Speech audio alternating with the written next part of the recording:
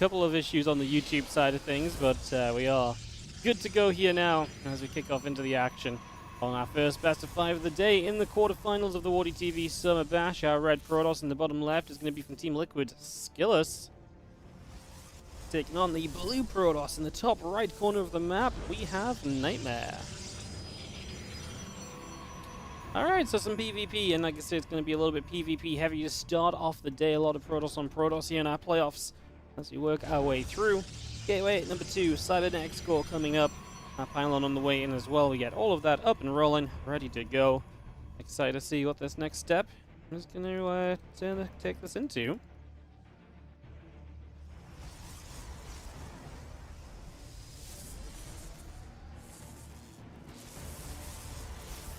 There's a couple of probes just nibbling away.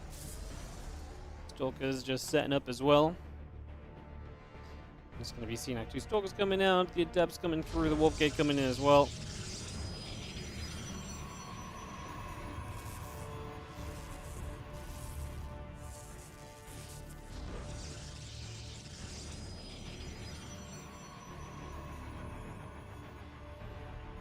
Gonna be seeing those 2 Adepts coming about, the Warp Gate coming up, a couple Stalkers coming through as well.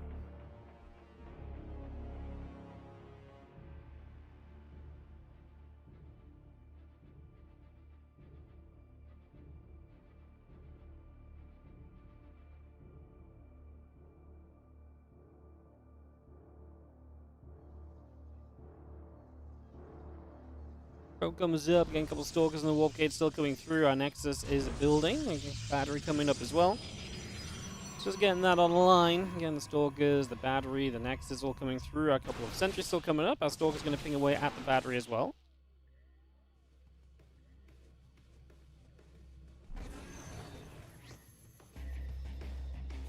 Stalker's just going to recall back and away. A couple more sentries coming in. 2 Adepts actually get in here from Nightmare, so they're going to start dealing some pretty serious damage early on. It's going to be a couple of Adepts going down, and 7 probes killed. Massive start from Nightmare. It's going to be amazing for him, so he's off to the races in that regard. Looking good.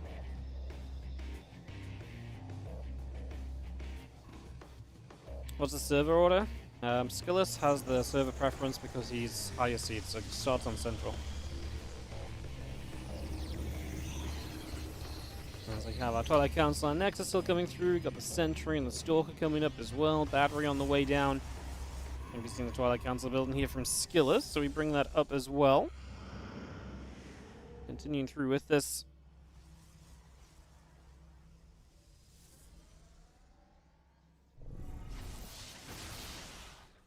Couple Stalkers and the Sentry's going to come back around, the Oracle gets chased away, and we do have ourselves a couple of probes and the Twilight Council coming up as well to bring that Twilight into life. Skillus obviously has to play catch-up, and he is only a couple workers behind after this, but there's still a negative to obviously having gone into that investment early, and he has killed a couple of probes himself. The Oracle is still trying to find more. There are 2 Oracles out. It'd be nice to see them together, because if 2 Oracles were together there, that would have been at least 2 or 3 workers killed off, right? That would have been great, but doesn't happen as our Stalkers come across. Oracle actually now takes some shots. However, the natural is open for this Oracle, and Skillus will get in. Finds himself 2 probes, 3 probes. That should have been 3, but it shouldn't have been 3 now. And it still isn't 3. Man, he just took all that damage on the Oracle for the sake of flying through here. Now he's just stuck in a corner. Not the best first few moments here for Skillus, unfortunately. Not ideal at all. As that blink continues up on both sides, the Nexus builds on the 3rd base. The rest of the Stalkers continue to gather up together again.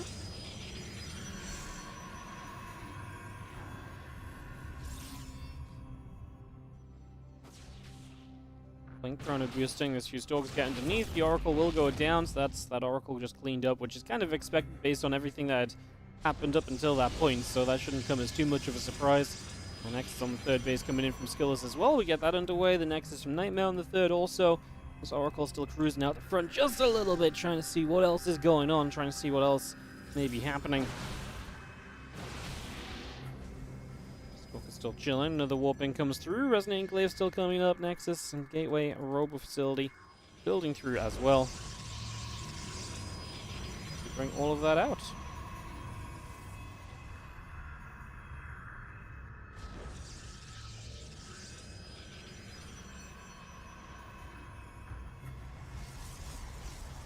This Oracle just patrols in the main base. More Stalker Sentry coming down. One Stalker already caught in a stasis ward. A few Stalkers starting to fight back. A couple Force Fields get in place as the Stalker Sentry goes onto this Nexus and tries to chip through there a little bit. We will see another Force Field getting put down as well.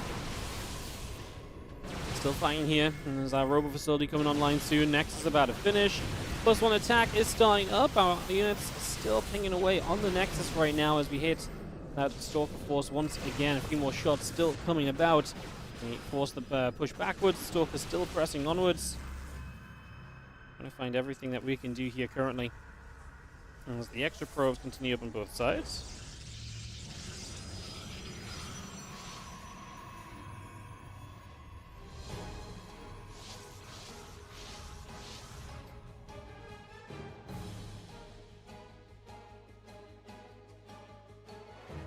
Well, still coming up around the top, +1 charge coming through. The extra gates on the way. Observer building from Nightmare as well. There's a little revelation going down. Just going to grab a little bit of info on that Nexus. The few extra Stalkers getting warped in too. And the Stalkers of Skillus going to be back out into the center once again. Away they go. Retaking position. Charging +1 on both sides. The extra gateways coming up. That's the Temple Archives building from Skillus now. And that's going on the back of this main. Temple Archives, 4 extra gates. I mean, again, because though Nightmare's been able to take some edges early, gets a cancel in his 4th base again. Nightmare just the one to kind of strike and find little moments, but I wouldn't necessarily say that it's been... I wouldn't even say right now it's that crazy of a lead. I'm trying to look to see if Nightmare has anything in particular that Skillus doesn't. He has some extra gates up a little sooner, so just more infrastructure. So maybe there is going to be an overwhelming force of units soon just because Nightmare can afford more. Nightmare's also gone very Stalker heavy, whereas his opponent's obviously gone for that. At least 1 Immortal now into charge. I guess 1 Immortal's not going to make that much of a difference. If you have 3, 4, you're really going to start fighting well against these bigger Stalker armies. Just the 1 feels kind of flimsy. Skillus in general here just continues with the tech units as he counter blinks to get the Observer. But yeah, I feel like Skillus just continue with kind of, again, like a couple of tech units, whereas Nightmare's kind of all out on just gateway forces. And Nightmare overwhelm. And these couple of tech units from Skillus make a difference. Skillus started +2 attack where Nightmare did not. Nightmare will start pulling backwards and utilizing the blink to trade efficiently, of course. Beautiful blink so far, actually. Doing a great job of trading there. As the Observer. Still chilling out overhead. A few additional Stalkers join up and move forward as well. A couple of batteries on the way up from Nightmare. 2 more pylons also in production. The Observer still leading the charge and is going to get to the high ground here where we can just spot a little bit of what's going on the top side of the prism. Sets up with a few Zealots. The Stasis will catch some of Nightmare's army. That's going to hold him up at least a tiny bit. As the first couple Stalkers go down, and now we move on up. Pylon in some trouble. And the Zealots are going to start charging forward here in the... Again, Stalker Force of Nightmare just keeps on trying to push this point home. Is really letting kind of the upgrades slip away, right? This was even upgrades now, nowhere near to +2, has not started it. And Skillus is edging ever closer to getting that +2 attack upgrade online, which would be massive for Skillus. Having that upgrade lead can be something you can really utilize and really push into your favor further, so definitely expecting that to be a continued factor. As we do see, though, the mobility here of Nightmare's army just diving and killing the 3rd base. The Zealots in the main, but Stalkers defensively too. And I was going to say that Prism needs to be careful. Prism, I was going to say, I thought it might go down, but just about gets away. Stalkers didn't quite have the blink fully underneath it, so Prism is out of there. The Zealots all over, but only a couple probes go down. Not really enough to answer for the fact that you just lost a Nexus. Stalkers pull back once more here as Nightmare continues to just pull on away. And it does look as though Nightmare just has too much. I mean, at this point, there are 3 Immortals, so the tech unit numbers have grown for Skillus, but if we just get a few Zealots in here, start getting those to tank, I think Nightmare just completely overwhelms. He's going to target fire down Immortals very comfortably now. Archon's not going to do much on their own. And this is looking as though we are going to have Nightmare taking game 1 of this best of 5. Starting off strong in the quarterfinals against a Skillus that's really looked very good as of late. I mean, he really has been one of the players to kind of keep your eye on because he's been consistently pushing his kind of potential. He's been consistently improving. And Nightmare does end up taking the first game of this best of 5. So Nightmare off to a 1-0 lead in today's final day of the WardiTV Summer Bash. Mr. Dingleberry, thank you so much. The 25-month resub. Welcome back on the Prime as well. It was great to see. Thank you so much for clicking the Prime button. Appreciate you using the Prime on the channel. Obviously, there's so many choices for where you can use your Prime. Appreciate that you choose to use it. For a moment or two, we'll kick off into another game. Get everyone invited in.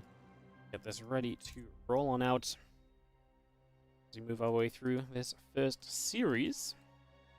PvP style. PvP style, beautiful. Alright guys, I'm going to just give it a moment or two. Close this. The browser is so messy at the moment, so much going on.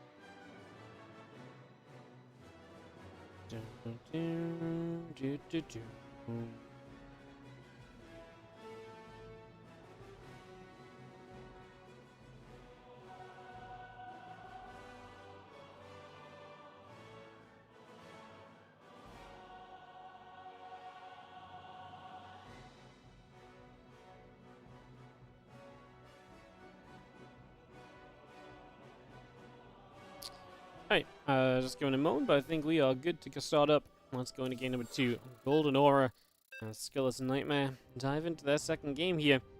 See what is going to go down.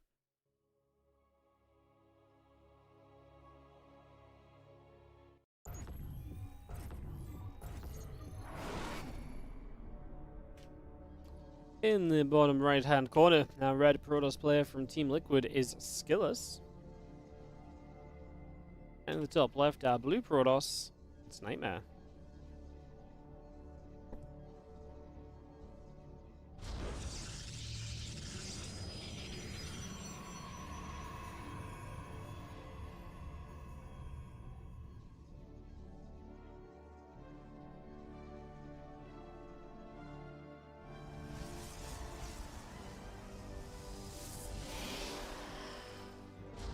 Game number 2. And we see what Nightmare has in store for us. Opened that last game great. Those Adepts getting in, able to do a bunch of damage early on. Fantastic stuff. Obviously, that's, you know, pushing yourself in the right direction from the very start of the game. So that's always great to see.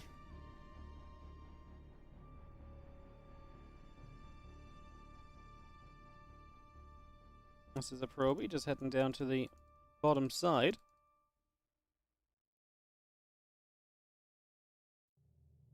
Couple of assimilators coming up, gateways going through. Probes just going to pass each other by there as well. I'm just going to move into this main base as the assimilator finishes. That probe is going to nibble at the other probe. Shots going off there. We come all the way back around that right-hand side. And a second gateway coming up from both players. So we're going to just see 2 gates each, not really too surprising. Skillless will scout just a little later than his opponent. In this scenario, you show up, you're going to see both the pylons in the main base as well, so you don't feel bad for actually kind of scouting a little bit later, because there's just nothing to say that there's anything going on. Not even a hidden pylon out on the map, so you're kind of wondering, oh my goodness, do I need to be out on the map ASAP looking for proxies? That probe nibbles at the other probe. Well, Cybercore will complete. Warp Gate already starting on both sides. Solid Sentry on the side of Skillless. Double Stalker on the side of Nightmare. Getting that underway immediately here.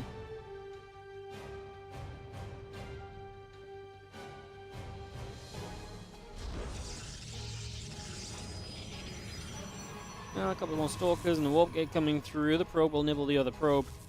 Like I say, there's going to be a difference in the early units. But Skillless having invested in that sentry, he doesn't have money for teching. Nightmare looks as though he'll expand and then go into some... He could actually just expand into sentries of his own. Expand into Stargate is not seen super often. He could just expand straight into like a Twilight Council at this point as well. I mean, he just has money stacked, so the option is there for Nightmare in terms of how he techs. He will also have these 2 Stalkers that he's going to poke onto the map with, so he's feeling fairly safe with those. There are the sentries, so I think that makes sense. Sentries, if you're expanding early, sentries are so good because of their ability to hallucinate. And if you're going to go Stargate, you may as well go Stargate then Nexus for just the faster Oracle, the faster access to defense should you need the defense. In this case, he didn't, but yeah, I think this makes sense if we're going to see that gas stacking up, get those sentries on the way. Put some work in from those. We nearly kill a sentry. In fact, we may chase up the ramp for one. Both of those are low. The battery on the low ground finishing will heal them back up. And that is now eventually a pushback, but took a little bit of effort, took a little bit of time to get there in the end. Got the council building on the side of Skiller's robotics facility from Nightmare. There's two different tech choices on both sides of the map. We continue into a different game from both. Skiller's will play a much more mobile army this time, and obviously this isn't how it went last game, but Nightmare did end up on a force that was very Stalker focused, where Skiller's was Stalker and Blink focused, but then tried to introduce more tech units along the way. This is going to be from the start. Nightmare playing the tech unit counter, the Prism to harass a little bit perhaps, and then obviously Immortals count building up to deal with the Stalker count that's going to be high, with the Twilight Council of Skiller's already able to finish and stop Blink as soon as we get the minerals in about 30 minerals time. There it is, Blink on the way up. So we get that started. Third Nexus building from Skiller's as well, so instantly into the third, believes that that map control that he's getting for himself with the eventual Blink, and right now just the hallucinations. He knows what's up, he's comfortable, he's not in fear, so you can get that expansion down nice and early.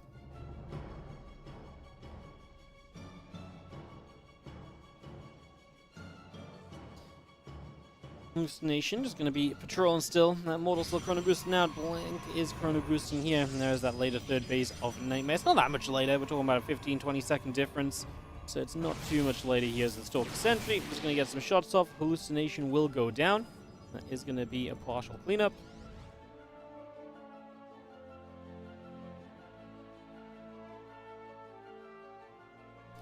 More shots just coming about. And again, we get that Forge on the way up as well. It's building the Forge on the main base. The Gateway coming through. The Twilight Council building in the main as well. So is Nightmare already looking for the follow-up with the Twilight. Should not go Blink here. Obviously should just be going to charge and starting to invest into that charge lot, a Mortal Archon kind of style. Get that up and operational. Or Resonating Glaives if you want to play a timing-focused style. That works too. You hit with Glaives and Immortals and you have a very powerful army. Adepts are extremely tanky. They have the ability to threaten mineral lines as well, so your opponent has to position correctly. There's a lot you can do there.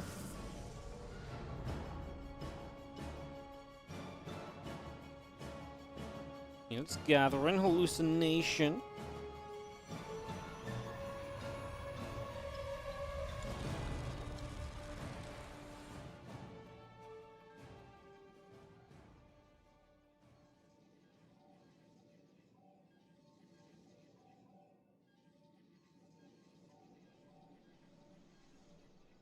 Still coming up, Prism on the way. 3 more gateways coming out, the extra gateways coming online. Charge and +1 continue to come through. The pylon sets up over on that far right hand side. The hallucination continues over as well.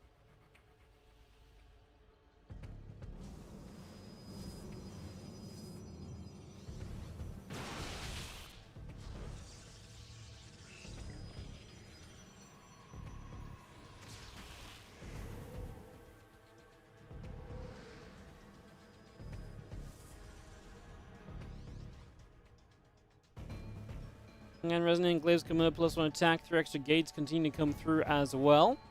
Got Archives on the way, the charge building. We're having ourselves the army of Nightmare moving down to the south.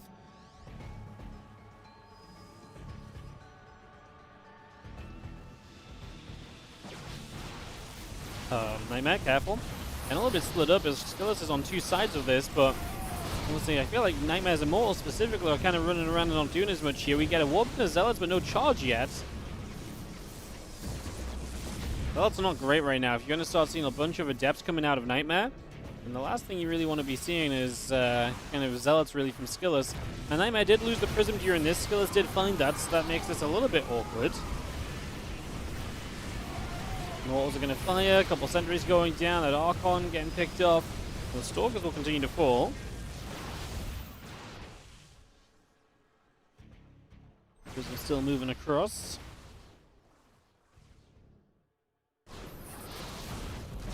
Going back around the bottom, Adepts firing up again. A few more Adepts gathered together.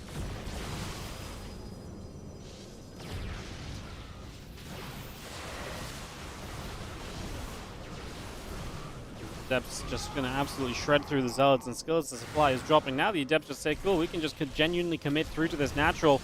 Probes will begin to die. 9 workers, 10 workers already going down. This is big damage done on the side of Nightmare. He is getting some work put in here. The Nexus will continue to take some shots. The Pylon going to take a few hits as well. So Pylon also starting to drop. As our depth shade back over to that left-hand side. A couple of Stalkers still getting whacked away at. Continue to work through those 12 probes currently going down, and that number is increasing. 16, 17, 18. This is bad for Skillus, man. This is not a pretty series. His army supply is down, his worker count is down. And it looks as though he might just be down in this series 0-2 in a few moments' time. Those Adepts actually do break through a pile and still just walk into the main base. Not every day you see the Adepts having to walk, but in this case it makes sense as we'll find somewhere good to be, kill even more workers. I mean, as long as you're killing workers here, you're basically being successful, because any work you get rid of makes it so difficult for your opponent to recover. So yeah, this looks as though we are going to be good to go for Nightmare to a 2-0 lead, absolutely popping off in today's early stages of these games. Super Battery pops up, healing up those Stalkers. We got a couple of Zealots and an Archon being brought through, but Skillus is dead in this best of 5 game 2. And he's going to have to perform a reverse sweep at this point, but Nightmare's just being crisp with the plays. Putting himself in some very good positions, putting himself off to some very good starts. Just like that so far.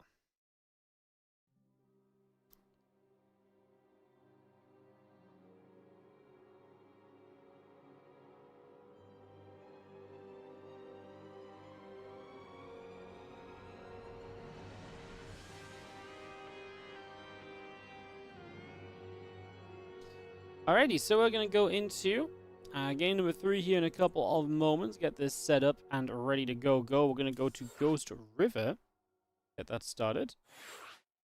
And go throw the invites in. We'll get this going on.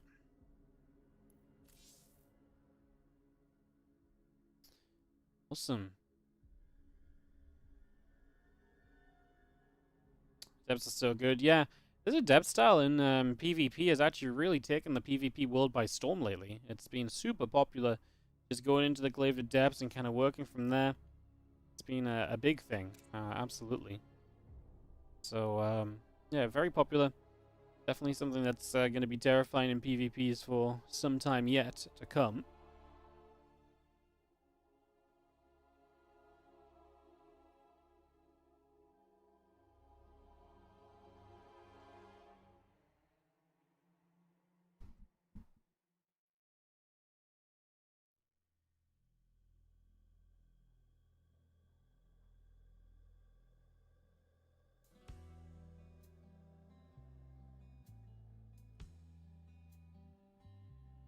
Alrighty, let's we got everyone in the lobby, so we can get this started up. Let's go. Thanks for everyone for tuning in. And we've got the YouTube live. Sorry if you're on YouTube as well. We started like a little late on YouTube.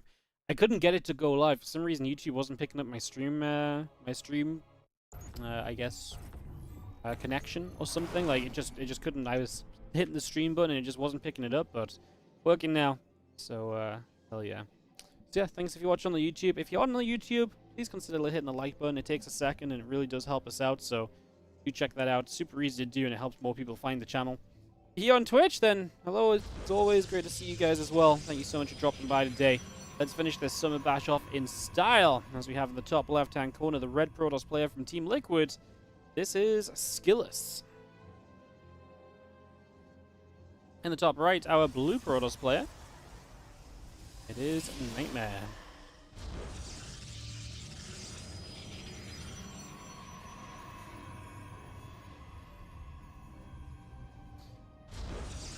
Game 3 of our best of 5. Nightmare with a probe onto the map here on Ghost River, one of the shorter maps we've seen so far.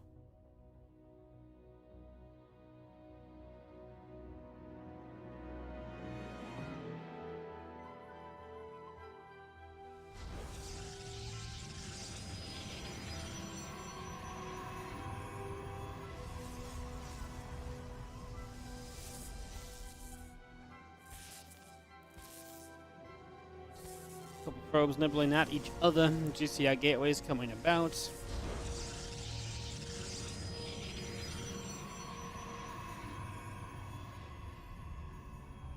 Again, gateways, cyber core, continuing up here for the moment. Probe's on the way through, gate's coming up, pylon on the way. Again, that probe gonna nibble at another probe.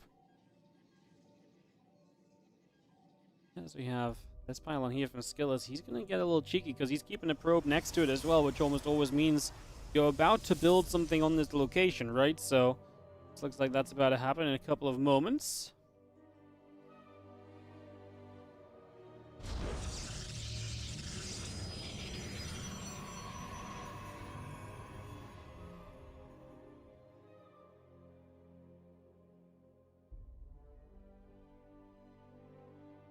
Apro coming towards the upper right-hand side. I'm just going to be seeing our Stargate coming through.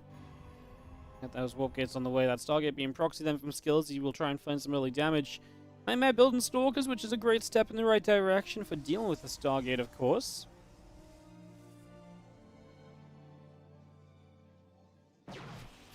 One Stalker fires. Probe already taking a few shots. It's going to go down to 3 Stalker shots. Probe falls.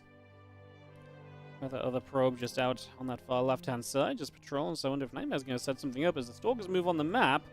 It's going to get a little bit funky, right? He doesn't know about the Stargate, so he just wants to try and play the denial on the pylon.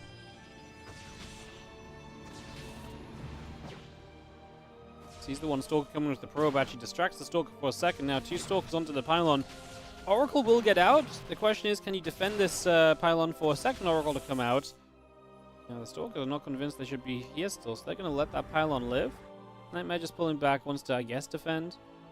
And Oracle obviously pulls back a little bit too, doesn't want to get aggressive because he expects the Stalkers to be in position.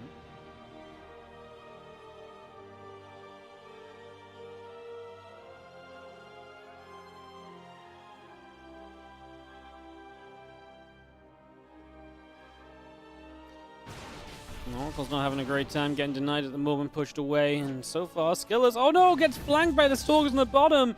Oracle goes down, suddenly we are just, is that the only Oracle he made as well? It is, oh no. Well, he's on his way to a Robo, which is going to have to be used very well defensively, but Skillers' entire early game investment just goes to pot right here. It comes crashing down, and with a gateway warping in, this is going to be gateway number 4. We're still on one base as Nightmare. I mean, this is going to be tough for Skills to hold. He's expanding. Yes, he'll have an Immortal, but he has such a lack of units. Because of that early investment, that's done nothing at all. It's going to be really, really tough in these next few moments for Skillers. Absolutely no doubt as our Stalkers will press on forwards to begin with here. One Stalker already taking some shots. They'll just target down one of the building batteries. That works. Can't be healed up by anything as Stalkers do not have Blink yet, so arguably or maybe even here a little bit soon. We do pop the barrier on the Immortal as we'll get one more probe. We pull back. Another Sentry available. Nice grab.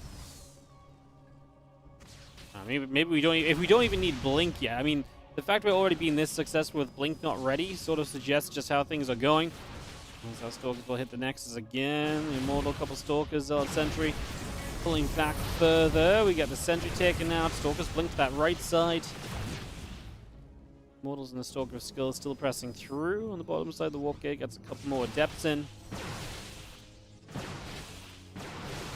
This Nexus is, well, going to allow the Super Battery to go off at least. So Nexus is going to get the battery off. The Adepts do get blocked. One Immortal died. Super Battery now fading off. The Nexus, I was going to say, put the Super Battery on the Nexus while nothing else is going on. A couple more Adepts going to try their luck again. We pop the barrier on the Immortal. We're just going to fight it. If we can take out the Immortal, the value of, I mean, there's just not units here realistically at that point. And Immortal is saved. Nice micro of the Prism, but now the Immortal is going to just have to stand there and fight. It's actually walled into the main base.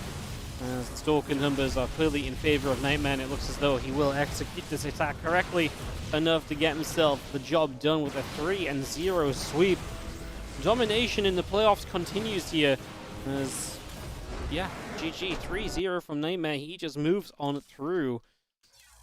That was, I mean, Nightmare had the closest series in the round of 12 against Lambo, in the fact it was 3-2, but each of those individual games was very one-sided, I would say. So, yeah, each of those individual games themselves was kind of very one-sided. So, I kind of say, that's why I kind of say continues to sweep through, because when he wins the games, he's winning them convincingly. In this case, he wins the series convincingly. Nightmare goes to the semi-finals, making this 3 players from Korea in the semis, with MaxPax the only European left standing in the round of 8. He takes on Trap up next. It's going to be Trap versus MaxPax to decide what the semi-final PvP is going to be looking like. Can one of the best Protoss players of all time in MaxPax take on a trap? I mean, MaxPax, amazing PvP, but it has been less convincing lately than it ever has, right? Like, if there was ever a low point from MaxPax's PvP, recent history might just be that low point, because we're talking about a guy that was dominant in this matchup, that really defined the meta, or defined his own meta. Like, a lot of people would not even, be able to do what MaxPax does, because MaxPax was just so good at it. So yeah, now we get this PvP best of 5. I mean, look at recent results. MaxPax 2-1 trap, actually, just yesterday in Kung Fu Cup. Did lose to Skillus 1-2, but 2-0 Skillus before that. Lost to Classic recently in the Summer Bash, in the group stages as well. And he still has a lot of wins. Like I say, you say his PvP is a little shakier. It's a loss here, it's a loss there. It's like, oh, he lost to Showtime a couple of times. We're holding him to extremely high standards simply because the high standards are what we expect from MaxPax. So when it comes to PvP, like, his PvP match history is just absolutely nutty. So definitely something to think about there. And with that, guys, we are going to take a quick break. We will need to get videos underway for this PvP, so we're going to get Trap and MaxPax ready to go in a moment. This will be Trap's server preference because he came out of the group stages in first place. So we'll go West Central, West Central, West, and we'll get into that in just a few. I'll put channel bets up as well if you guys are interested on Twitch. You guys can check that out, and I'll see you guys in a few for Trap versus MaxPax.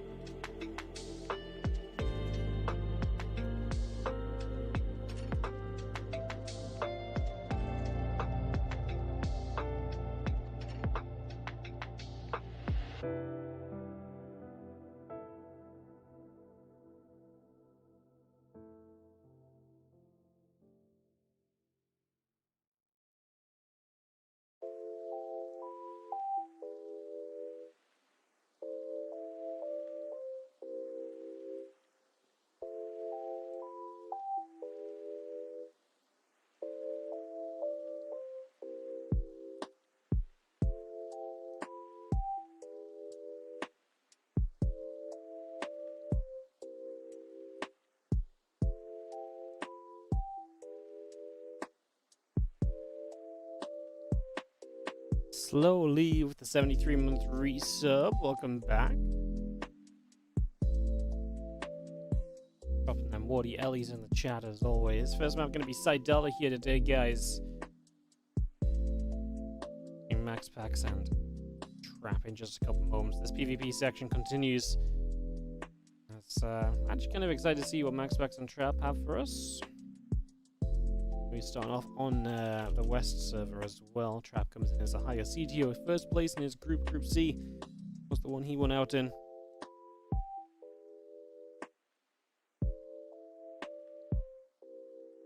Second map going to be Crimson.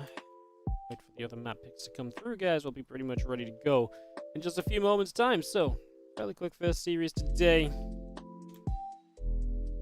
Hoping MaxPax Trap delivers a little bit. Trap's been really good lately. Where's this music from? I use an app called Pretzel. You can put a whole bunch of different radios on stuff. As this one's called Mood Swings by Harris Ella, in case you're interested. Going for the fourth map pick of Trap, we have, I guess, Oceanborn, Alcyone. No, Alcyone got via Oceanborn. What have we got, actually, in terms of maps? Amphion's going to be map 3, Crimson Core map 2, Dynasty Vito, Ghost River, so we've got Oceanborn, Ghost River.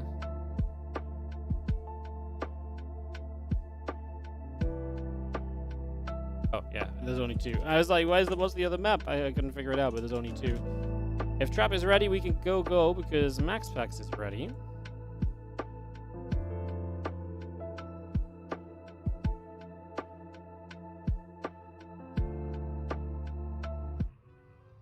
So yeah, just waiting for our Trap to give us the go-ahead, and we'll kick off into this series, guys. Bets are up for another couple minutes on the Twitch channel if you want to bet your channel points. Get hopefully ready to go in just a moment.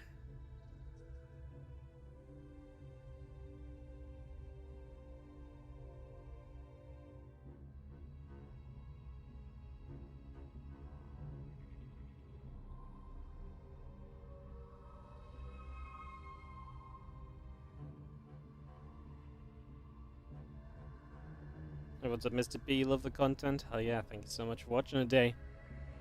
Going for Trap to give us the... Ready? I think he was ready, he just didn't say it. Just double checking though, as you kick this off.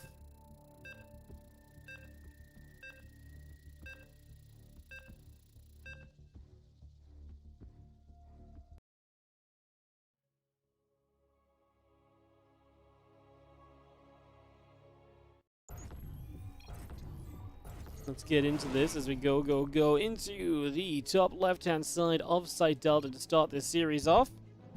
We're going to have ourselves the blue Protoss player. This is from Psystorm, MaxPax.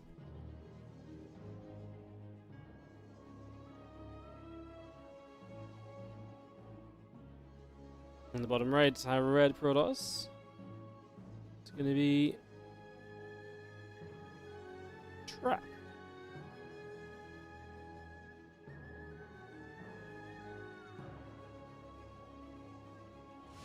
One of our best 5 as we get this underway. And let's see what is going to go down. Over the course of this series, we start off on Site Delta, which is a map with that ramp as well, so we already have that as a factor here. The ramp, obviously very interesting, very fun. And should mean that we can see some faster expansions coming out into play as well. So definitely expecting that to be a factor to get this underway. The Gateway and the Simulator coming up and online, getting that going.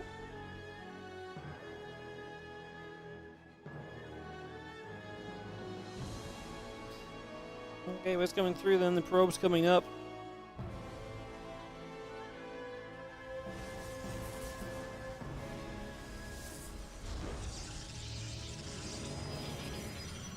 Probe is going to nibble out another probe.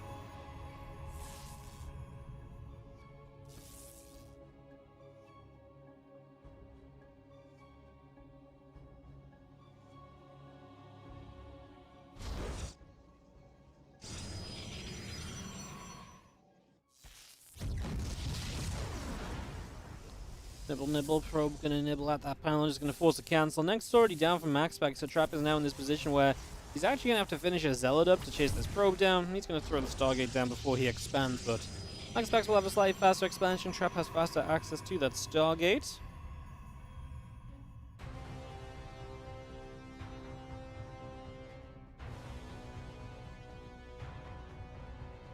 So it continues to wander to the upper left-hand side. Stargate's on the move.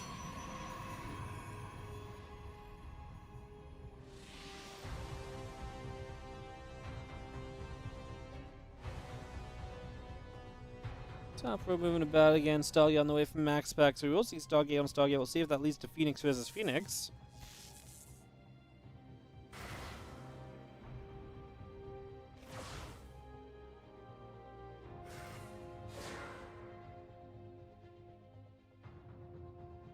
Adept is going to go shading by. The Phoenix coming up. The Adept on the way.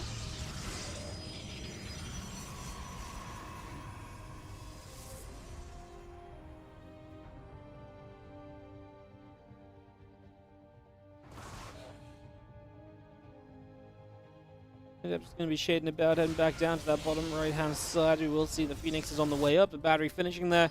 So it is going to be Phoenix on Phoenix. Man, if there's anyone you don't want to go into Phoenix versus Phoenix again, I feel like it would probably be MaxPax. MaxPax is so good at it usually, as Trap is going to catch this Adept and just lift it again this time with a second Phoenix here to kill it.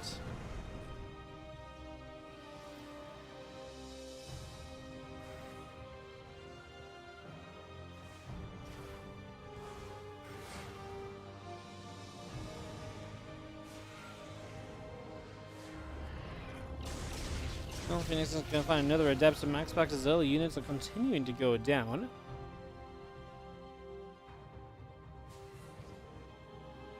Phoenix in the center, those Stargates coming through. We just have ourselves the couple extra probies continuing in as well, so we bring all of that through for the moment.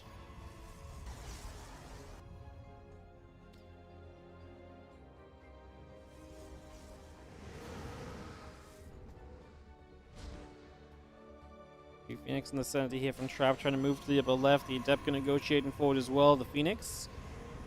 And decide what they want to do is that Adept will cancel its shade. Simulator coming through about halfway done. Our Phoenix still building about our pylons as well. Obviously, at this point in time, it's Phoenix on Phoenix with 2 Stargates each. You do nothing but build Phoenix. You can be kind of tricksy if you get a probe on the map, potentially put some pylons down, stuff to block locations, block expansions. Outside of that, kind of like what MaxPax has actually done on the bottom side here, actually. This pylon here stops this expansion being taken, because right now Trap doesn't have anything that shoots the ground unless the Phoenix lifts something, unless they build something, and then that can be lifted and killed by Phoenix too, so creates some interesting situations for sure. And Probe getting ready to expand from MaxPax as his third base ready's up. We've got the other pylon here, so you do need that Zealot's trap that he just made. And on top of that, we'll need, obviously, now the chance, or we'll have the chance now to get into that fleet beacon. And as you go into that fleet beacon, you will head into the Phoenix range, the anion pulse crystals. That's going to be a big deal as well, so definitely watching out for that. There's Phoenix looking at some other Phoenix here for a few moments. Just having ourselves that fleet beacon continuing up on the side of MaxPax is just now starting. So getting that underway here. The rest of these Phoenix are trapped, just joining together. Zealot going to be there, pylon taking some damage. There's the faster Phoenix range. The trap will have that advantage. If MaxPax just stays defensive, there is a world where that Phoenix range doesn't get to take advantage, you know, for trap having it and MaxPax not having it, so this is not end of the world territory or anything of the sorts just yet.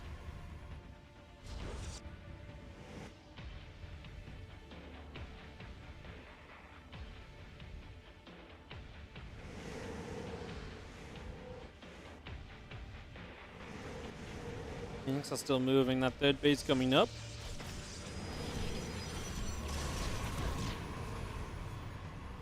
That's where it gets interesting. These Phoenix threatening the fights, but MaxPax can't threaten because of the lack of Phoenix range. Trap will have control for the next few moments. What MaxPax would like to do is to get these Phoenix cornered, because then they can't really use their range if they're pushed into a corner. Then it doesn't really matter. Then MaxPax would have advantage because he's closer to home. His reinforcements will be arriving more quickly. Now MaxPax is running. Uh-oh, Phoenix reinforcing up there as well. It's actually not going to go down. As Trap comes back over here and says, hey, I feel like I can kill some more probes, and he absolutely can as well. Maybe even try and camp out the Stargate. The Zealot is actually going big as well, as MaxPax is genuinely in a little bit of trouble. Gonna get one into Phoenix intercepted. Now MaxPax has Phoenix range as well. Now he commits to this fight. He should be better off in Phoenix numbers. He just lost 17 probes. He can rebuild off of that, and especially if he wins the Phoenix fight, none of that matters. So for MaxPax looking to be in a bad spot, he just won the game because Trap lost the Phoenix fight. I mean, it's kind of crazy. MaxPax understands this is not good for me, but if I can take a fight, like if I let him feel too confident, if I let him be in my base and he stays too long, I can take complete advantage of it. And he does. He just MaxPax things, man, honestly. Kind of crazy. He's so good at PvP, and he understands so well the situations he can kind of go about and do.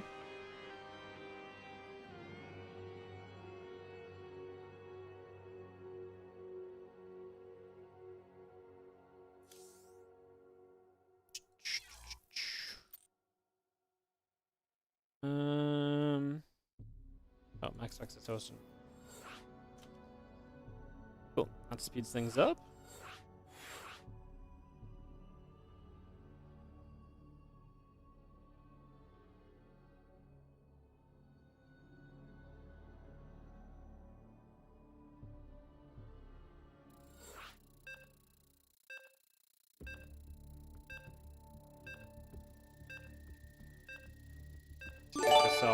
Let me get this underway. So we kick off into game number 2 here.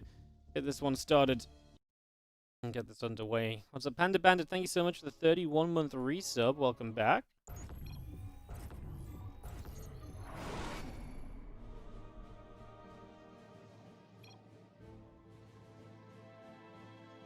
In the top right-hand side, our Blue Protoss. This is a MaxPax.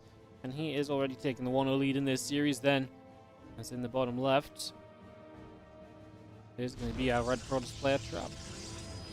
What's up with just mirror matchups? You don't like it? I don't love it either, mate, but that's the way the bracket played out. The Protoss players just kept winning. Can't really stop the mirror matchups if that's... I mean, there's coming into the day, there's 5 Protoss left and 1 Terran, so unfortunately we just have to move through these PvPs.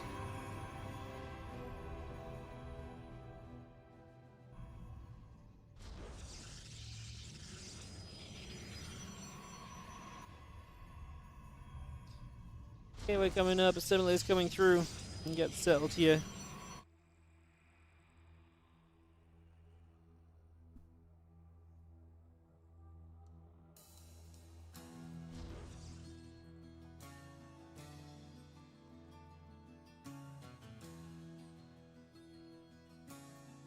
Gonna have a single gateway from MaxPax, so it looks as though he will try some single gate, probably Stargate expand.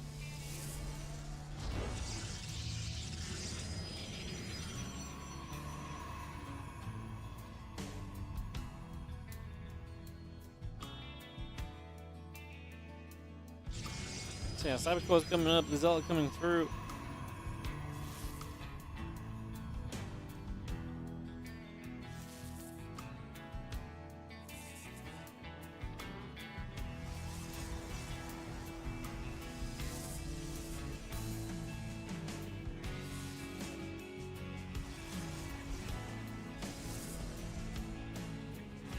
couple of Stalkers continue up the warp gate on the way. Stargate building as well.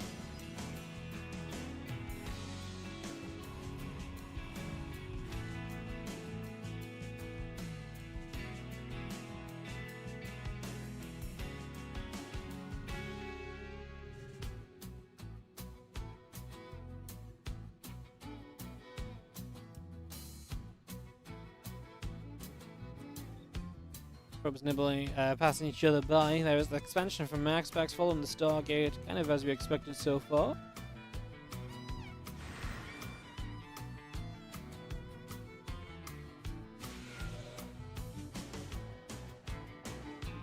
I'm just going to shade around the left side. A couple Stalkers going to get there.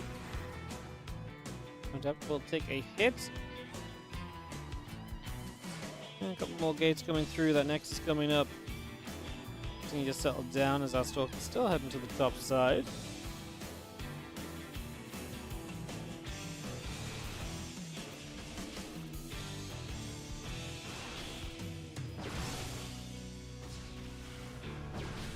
Stalker's fighting, Adept taking some shots. There's a Stalker, Adept gathering together. The Void Ray coming up from MaxPax. Got that warp gate on the way in as well, as we do see a couple more Stalkers of Trap coming over.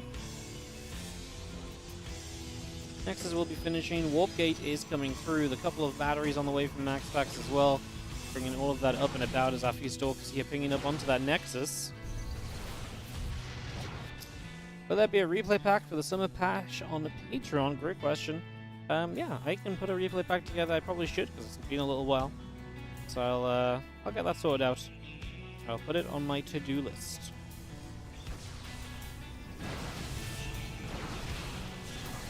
Stalker's gonna fight. Void Ray is not quite gonna go down just yet.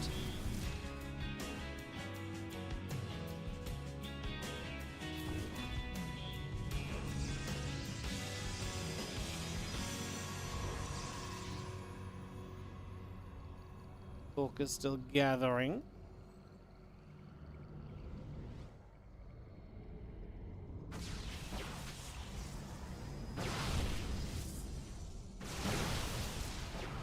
See a few more shots going down, a couple probes taking hits, so 2 workers going down. Stalker's firing, a couple of Void Rays are active. We do see our Stalker's just taking some big shots there, so they all go down. 3 more Stalkers coming up on the side of Trap as well. Continue to bring that through.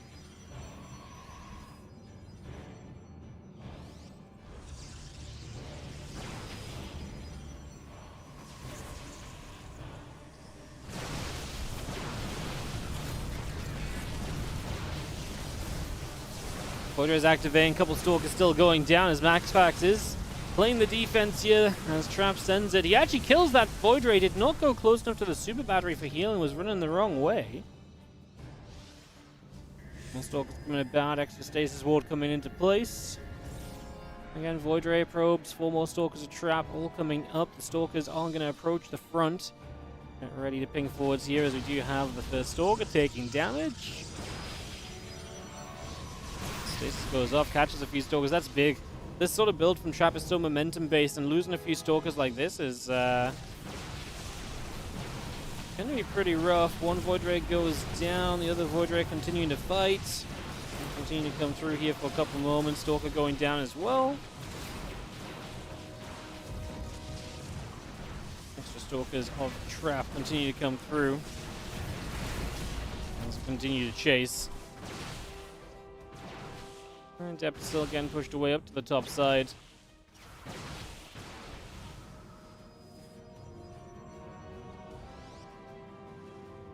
One more Stalker warping in.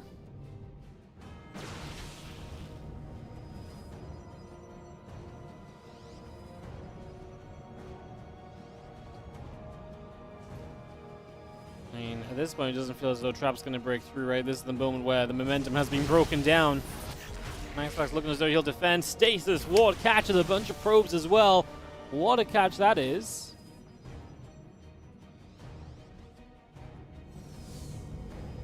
I mean, more salt in the wound for Trap here, who's just not going to succeed on this side of the map. Stalkers will hit voids that they just don't have the DPS to chew through. That super battery is too good, and MaxPax takes a 2-0 lead.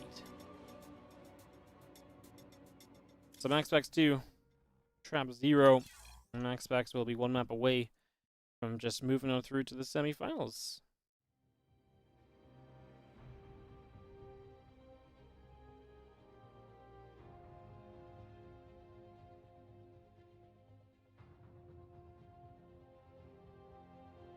Amphion, gonna be map number 3, guys. This is obviously turned into a wash of a day as we move through very quickly so far.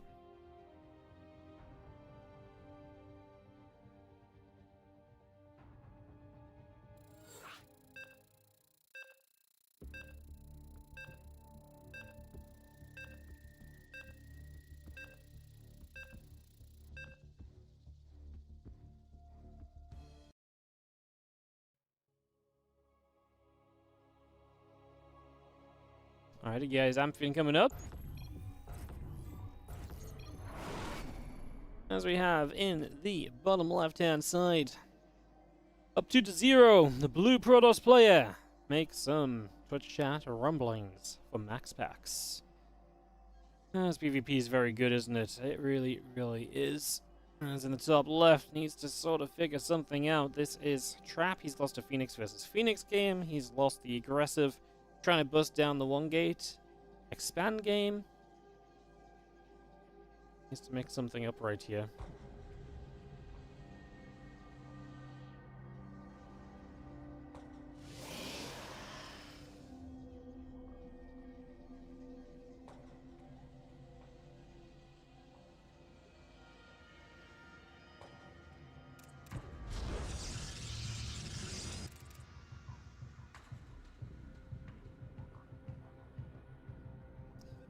Well, guys, I mean, when a here plays Nightmare, I get the fear that MaxPax is going to win and we're just going to have some very fast PvPs all day. Come on, chap, let's fight back a little bit. Let's do it. Let's go. Let's turn this around. Let's get some more games coming about.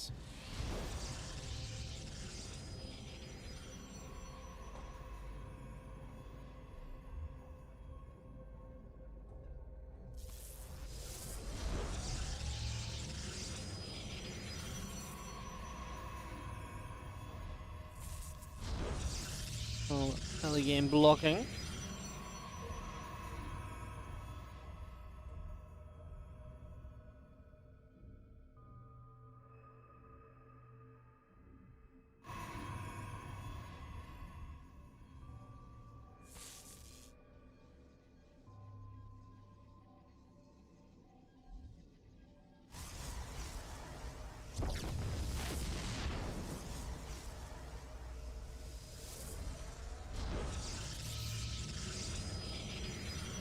Target coming down both sides.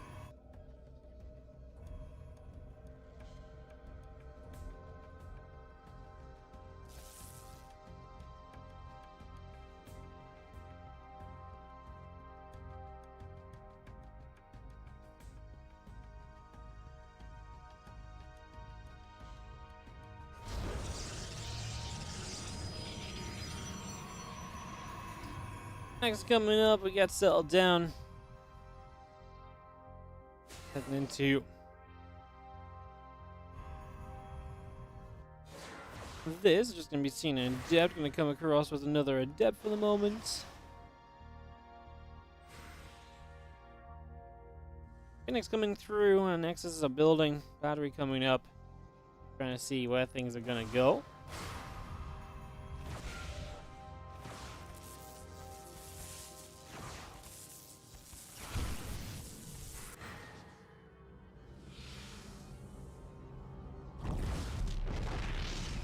Stepping this out, still trying to move through here, trying to get a little bit of action on the go. I'm just going to be seeing how Phoenix getting a little lift off.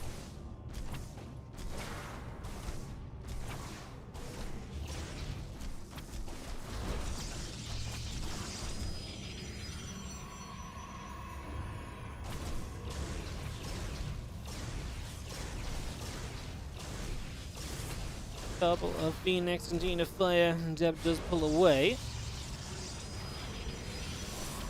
We'll see. The fact that this is going Phoenix versus Phoenix again does not feel good for Trap. He is going to go second Stargate nice and quickly here. It's going to be faster than the second Stargate of MaxPax, so a little difference. But the problem is MaxPax is just winning the Phoenix War already. He's got extra shots already on. Oh, actually, this gets a little bit closer. He has got that one Phoenix, which is lower, and so that's something you can turn onto. He comes out with what? A net one Phoenix gain.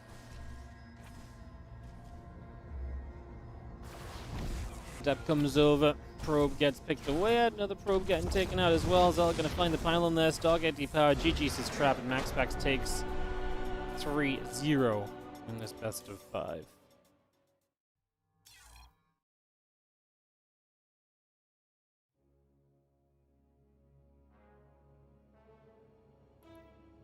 Alright, so there you go, 3-0. MaxPax moves through to play against Nightmare in this next round. So we'll get that ready to go.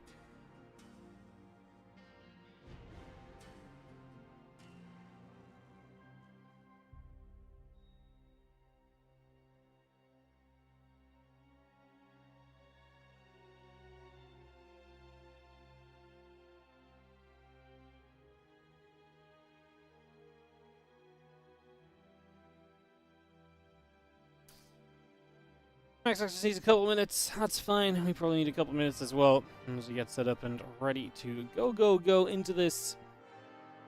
So I guess we will take a couple, come back in just a few, and head on into our next matchup. So I'll see you guys in just a moment. More StarCraft 2 coming up in a couple of moments. We'll see you guys on the other side of this quick break.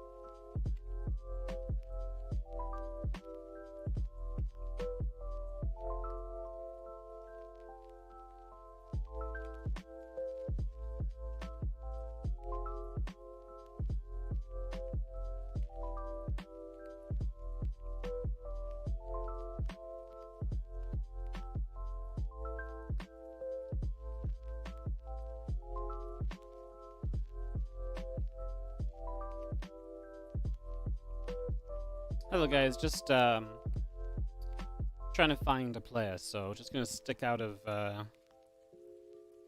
this for a moment while we figure that out. So give us a couple minutes to try and find someone. Hopefully we'll be able to go soon.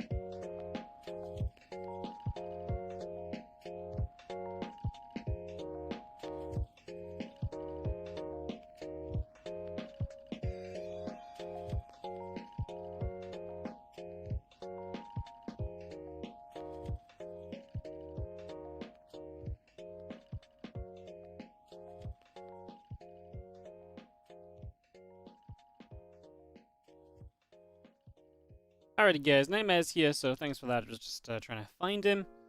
And we will get into this Nightmare versus MaxPax series in just a few.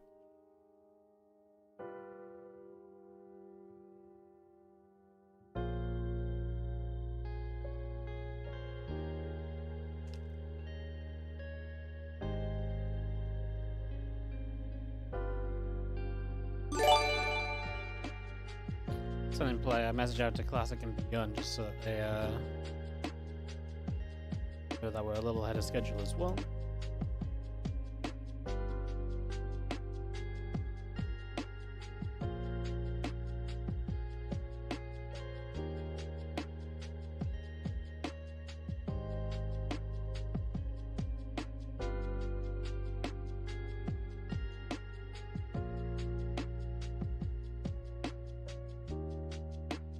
Bum bum bum bada bum.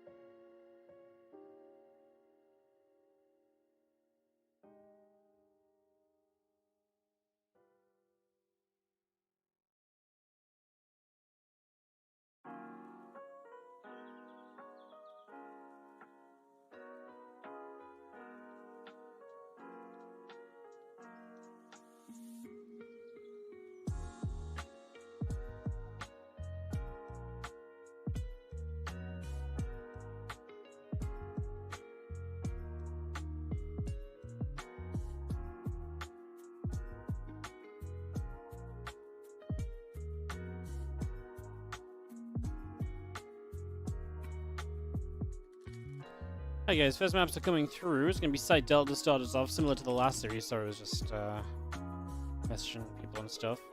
MaxPax is so fast at hosting.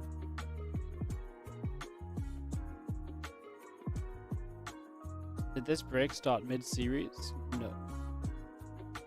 MaxPax is about to play Nightmare in the semifinals. Alright, couple moments we get underway.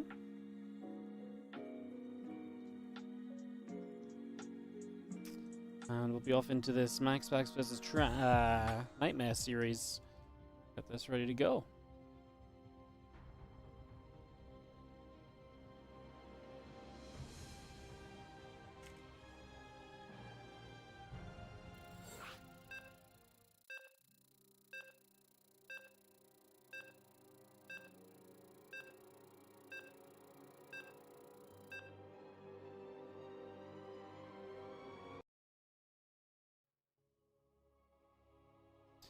Alright, so we're diving into Site Delta.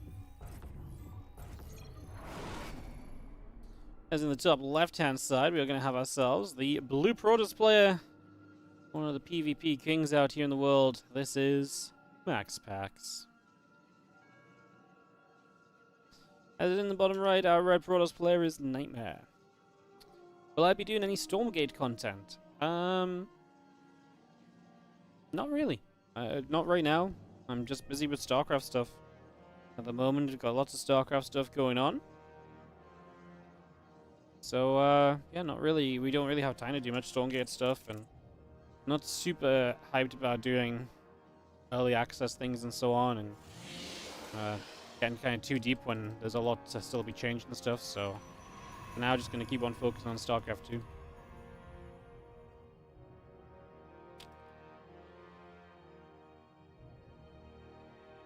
Proby passing Proby. A couple of gates coming up. The assembly is coming through. And probes coming in. As our probe continues into the upper left-hand side. So nothing too crazy in the first few moments. Just scouting. Obviously, it is one gate each. We expect this to be one gate each to start us off.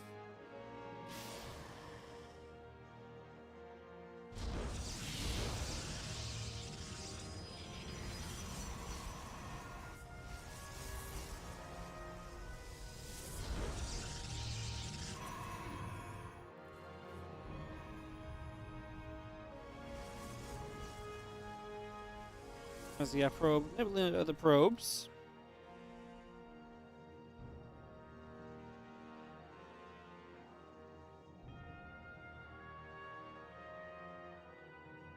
Cervical coming through, and it's underway.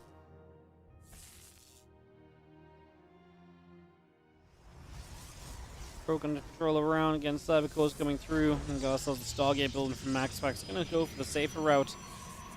Nightmare looks so good in that PvP against Skillus. I could believe he could maybe put up a little bit of a fight against MaxPax, considering Skillus has put up a good fight against MaxPax recently as well.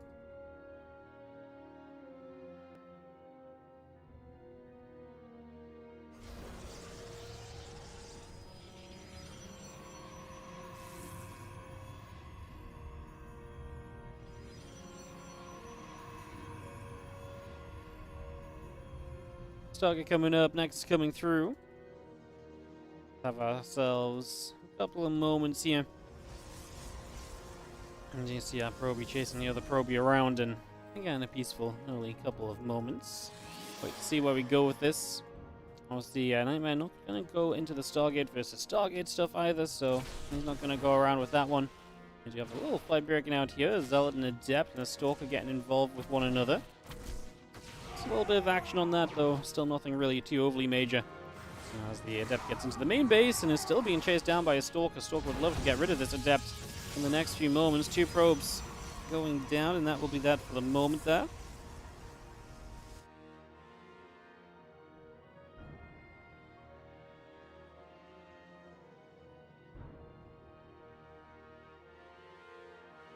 And we got ourselves the Twilight Council and the Gateway building up still. Continue to bring that through for the moment.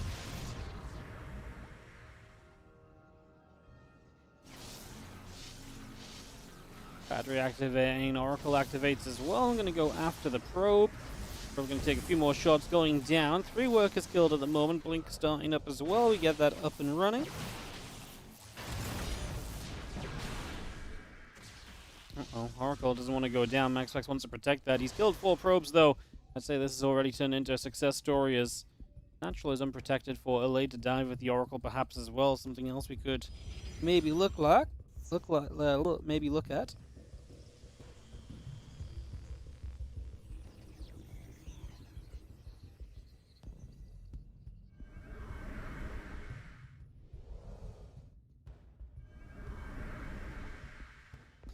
Couple Oracles coming through. We do have the blink on the way from Nightmares, about halfway done already.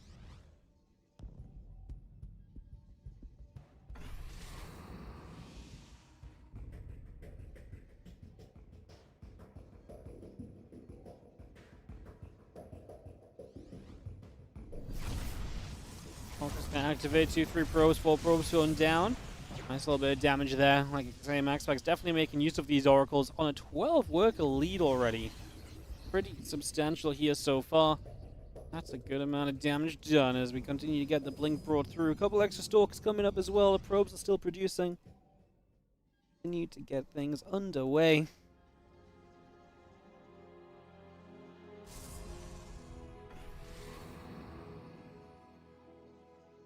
Oracle's just going to drop down. A little revelation again. The stalk is going to be held back there. That's just going to be held away. Again, that blink coming through. Next, and a couple of probes on the way up. The forge coming by. Stalkers will trade a little. Obviously, MaxPax is about to have his own blink. He's going to get there with the worker lead. Third base already building. Again, the early game establishment is already just so MaxPax favored right now. Looking really, really good for him throughout these early minutes. This is just game 1 of the series, but it does already kind of sell the signs of MaxPax PvP domination continuing. I know that might be a bit extreme to say already. It's just when you got someone as good as MaxPax in the matchup, you got to get behind the fact that he's just really good at it, right? Like, you just got to accept this and kind of roll with it. I think it'd be unfair to not bring that into the commentary because this guy really is at that pinnacle level here in PvP. Robo facility coming up, we will see an assimilator going down as well.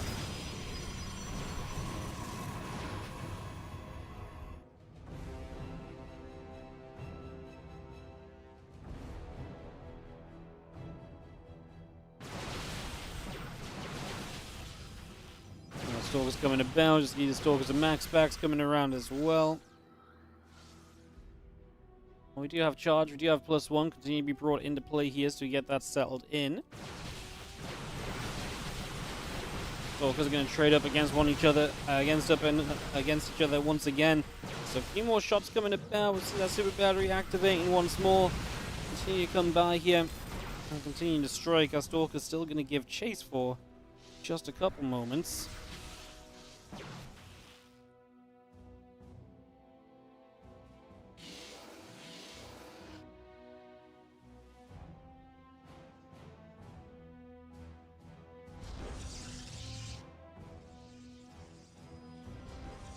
Again, the extra gates coming about, Immortal Charge on the way through. A few different bits and pieces continue to be brought into play now. Continue to get set up here in this game. Dark Shrine from MaxPax. We'll see a fun way to kind of introduce the next stage of this game as well. It can be a very active way of playing. Something else that can definitely go in your favor. As these 3 Stalkers just gather up, the Observer's going to be coming through too. Continuing to get established.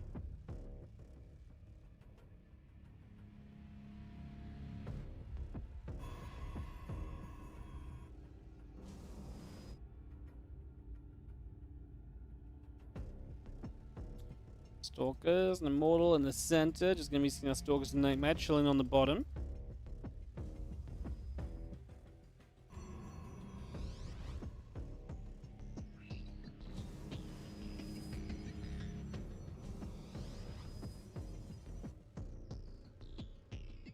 +2 attack continues out as well. It's coming up to being about halfway done. The Dark Shrine is also still just producing through, so bringing that Dark Shrine into play. Actually gonna get rid of the Oracle here. MaxPax finds a blink onto the Stalkers. Just warped in a bunch of Zealots as well. Which direction does he go in? If he goes up that ramp, there's a battery, which would become a super battery for him to fight against. Zealots actually showing up here from Nightmare, just now getting their charge. The one Immortal of MaxPax trying to stay clear of trouble. He's actually going to lose his Prism. Great job by Nightmare to find the Prism through this.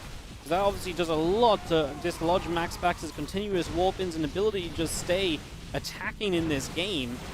MaxPax still has a massive supply lead, do not get me wrong. Up 20 workers up in army supply, but let's face it. This is a situation where Nightmare's just got to do his best, and he's definitely found one of the better positions right there. Stalkers and Stalkers continue to come through. We've seen the Archon still trying to push back. MaxPax struggling to actually just take the fights, I guess. And I mean, some of these tech units are starting to add up a little bit. Nightmare is pushing MaxPax away. And MaxPax still has that worker lead. MaxPax also still has the +2 attack that's just finished. That's a major advantage for the next few fights. Especially on anything that's kind of gateway unit focused, he's going to have that edge. Nightmare's sitting here. I hope he doesn't try and push further. I don't think it'll go well for him, even with the 2 Archons versus MaxPax's 0. I don't think that ends well for him at all, honestly. Going to be seeing our Stalkers and Archons coming through. A couple of Zealots still getting shot down. DT trying to get to the front. Prism getting another warp in.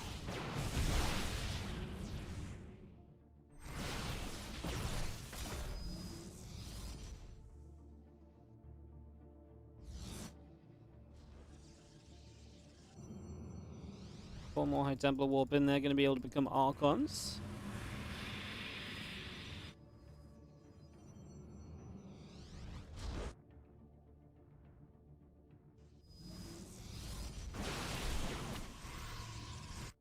Because blink up again, +3 attack coming up, +2 attack, about to finish. Archons will fight other Archons. It's going to be seeing the Prism still setting up, a few more Zealots warping in. Shots keep coming through, a couple of those Archons getting knocked down. Another Archon here is going to be in trouble in a moment as 12, 13 probes getting picked away at.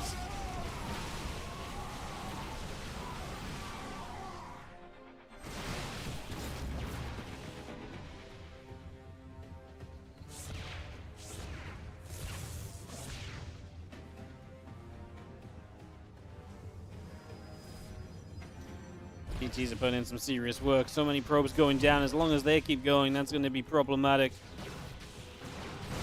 25 dead workers. Stalkers blink on the right side, going to work their way through that Nexus. And GG is called Nightmare. MaxPax just too far ahead. And that is going to be him taking the first game. This best of 5. So MaxPax taking the 1-0. Ready for game 2 in just a couple.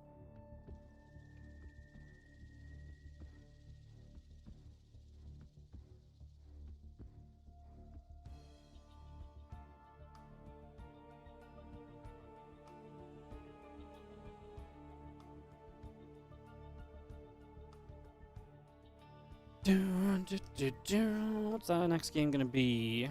Gonna be on Oceanborn. MaxPax gonna host that up for us. And we're gonna get this set to go in just a moment here as our games continue through the playoffs today. It's ready to go.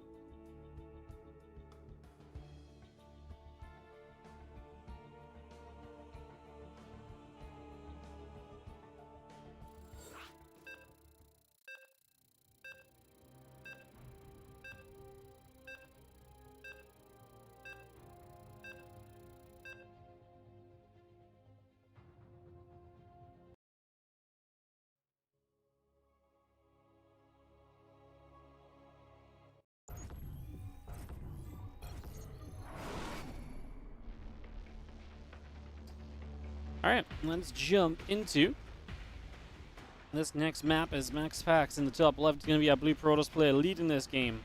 Or leading this series 1-0.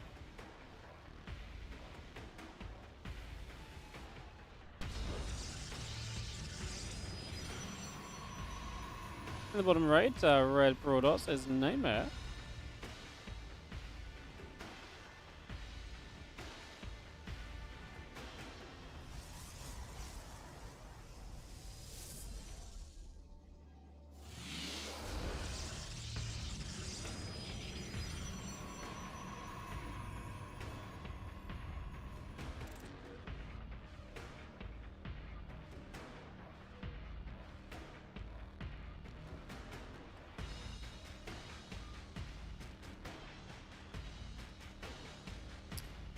Okay, coming up, Assimilate's coming in.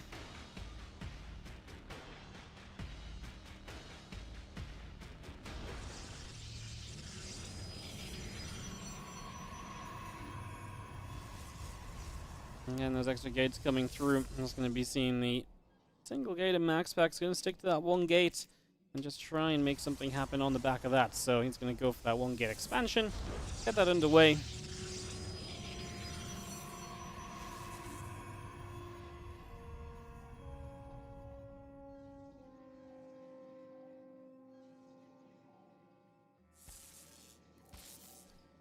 Probe still nibbling at the other probe. Just going to be seeing the Cybercore coming up from MaxPax, Zealot, and a probe coming through as well. And let's just have warp gates ready to start. When those warp gates are coming up, we'll start to see tech choices and figure out where everything else is going to go.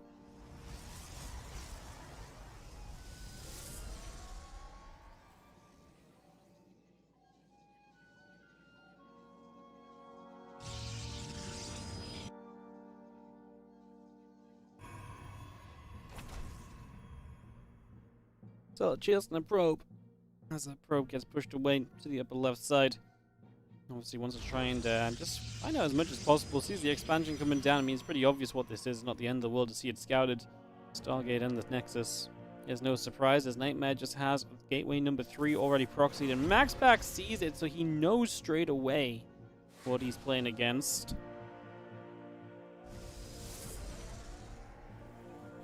Stargate finishing up. Oracle on the way out.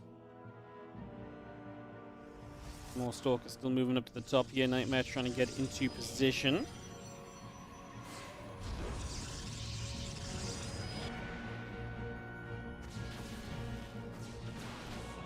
Just got the Stalkers pinging away. Battery going to take some damage. It's going to go down. That's going to be... They'll cancel that. The Stalker still coming across. Just going to be seeing the Adept going to get there as well. More Stalkers taking a little bit more damage. Continue to go back and forth.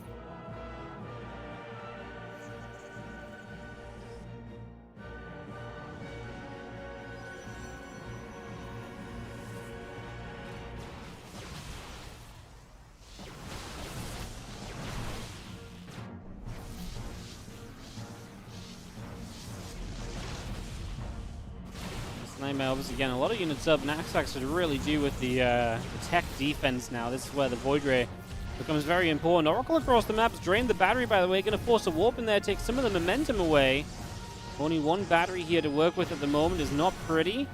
Void Ray going to activate to try and buy a little bit more time. Can MaxPax pull off this defense? We've seen him do it 100 times before. Can he do it here? This feels like one of the more susceptible positions for him. New battery and pylon both on the way, as that battery will be depowered. That's the moment these Stalkers want to dive on the Void, but that's what the probes are for. They're going to hold those Stalkers back. I love it. Look at what MaxPax does. Every little bit of value you can find, bringing that Void Ray in when he knows he's got the Stalkers held at bay. Love this, as the second Void Ray, though, is going to take some damage, but the Super Battery will keep it alive a long time. Oh, just doesn't pull it away quite in time. A moment sooner, that would still live. That would have been huge. Super Battery is going to fade in a moment as well. Oracle comes back around for another go of it. He nearly killed that Stalker previously, as this time this Void Ray going to get taken out, and I think that's good enough for Nightmare to take a map off of MaxPax. We are not going to have a one-sided matchup here.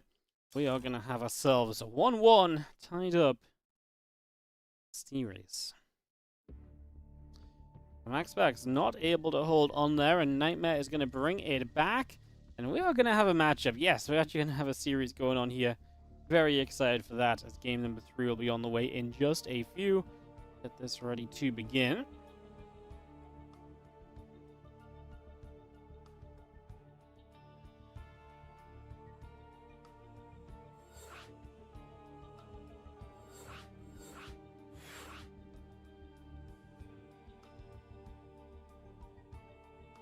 And this next game coming up, guys. Sorry, the issue moment.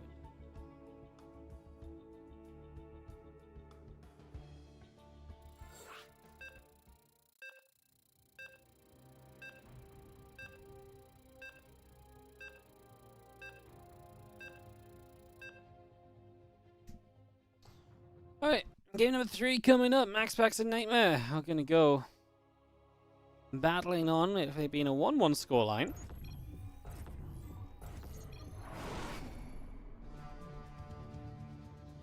We're going to go into Golden Ore, a big map. Let's see what goes down as we have in the bottom right, the blue Protoss. This is MaxPax.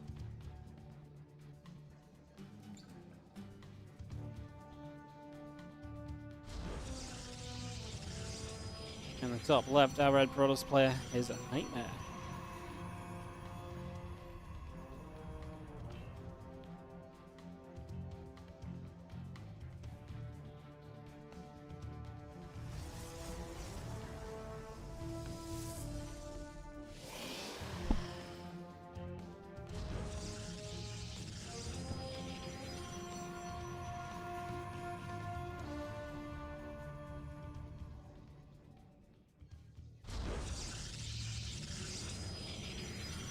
Alright, well, Gate Simulator coming up. Let's see where this game number 3 takes us.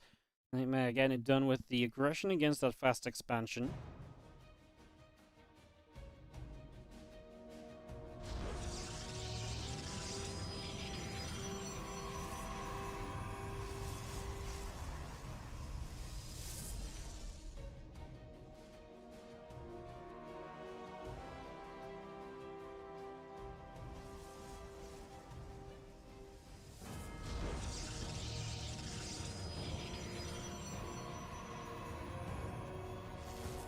Probe gonna nibble a probe. Cyber Core's coming up. We get this underway.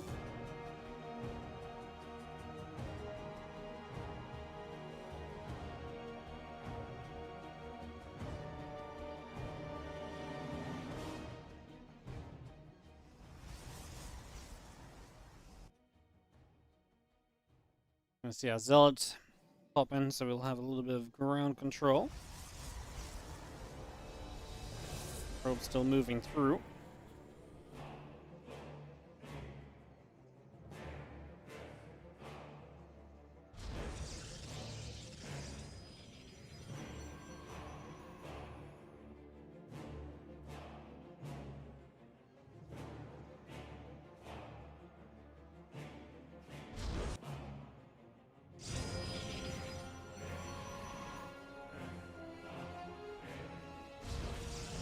Still gonna fight. Probe will take a little bit of damage. And that probe might actually go down. MaxPax needs one more shot. Probe gets away for the moment. Nope. He's gonna get caught. It will fall. Stargate on Stargate. MaxPax is faster. We'll see if this turns into Phoenix on Phoenix.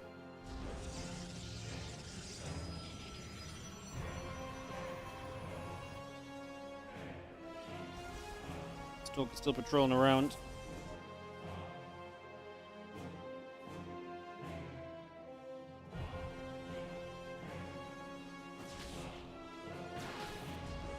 Stalker's there. We'll be able to grab a probe. That probe will fall. And that is that Oracle first from MaxPax. Now, we'll see what we build from Nightmare. He is going to go Phoenix himself. This is a scenario where it's Oracle versus Phoenix. It should not turn into Phoenix versus Phoenix. You don't really go reactively Phoenix from this as MaxPax once you see the Stargate of your opponent. Maybe you can, but I think it's definitely the suboptimal way to play it as the Oracle comes on through. Gonna see the Phoenix now. Interested to see if we keep Oracle number 2 as we recall back home. I think we just cancelled it, right? Yeah, we cancel Oracle 2. Already building the Twilight Council, so we're not going to shift away from that idea.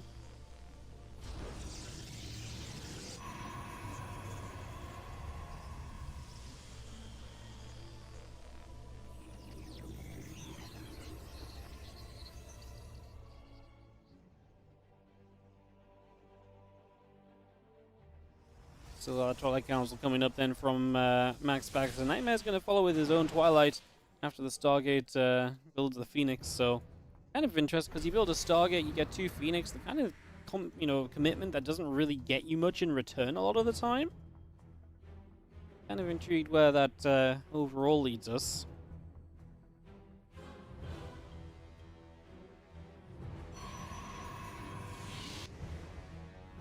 Dark Shrine building on the side of Nightmare. The Phoenix. And get some shots off. Now is going to be actually MaxPax. He did build one Phoenix, getting a kill. There's another Phoenix though from Nightmare. As we're going to be seeing MaxPax trying to just protect his Oracle more than anything.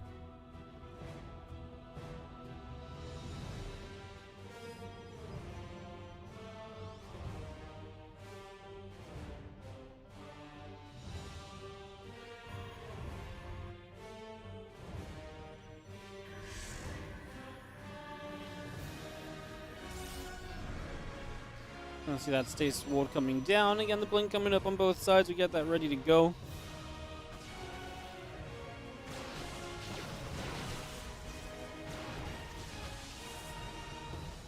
MaxPax able to put some pressure at the front. Has an army supply advantage. Blink a little bit sooner from him, but I believe Nightmare's had an extra chrono boost on it, so he's been able to play catch up from what it was.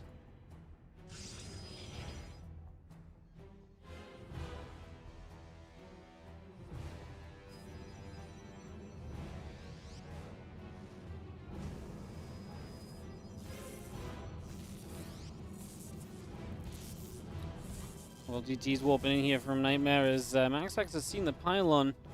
Protection-wise, he is working on a Robo, working on a Forge. He just has the Oracle, but that's not necessarily here to play defense. Oh, no, it is. It actually hits the Revelation on DT1, but we're going to need units there. Folks will blink. That DT will go down. So the DT now that's moving into the main, and on the natural, that's going to be the issue. Forge is done. Robo's still a ways off, though, so these DTs are hitting hard.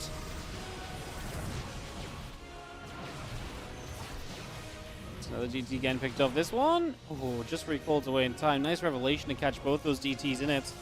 Makes it a little bit awkward for Nightmare as he does some work to play catch up here.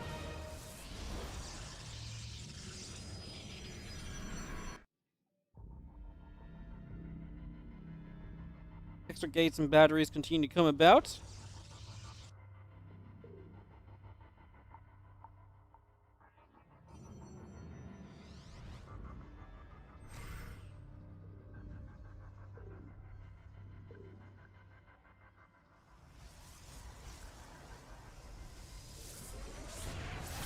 He comes in, just going to grab a Proby there already. We do have a few more Stalkers still settling in, getting those up. Plus one attack start and extra probes coming through.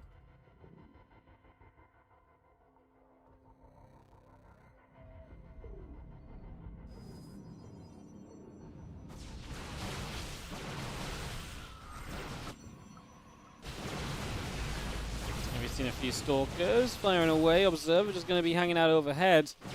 Gonna have our Oracle coming back over as well. Honestly, numbers seem pretty even. Would be nice to get rid of the Oracle, right? As we do get rid of the Phoenix that tries to chase the Oracle. So Oracle will live. MaxPax just has to go running though. Nightmare on a pretty decent chase. MaxPax is going to be much faster to that +1, by the way. So that's continuing to move onwards.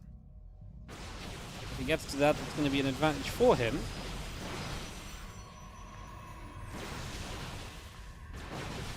Stalker's still fighting some other Stalkers.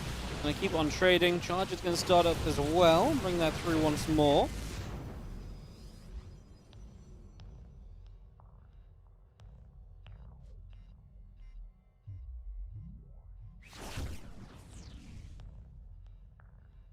Next goes on to the 6 o'clock right there. Get that up and running.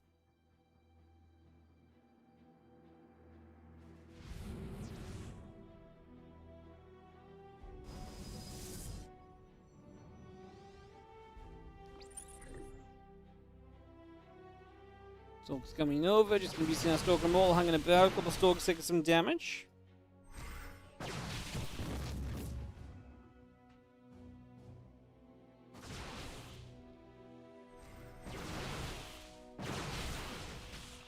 Stalker's still chasing. Another couple Stalkers coming about as well. There's MaxPax on the pushback. Straight into +2 for him.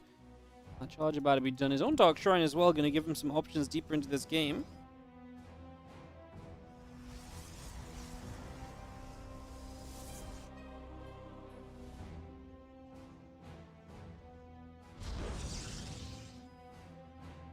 Stalkers and Mortals joined together.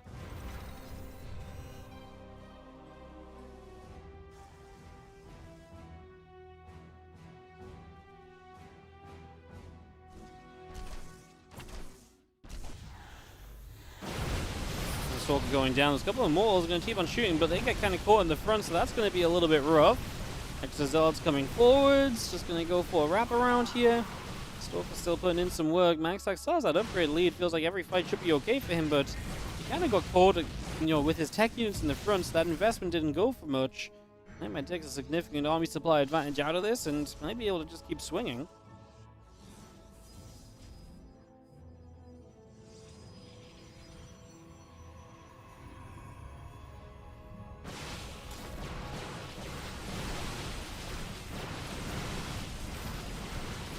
Stalker's continuing to fight. A few more Zealots warping in. Zealot Stalker still pushing up. More damage being done. More of these Zealots still going down.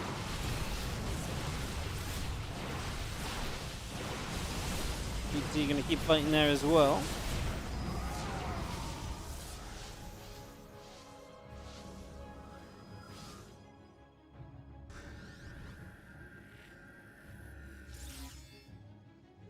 Oracle drops a little stasis ward between the bases, just going to give him a little bit of extra defense here as MaxPax still trailing army supply-wise, has a comfortable worker lead, needs to turn that into some army though, otherwise might be in trouble here. Additional Zealots are warping in, we get ready to go to the front.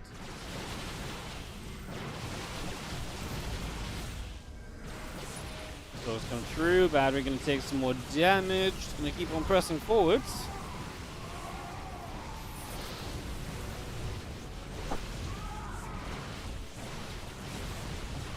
We see Nightmare still pressing through. The cannon getting overcharged by the super battery.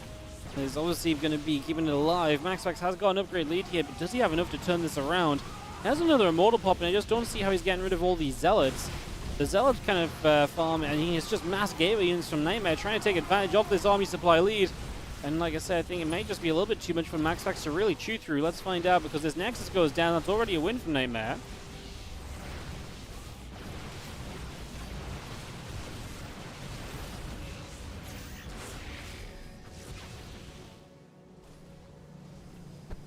Stalker's going to get caught in a stasis.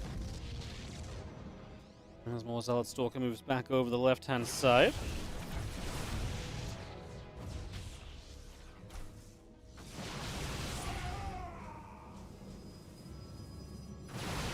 More Stalkers taking a few more shots. Another Immortal coming up to the front as well.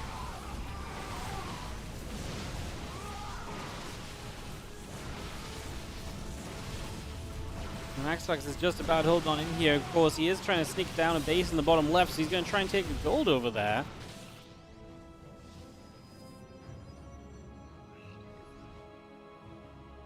Plus 2 attack on the way in. I'm about to finish up. That's going to level out the upgrades. That's one thing that Nightmare's been kind of behind on in these trades. That will no longer be the case.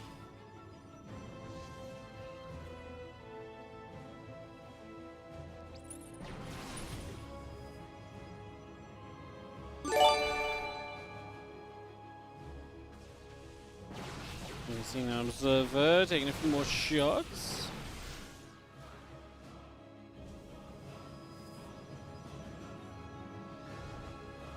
Stalkers will gather. A few more Zealots warping in from Nightmare. Just going to see the Stalkers blinking around on that right-hand side. Now the Zealot getting picked off. A few more Stalkers being warped in.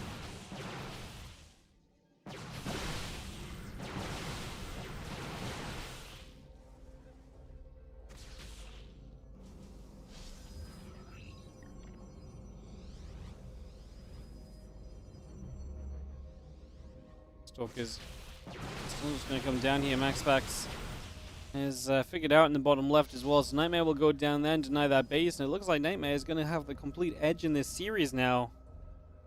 MaxPax back up against the wall in the world of PvP. It's not often that you see this. It's not often that you see this.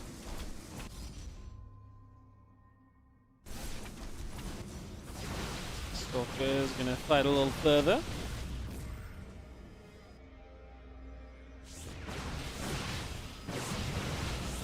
More Stalkers coming about, lots of Stalkers coming up in general. Super Battery activating.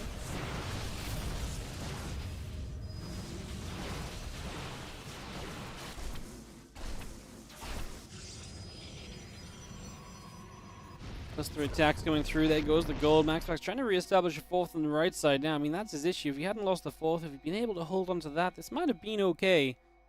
See, that's just not been the case, and this has been a lot more of a struggle.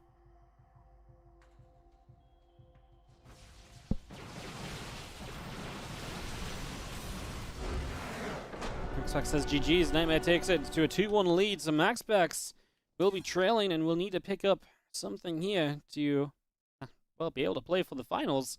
Nightmare's a map away from going to the finals, guys. Nightmare finding a bit of love here today. That's awesome to see because Nightmare's one of these guys that actually had a good streak back when the patch came out a little while back. And kind of dropped off again. Picking up a little bit right now as we get ready to go once more here. And to this next map's going to be game 4 in a moment. MaxPax just going to replay for a second as he figures out just what went wrong. I think, honestly, that moment where he's just out on the map, moving forward, and he loses the 2 Immortals immediately. Brutal moment right there. Really brutal moment.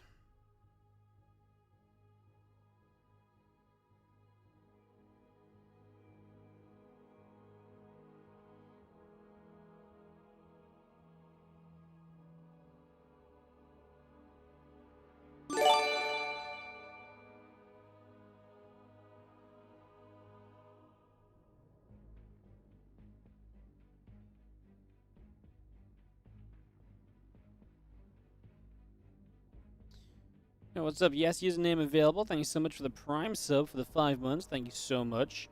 Headfield's Downstroke, thank you so much for the 22-month resub as well in the Prime. After MaxPax kind of slipped through trap very quickly and easily earlier, now we have MaxPax in a bit of trouble with Nightmare taking that 2-1 advantage.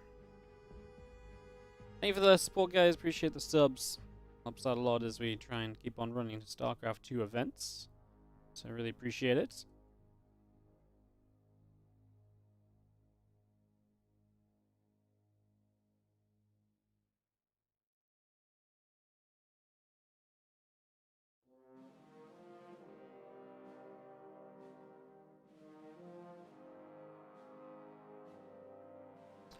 Just waiting for MaxPax to be ready. Map will be Crimson Court. I guess I can host that up for him.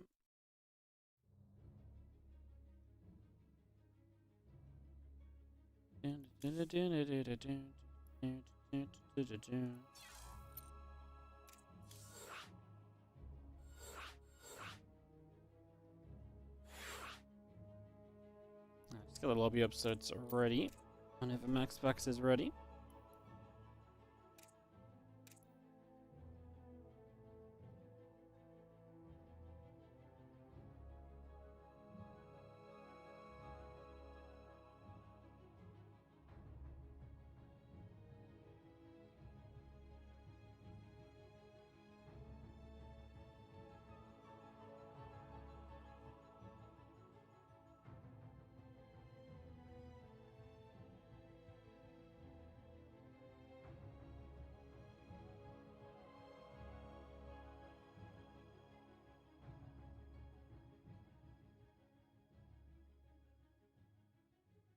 Alright, let's wait for MaxPax, guys. Like I say, he's taking a moment.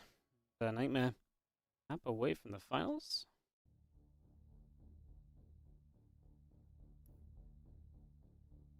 Nine times.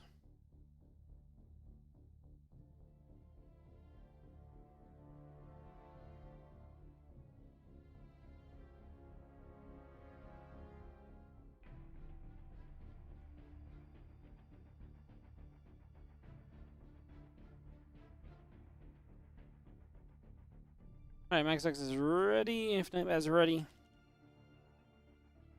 go.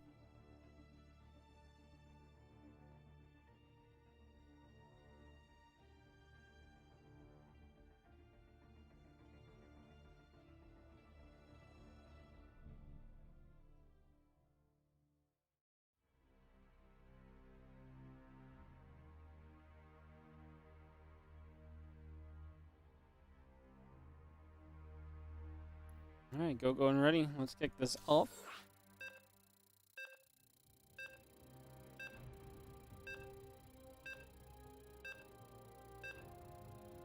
Crimson Court. coming through. Oh.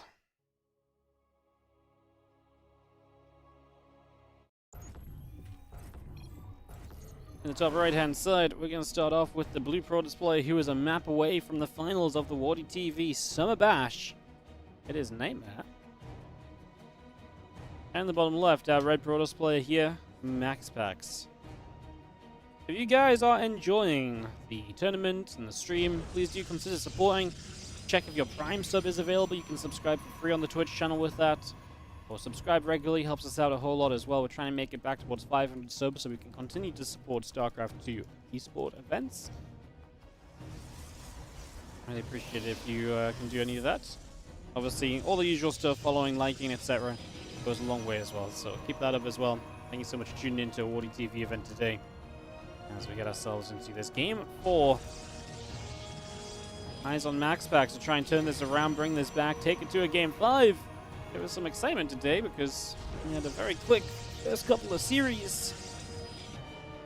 You have ByuN vs Classic coming up in the semifinals after this, guys, and then that will lead into the finals, of course, after that. How do I communicate with the players that speak different languages? I just send them messages. Pretty much everyone speaks some amount of English or can just translate it as needed. I mean, it's not very complicated, right? You send them a link, you're like, hey, or you send them like, hey, Group A this time, or Group B this time, question mark. And like, hi, I like Group B. Doesn't take much.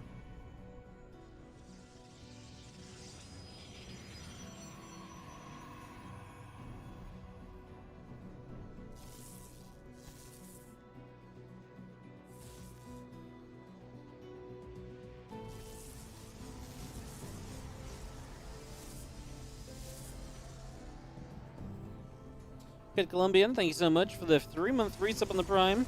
Thanks for all you do. You made StarCraft great again. Oh yeah, thank you so much for the 3-month resub, mate. Appreciate it. Thank you for using the Prime on the channel. Appreciate it a lot. Thank you so much.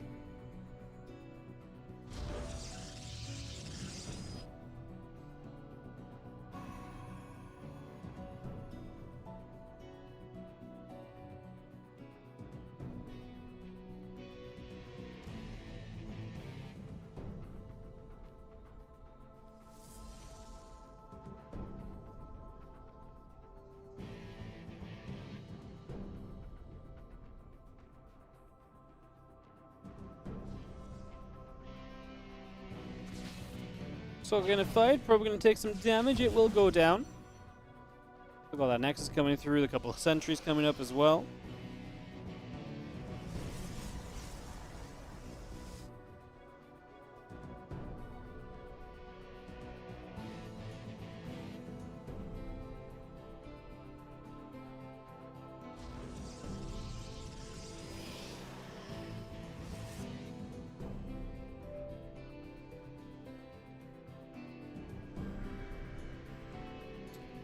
Fight count's going to be the choice of Nightmare. MaxPax choosing to move into that Stargate play again. Obviously that slightly faster Nexus from him with this all on the line.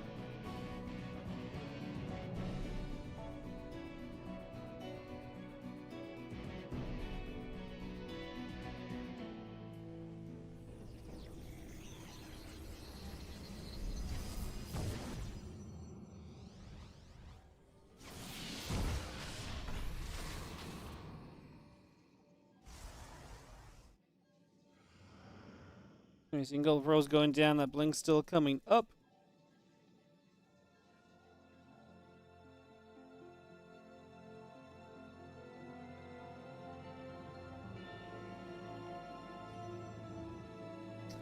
Just gonna have our blink coming through.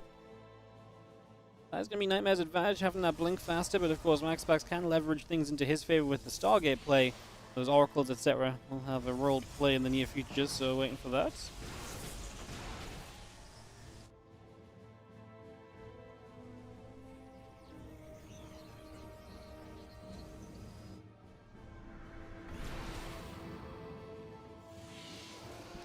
Blink's about halfway done. So like I said, that's going to be the eyes on Nightmare if you can make that blink work.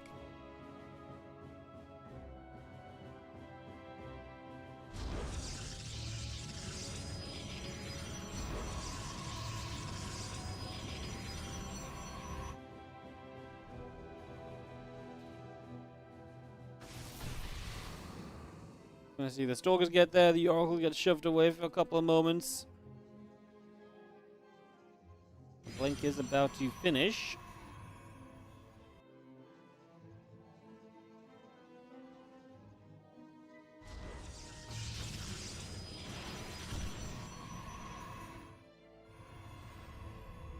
They're going to take the forward base with that, actually. So it's going to be the Rich Vespian gas available to him. So that's awesome to see. And that Rich Vespian up and running. Oh, MaxPax trying to warp in here. Loses one of the warp-in Stalkers. Does not get run in return. His own blink about to finish up as the pressure is going to mount here. Can MaxPax break through for some damage? Or can Nightmare hold on and put himself in a great position?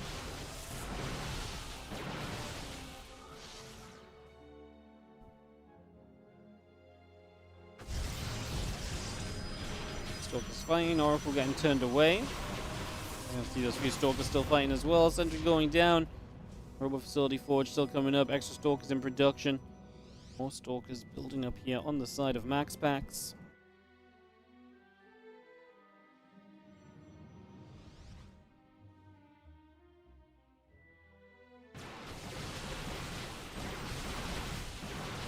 Stalkers will trade. I don't think MaxPax really has enough numbers to make anything too substantial happen. The Stalkers on the high ground from Nightmare could maybe come and join in. Would actually be kind of nice, no? Just really push this back. I don't feel like they need to protect the main from the Oracle too much anymore, so probably that could have been a possibility. Now we get jumped into on the main base. It's because you obviously lost the position, though. Nightmare gets pushed back a little bit. MaxPax taking advantage. Now we blink on top. Actually got a few Stalkers in return, so that wasn't too bad.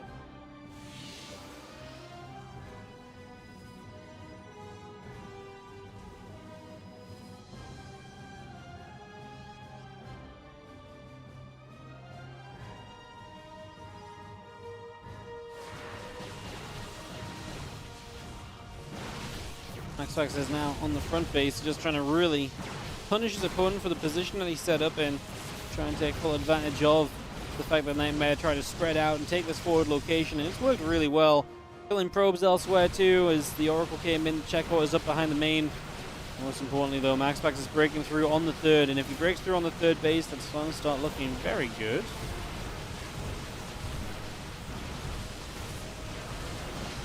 Stalkers still trading, a couple of blink backs coming about as well.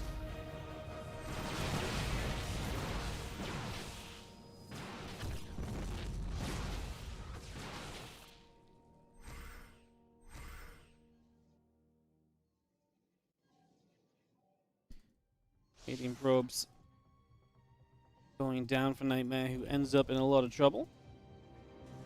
And +1 attack coming through, the charge coming up, Observers on the way. Stalkers get warped in from Nightmare as well.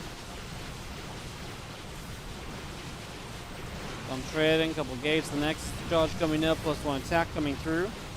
Stalkers still fighting. Trading out big time. A few more probes just going to pull into this. Got a few extra shots off there as well. Charging the Immortal coming up. Extra gateways coming through also.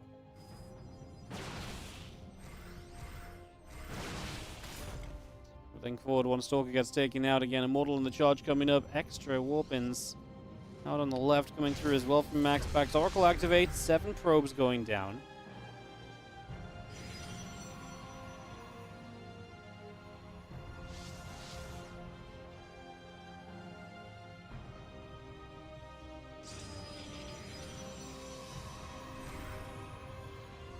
In the main base, gonna go through. Final one taking a few shots. Nightmare tries to blink up defensively. MaxPax has enough to honestly just trade out if nothing else. He might actually just go blink recall. Try and get out. Gonna get a few more probes as he goes. As the recall, he'll lose a few Stalkers there. I think that took a little bit too long to recall away with.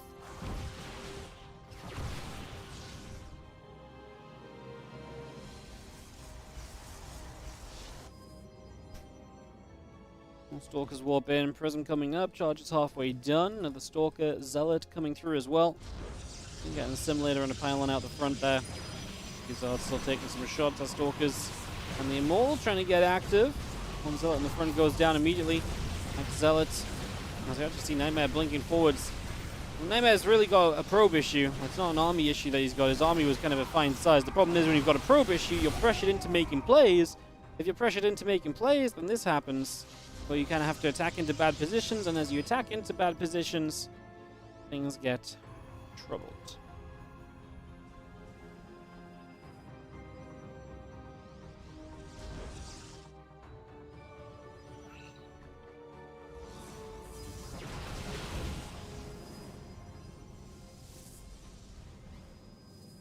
So units warping in, Nightmare getting ready to keep pushing forwards. As, again, just trying to find a way to break through, find a way to slow MaxPax, and trying to find a way back into this game. But it looks as though we're probably going to get to a game 5 here. MaxPax bringing it back in the PvP. Just was very good with his army movement and all the rest as those zealots. One dropping, the Stalker's going to keep firing through, and we break our way onto that Prism and all the rest of it. GG's, that's going to be wrapping it up as MaxPax does tie the series. And it's 2s apiece in the semi-finals here, with one map standing in the way of these guys and the grand finals of the WardiTV Summer Bash. So one of these guys will move through, the other will not. Find out who that is in the next couple moments.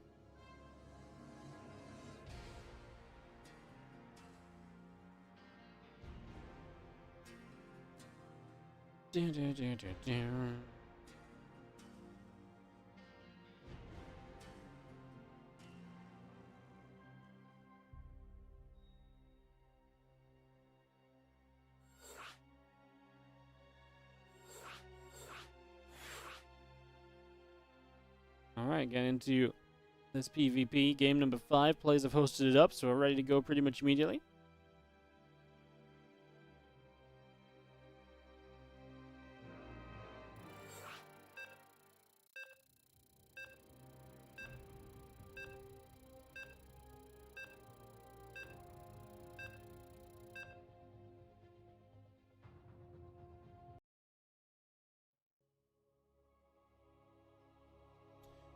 Countdown completes.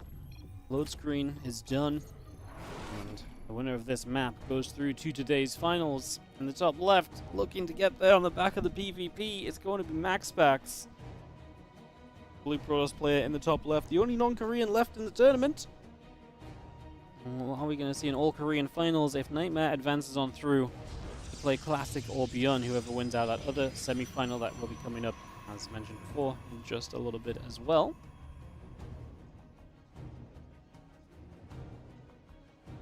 MaxPax was just so good at moving and fighting in that one.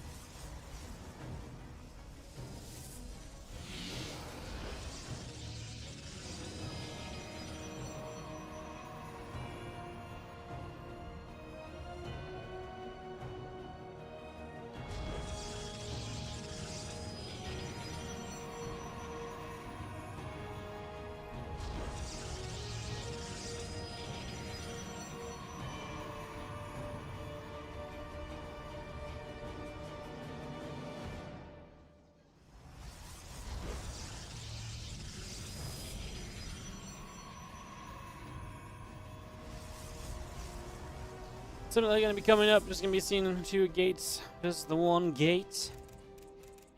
MaxPax comfortable with the 1 gate, even on a map here like Ghost River.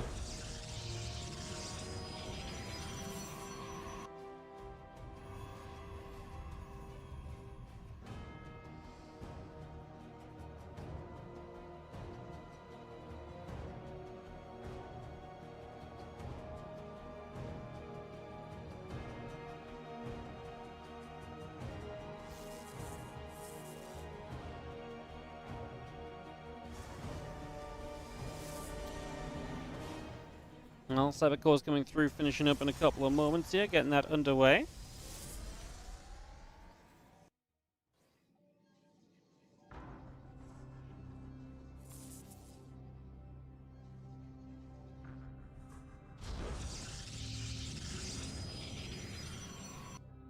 Nightmare obviously had success earlier in this series with a proxy gateway, just 3 gateway attack against MaxPax's fast expand Stargate defense, so he's going to go to that once again. That's going to be the plan for this as we get this set up.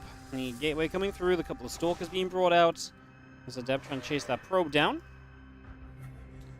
As MaxPax does now throw his expansion in. Time to start establishing the stack defense because, as you can see, MaxPax is up against the pressure. 2 Stalkers are going to meet this Adept middle of the map. It's going to shade through to try and pick up further info.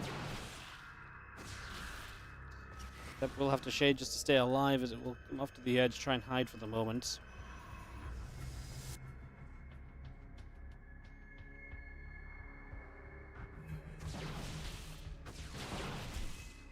Couple Stalkers going in. Stalker taking some shots. Oracle is about to finish. The Warp Gate's still about to be done. The Void Ray also producing. We'll wrap up in a moment or so there. So just getting that completed.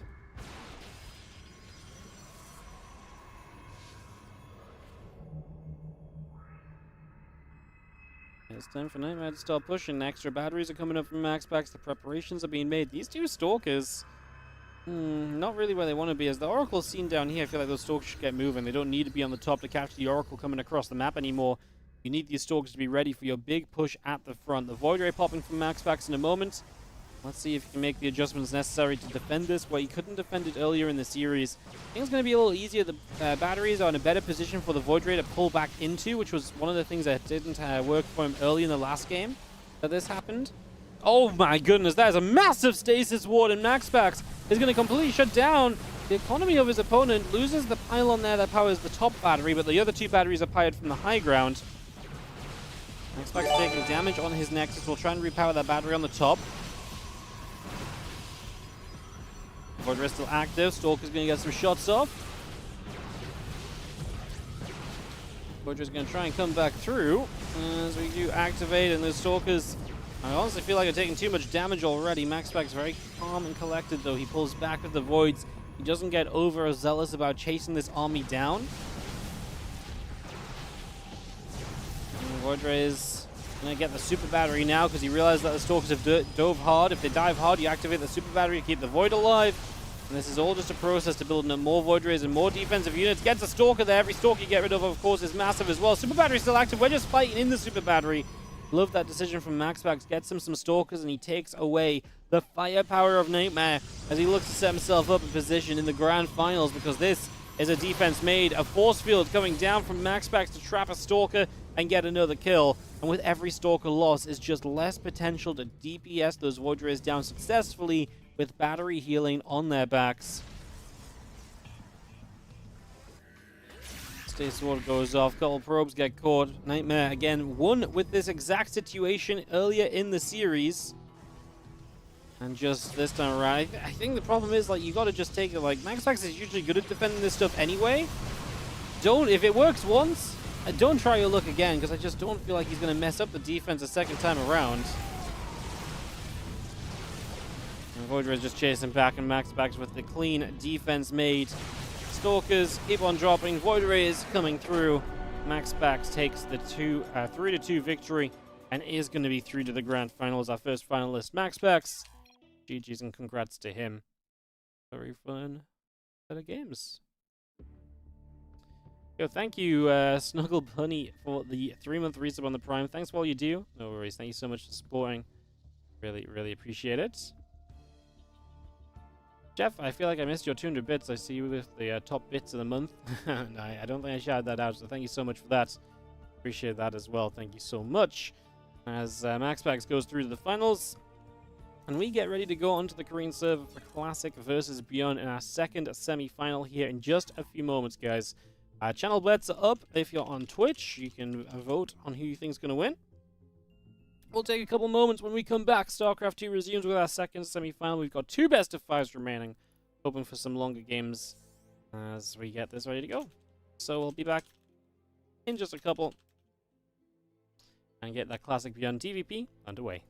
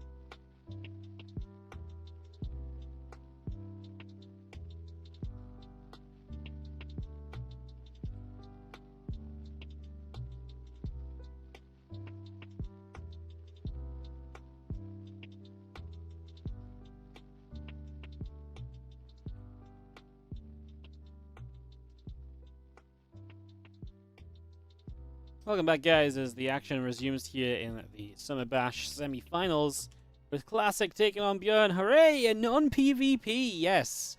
We actually get to do some TVP now. We'll be in on this in just a few moments. As our players are both ready, that means we don't have to hold back. So 2 best of 5s left today. Classic and ByuN going at it. Let's get this started up and see where things are gonna go here in this series. Lost my phone for a second. Grab that.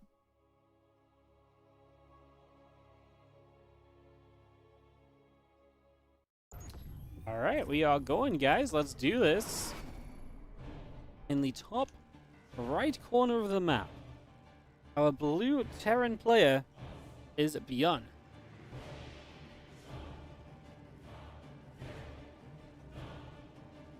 And in the bottom left, our red Protoss is going to be Classic. As we get into game number 1 of this best of 5 series in the semi-finals, we get this underway.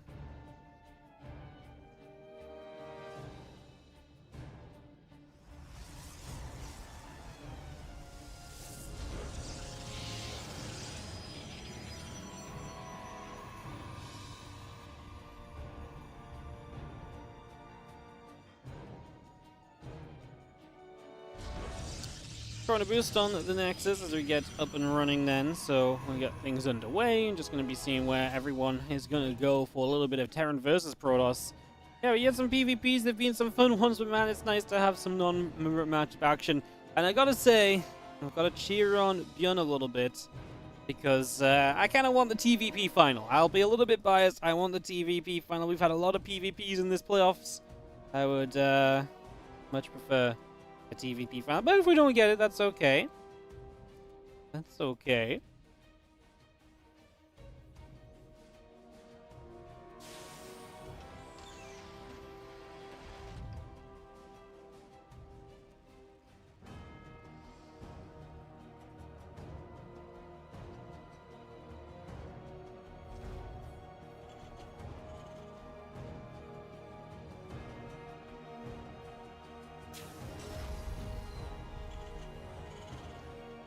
We're going to be seeing a Reaper coming through. Just going to be seeing our Command Center coming in. Cybercore coming up. Nexus building.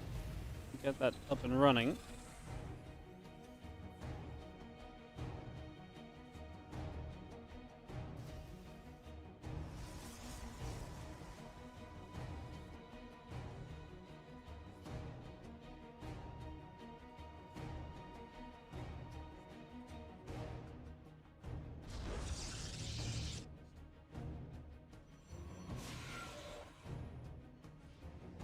We've seen our Reaper coming about, Adept moving around.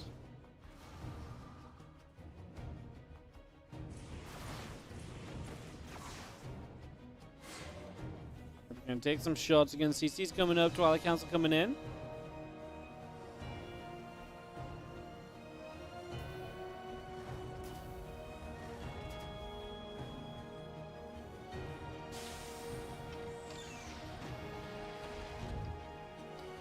Obviously, having expansions down quickly. Post-Youth, this in-base expansion should be very easy to take and very easy to defend.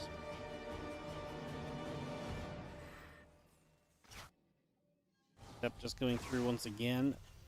Trying to get a little bit extra on the way. And Reaper is going to get chased back by the Adept. It's going to get pushed back over this direction. And that Reaper will go down. Adept going to continue to fire up onto the depot. Blink is starting. We get ourselves Warp Gate, Robo Facility, and a Gateway coming up as well. So we continue to bring this all through.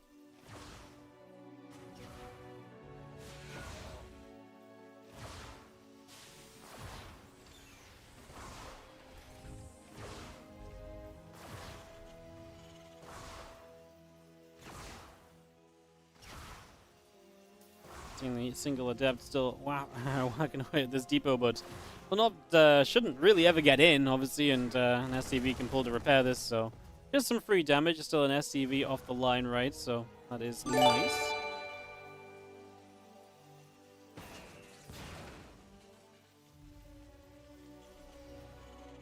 Yo, Dcash, how you doing, man? Thank you so much for the 5 gifted subs to 8210, Ventilator, Zyanic, I'm Creative, and V-Winter Mule. Thank you so much for the 5 gifted subs and your own Prime for the 15 months as well. Thank you so much for the generosity, mate. Get some love in the chat for DCash11B dropping the love down. Thank you so very much. Thank you, thank you, thank you. Really, really appreciate it. As Adept continues to patrol, we have an orbital off over to the side. And this game's still in that setup phase. 2 more gases from ByuN, but already playing off of the triple CC. Just makes sense as you get set into the next stage of the game to now get that gas up and running. Yeah, thank you so much for the subs, mate. I do appreciate it. We are trying to get towards the point at which we are kind of able to hit 500 subs again, so any support in that regard really is amazing right now, so thank you so much. There's these few stalkers, just gonna fire up. Depot gonna take some damage.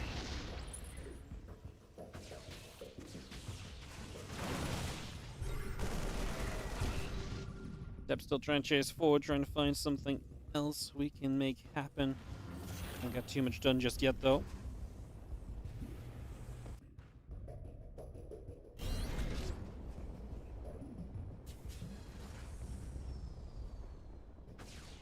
Stalker's still pinging. The orbital will take a few shots also.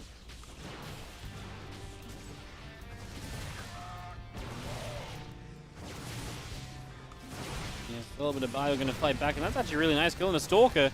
Oh, for a moment, that second Stalker's going to go down too, but it does live.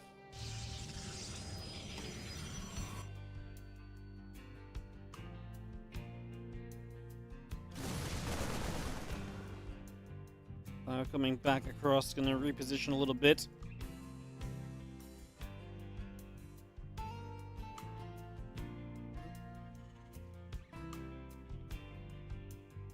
Now still pressing forwards. Coming through towards the front here.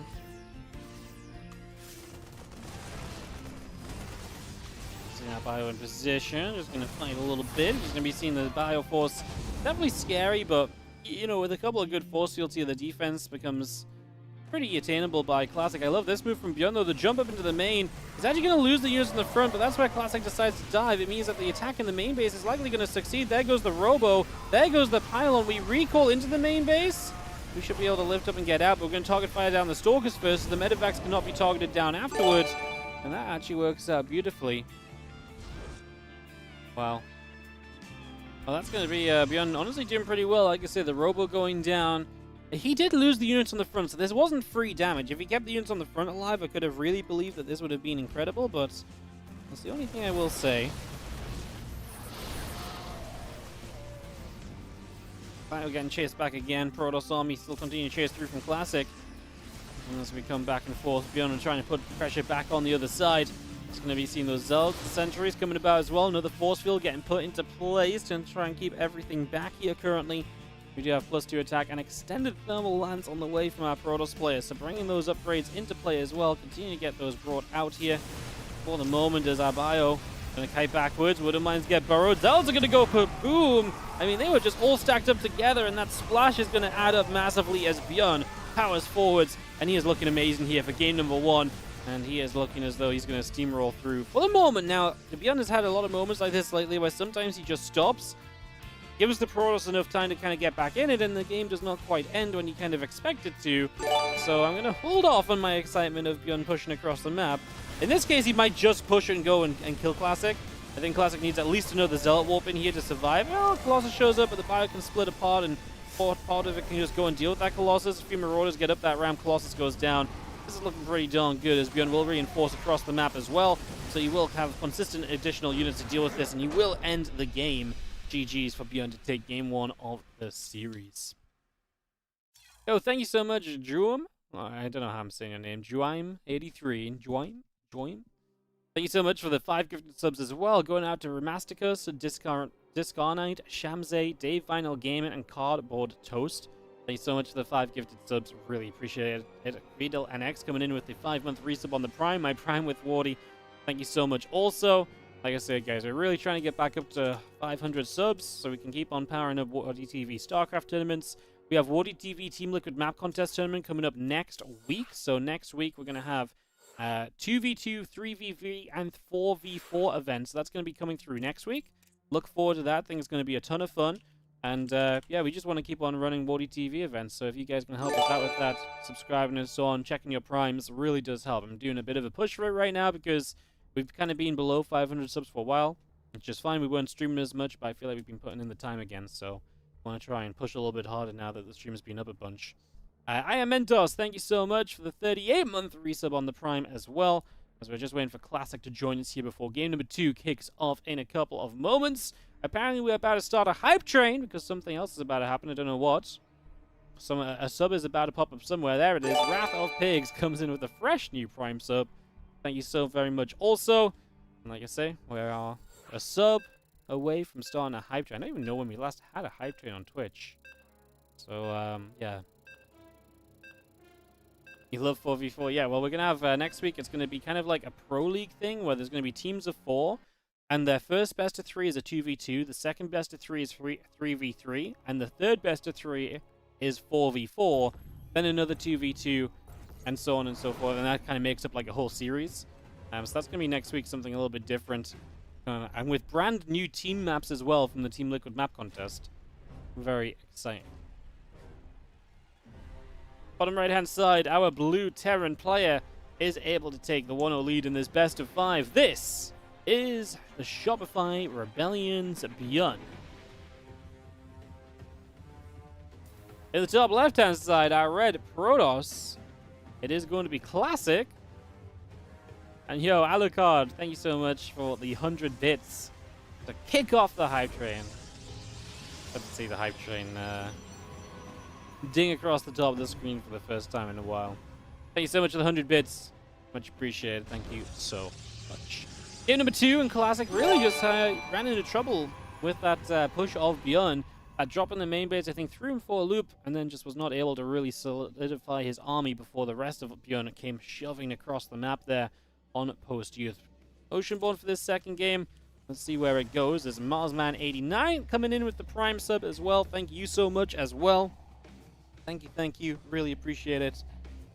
Thanks for supporting the stream, the tournament, and obviously all the players that are taking part in our event as well. This was a $2,500 event over the last 3 weeks, guys. Like I say, once eSports World Cup wraps up, we've got some good fun plans as well. At the end of August, we'd love to do a little bit of a small WardiTV Summer Championship. And then September, October, I mean, as long as there's days free, and with World Team League going to playoffs, we should hopefully have some weekends free again, so we can actually do some stuff on weekends. Right now, weekends are just completely dominated by WTL, so it's very difficult to do much. But we are trying, I promise you guys that much.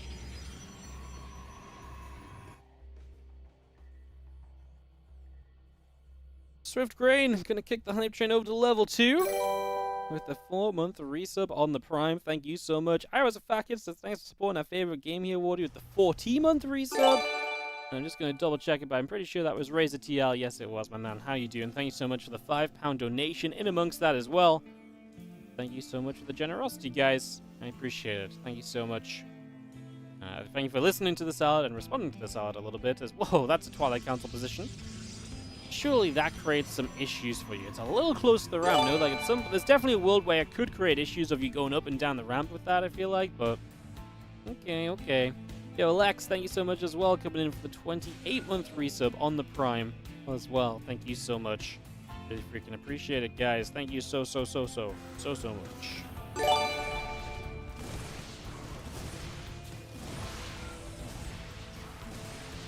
And Devolution79. Well, we have 2 Marauders here. I'm going to clean up the first Adept. The Marauder opening with concussive shells means that any unit that comes forwards like that will get caught and can't really retreat away. So that's a big moment indeed. And now ByuN gets to take these 2 Marauders across the map to try and find some damage. There's one more Adept that'll go diving by. Let me just catch up again as Devolution. Wow, actually coming in for 6 months in advance. In advance on the subscription. Thank you so much. And Zergburger gifting 2 subs out as well. Got some love in the chat for Zergburger, dropping the subs to Perpetual, Casual, and Wimp's Work. Marauders across the map shall not do too much against the battery. It's actually kind of safe for them to be here because the Stalker can't chase, because if it chases, it's not in battery range. If it's not in battery range, the Marauders win that fight. So that becomes a very convincing fight for ByuN, and that's why you're able to wander across the map and guarantee that they build a defensive battery early.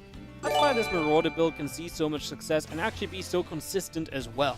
So there's a lot of benefits to that as the Widowmine goes off, the Adept goes down, Winter, how you doing, mate? Thanks so much for the 8-month resub. TVP hype! Hype indeed. And ByuN up 1-0. Potential to make it TVP finals. I love Classic, where both these guys actually were Stasis Wardies back in the Casa Civil War.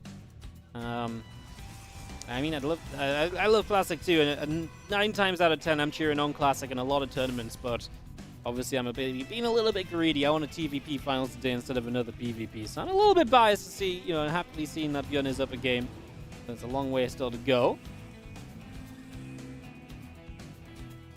2 Widow Mines in the medevac go pushing out towards the top side, so they're going to move straight on up toward the top. Just going to go straight up over in this direction again. Prism and the Blink coming up as well. Pylon and a couple probes coming out.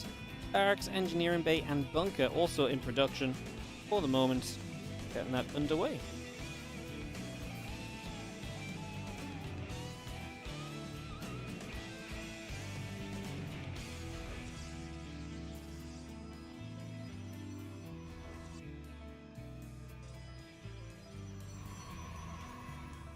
Next coming through, Observer coming up.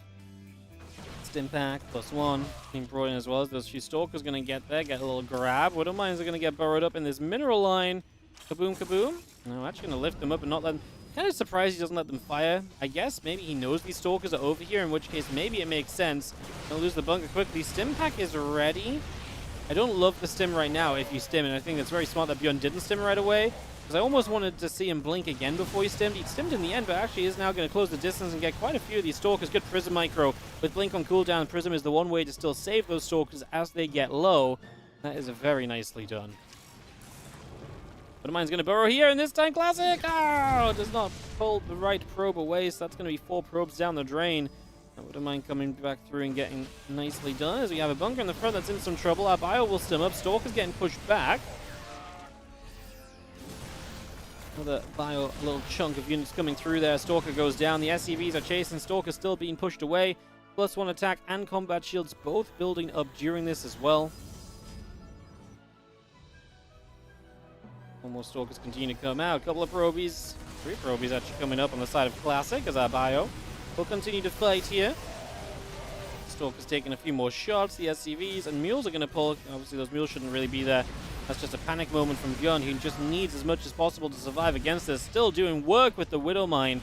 Widow Mine's helping out massively. Without that, ByuN would have been in a much worse position pulling these probes so, SCVs so consistently. With the Widow Mines, it's a little bit more affordable, though still not ideal, and maybe just didn't need to chase that far. I don't think you ever need to be that far forward, right? Not ideal at all. And thank you everyone that hyped up the hype train. Appreciate all the subs and stuff on that little bit of a train. Thanks so much, guys. Stalkers in the main base, SCVs pull again. This is where you need to pull the SCVs, right? This is the moment where it makes perfect sense to. 18 workers went down, like I said, because we've done some damage with that Widow Mine drop. We can kind of allow that to have happened. This is now a 10 worker deficit for ByuN, but with double mule, it's not the end of the world. Now, obviously, he's not on like a super fast third base or anything, but as long as he can start stabilizing here, problem is he has to keep pulling in SCVs. Yeah, I think Classic is definitely getting a little bit too much done right now. As ByuN will get a few Stalkers here. Micro is lacking compared to before. 30 workers going down. There's Widow Mine left as the Stalkers get warped in. The medevac is low. It's going to go down. ByuN just got a little bit adventurous, leaving that around for a moment. Starport moving back over to the side. Marines, Marauders, the medevac, the reactor coming about as well. A couple of gates and a forge also coming up on the side of Classic, so we bring that through.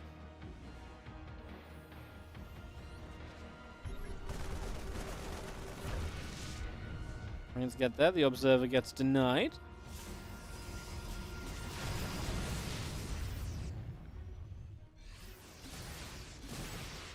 Bio chasing.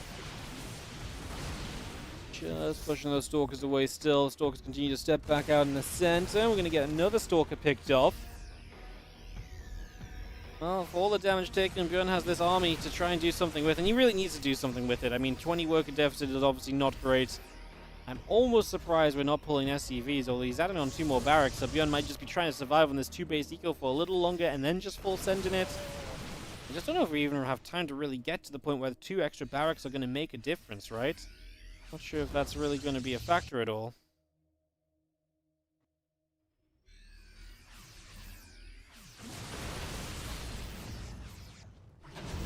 are still there. The Stalker's getting turned around. And the Vex load up. Gonna pull all the way out to the left.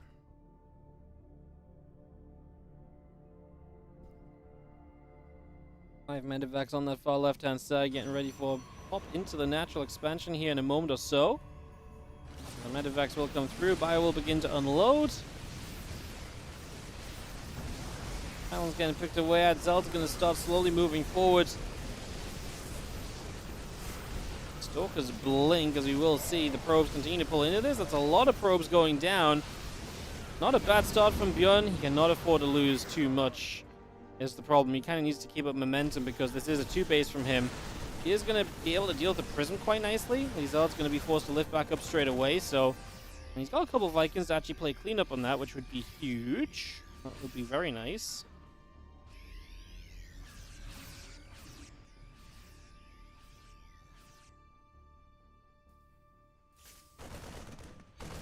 Marines chase. Prism is forced all the way back through the bottom side.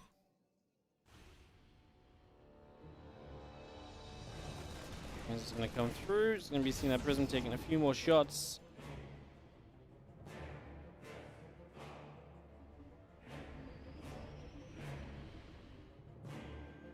Trying to decide where I should go, but the answer is I should have gone somewhere because the Vikings were there and the Prism goes down. If there's ever a time for ByuN to get active with the army, this is pretty much it, right? Prism's gone.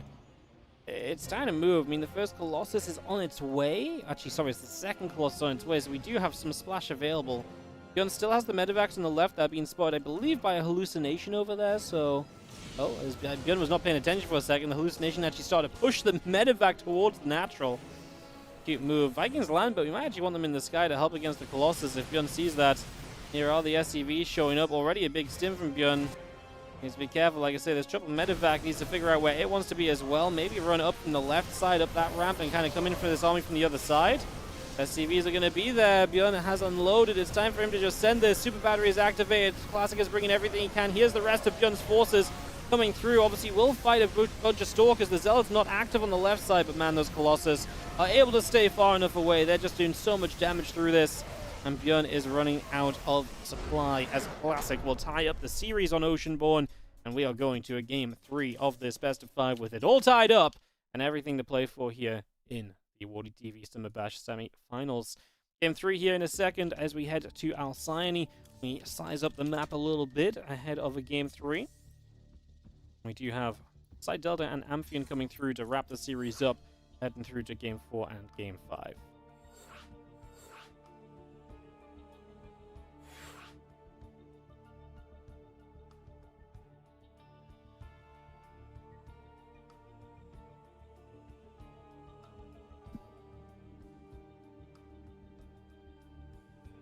Alrighty, so get everyone in. Oh, put the lobby link. That would probably help. That's why I'm missing people from my lobby. Turns out they need an invite.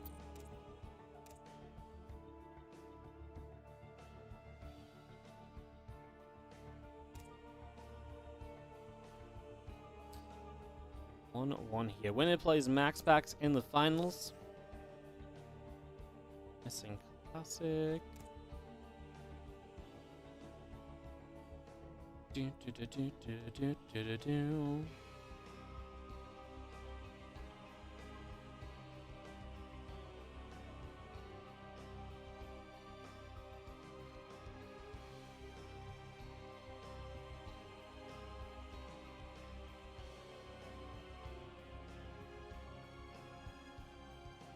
Time for Classic, who is seemingly BRB, not accepting his invite. So just a moment or two to get this underway.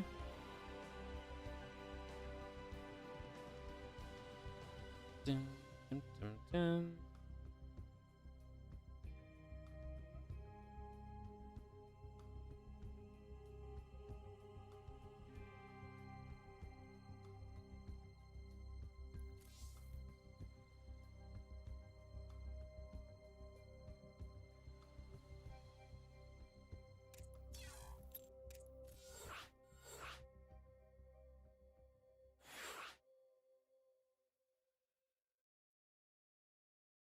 I'm gonna just try to change mod. Classic had some interface issues.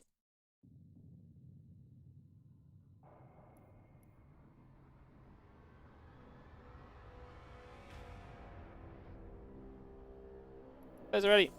Jump into game number 3 and kick this off. So we're gonna get this started.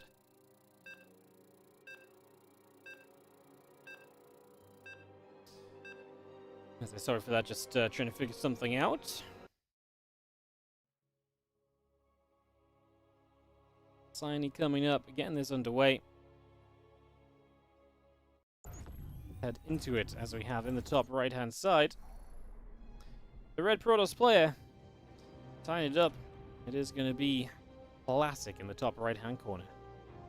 Representing Twisted Minds, of course. Excited to see him at the eSports World Cup very soon. As in the bottom left, we have the Blue Terran player, ByuN.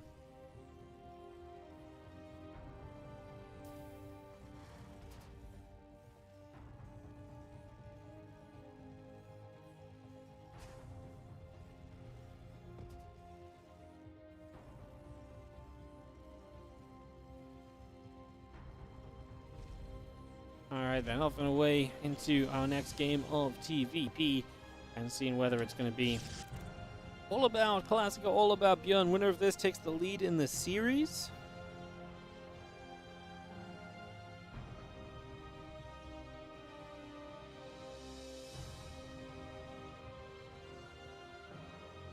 Big setup, of course, if we get there.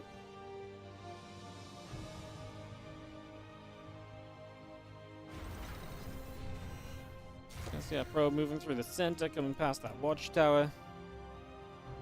Just for a moment or two.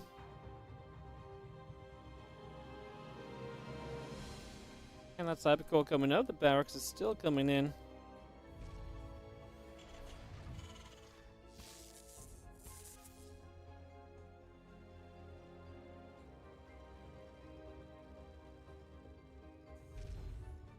Having ourselves the Nexus and the cybercore pylon as well, continuing to come about here for the moment. It continues through, orbital coming up in a second.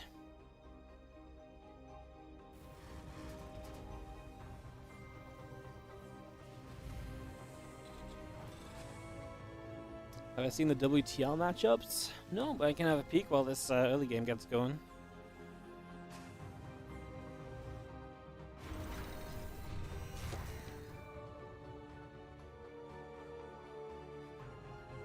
Let me have a peek.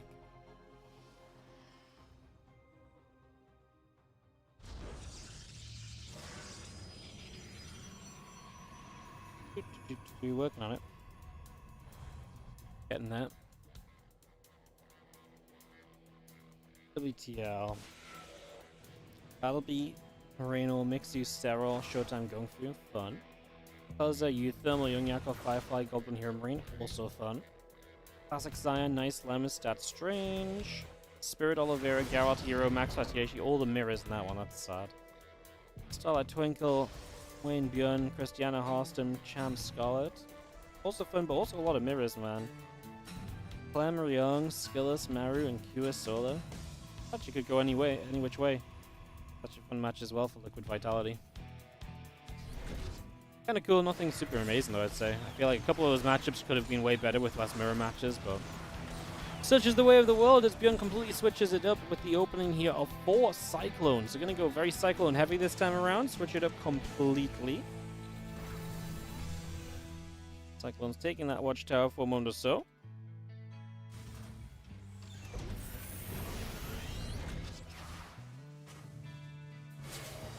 The depth shows up, a couple Cyclones pop out.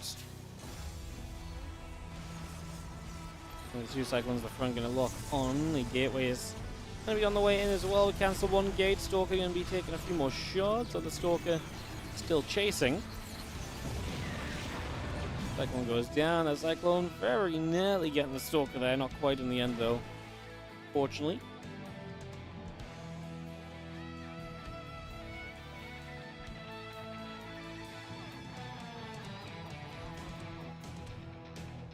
Barracks, Bunker, both coming up. A couple Cyclones going to get to the center, gather up on that watchtower. Cyclone's just going to pull away in the end. It's just going to start falling back.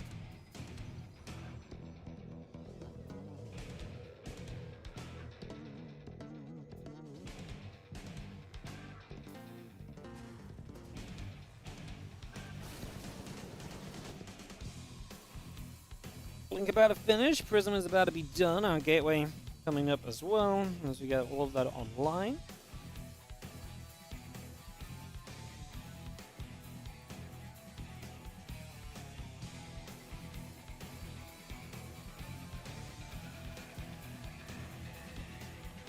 Yeah, 4 Stalkers coming up as Classic gets the pressure ready to go. These Cyclones just hanging. As here come the Stalkers starting to make their move out the other direction.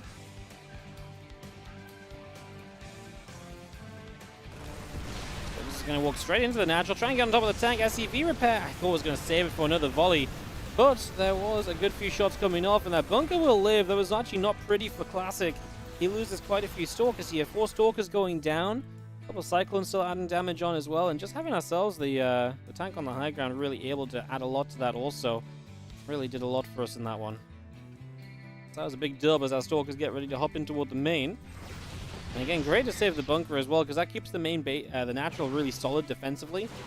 And that's going to make it much harder for Classic to do many more kind of larger pushes, as we will see the escape away here. You can see how hurt those Stalkers are as well, so that's also just a factor that those Stalkers are so hurt already. 4 more Stalkers warping in.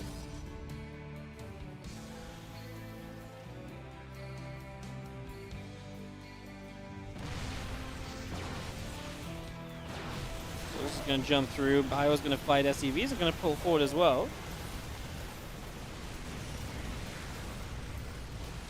SCVs going down. Cyclones just pulling that pod. Even still, right? Usually you think of a Cyclone as a super early game unit, but kind of getting through that as a few more Stalkers warp in.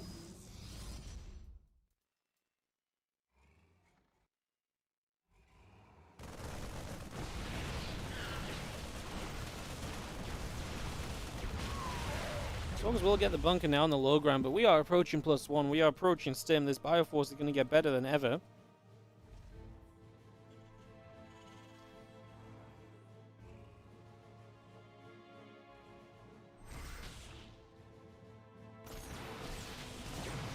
Cyclone firing up a few more shots. Prism is going to get pulled back out to the front again, so it's going to come back over here.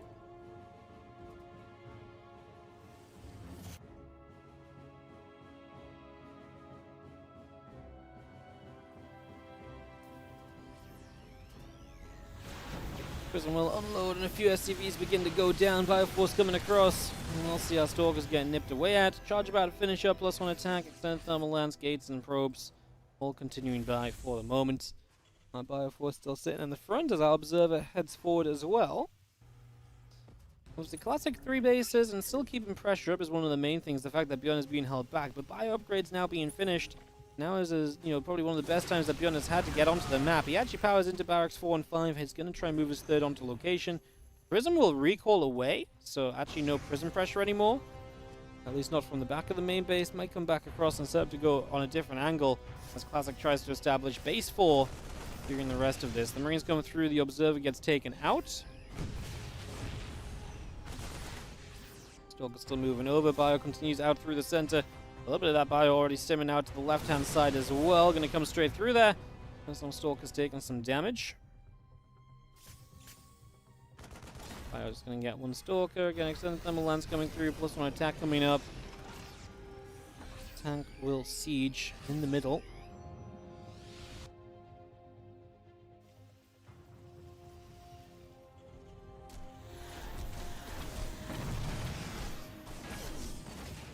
Missiles coming through, a couple of those mules dropping down. I see more mules getting chased about. The Bio continue to come through. The Zealots gonna jump back into the Prism right here. Bioforce coming across. Prism will die. Well, that now means you can focus across the map. 1-1. I guess it's going to be against +1 though, so not 0-0 for Classic. So there is going to be some upgrades for him to just help try and trade against this a little bit better. Is SCVing up that 3rd CC, so he is getting that ready to mine. He's going to do it on the back of this attack, which May not even be a committed attack. He may just move out and try and take some map control. Classic's been all about that map control so far, so maybe it's time we switch that up.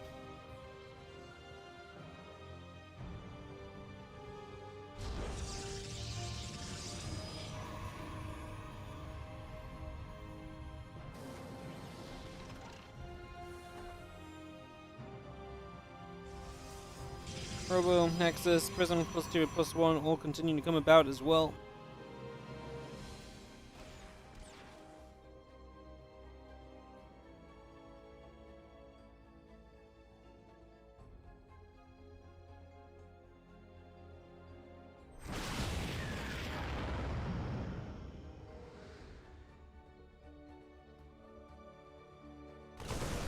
We've seen a hallucination gets taken out again.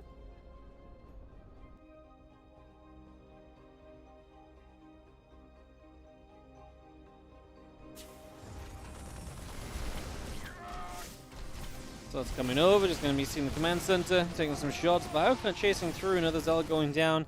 One Zealot to the left being chased as well.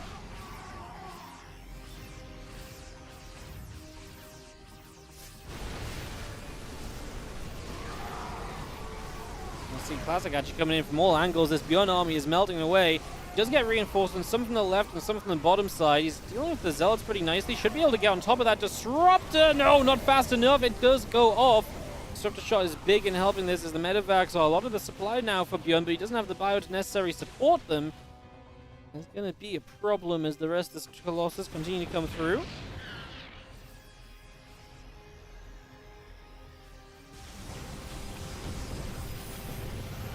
Next, the Stalker's warping in, Orbital Command getting pushed about.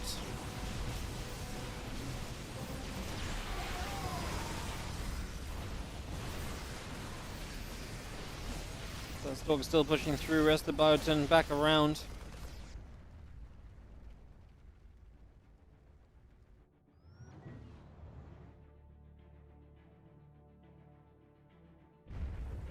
Two upgrades. Gonna get finished up here. 4 more Vikings coming in. The Marauder's still coming about. But it's Classic that's taking control of this game.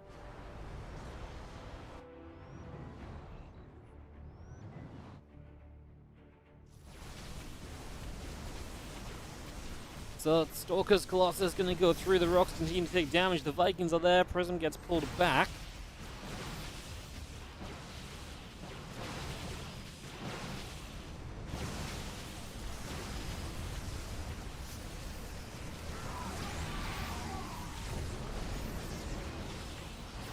He's going to fight. Vikings going to shoot. You don't see the Colossus.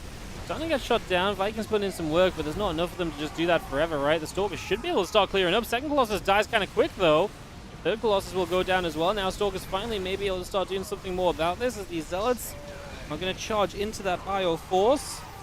We've got 1 Colossus alive in that Prism. ByuN is bringing it back a little bit with this fight. It's been pretty good for him.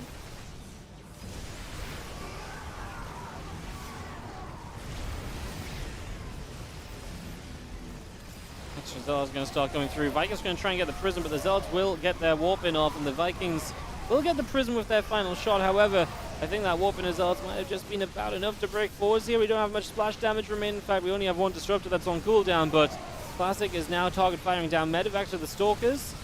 Just got to make sure you don't go too far. And the Bio only takes 1 or 2 losses off the Disruptor, which keeps this kind of in the game.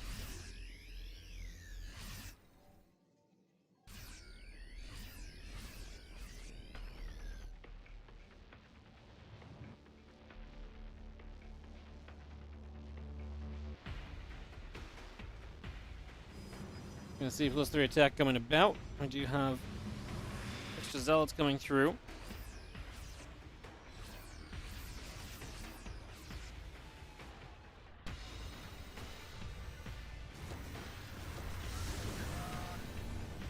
Just a shot firing forward.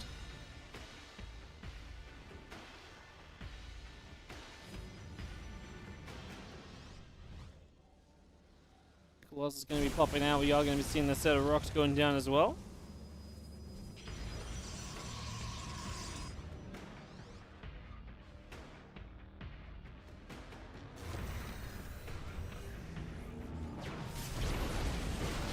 Stalker's pulling forwards, a couple of medevacs getting shot down. We are going to be seeing this Zealot force continue to come through. Continue that push. Bio has to get out of there, just pulling away for the moment here. Prism still coming by, a couple more SCVs coming down. Bio going to stim again. I'm just going to say GG. Can't keep up with these fights. He had a good kind of, couple of turns of events, but wasn't enough as Classic just took control of the map. I felt like ByuN really needed to find something more in the mid game, but just never really got there.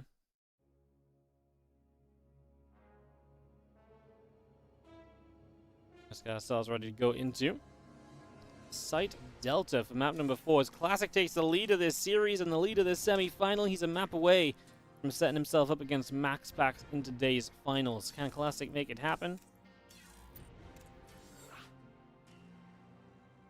Find out in a sec here as we get ready to load. Site Delta. Classic, like I say, a map away from finals now. ByuN needs to win 2 in a row. Keep his tournament run alive. Players are ready. Let's go straight to Site Delta here for map number 4. See indeed what is going to be on the table for us heading into this one. ByuN, Classic. Next game coming up.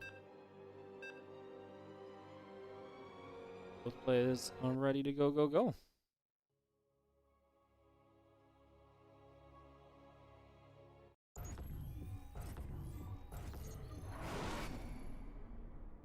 Bottom right corner of the map, our red Protoss player. This is Classic. Up 2-1 in the best of 5. Looking to make it a very PvP dominated day with PvP finals as well if you can win this game. See if you can do that up against ByuN from the Shopify Rebellion in the top left. Blue, Darren, a non-Protoss representative still.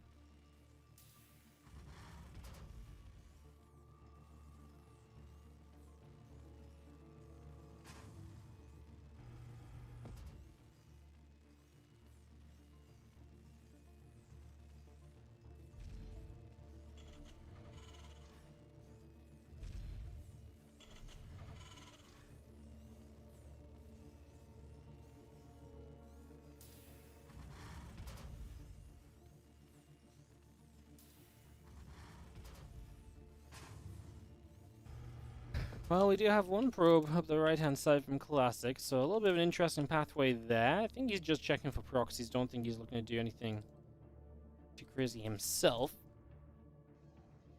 The racks and gateway finish up on both sides, so we can start seeing the build orders truly develop here in game number 4 of our semi-final.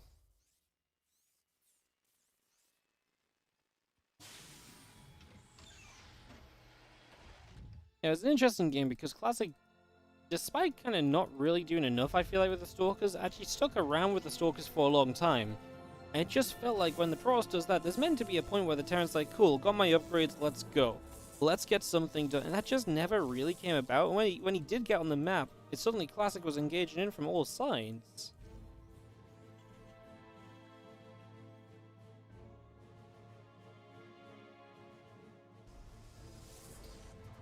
Let's see our Twilight Stalker coming up.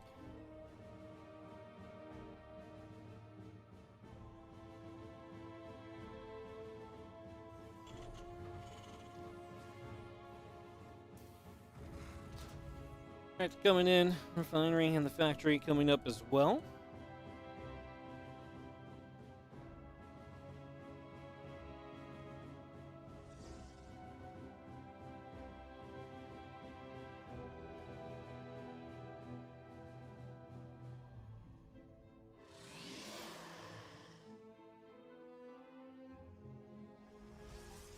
Depth corner boosting about, Cybercore getting the warp gate coming through. The Twilight Council is about halfway done here. A couple of probes coming through from Classic as well. We continue to get that on the go for the moment.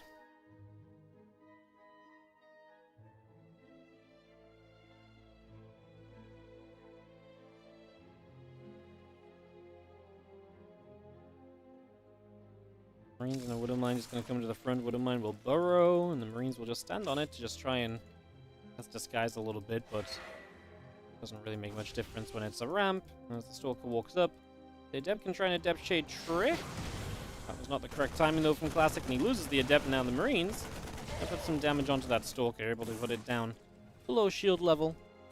Some work done there. That will be permanent damage at least.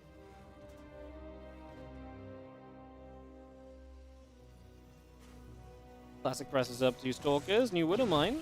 That's going to be there, and that really stops the Stalkers from pushing further up, because at this point, you don't really want to send it with the Stalkers, right? You don't really want to go any further than this. You kind of know already, like, this is it, right? This is my level, this is as far as I go. I don't want to give up a Stalker into a Widow Mine. That just does not seem like a good deal. That does not seem like a good trade. And at the slightest.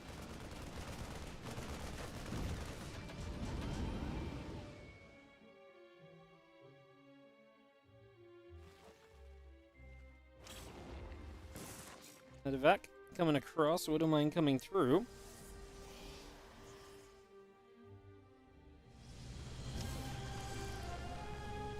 Widow Mine will burrow up, and just going to be seeing ourselves the Medevac getting around here. Stalker's coming across, Medevac just going to get pushed away.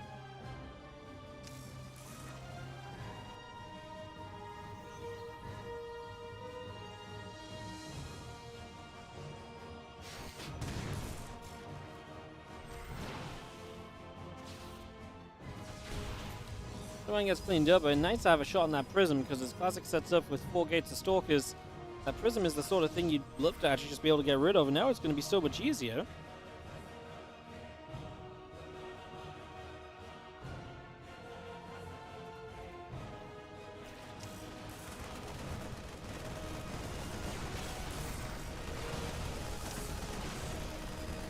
Widow Mine gets burrowed up, another probe gets targeted down. Stalkers will kill the Widow Mine though with the Observer nearby, and that defense will be made.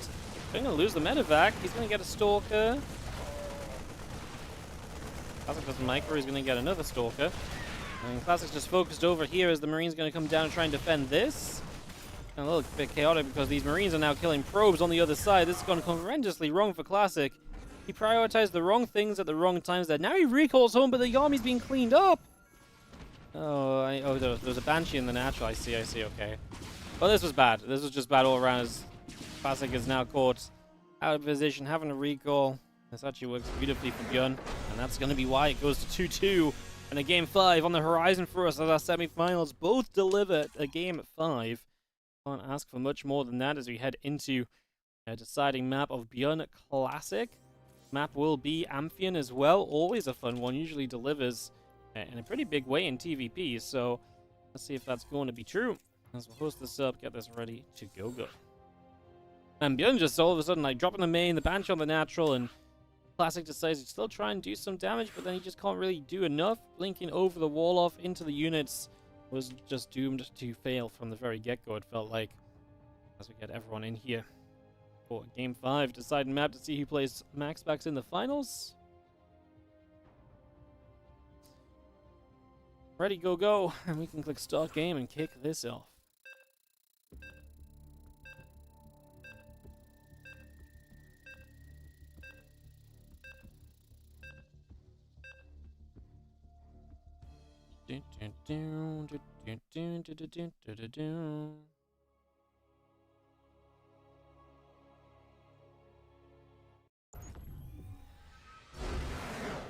Oh. Had the wrong player in the player spot. Didn't realize. Don't know how that happened.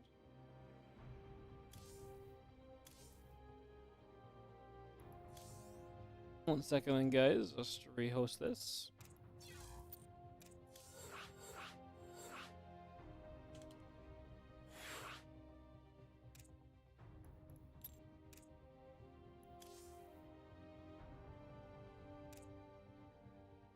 Try this one again.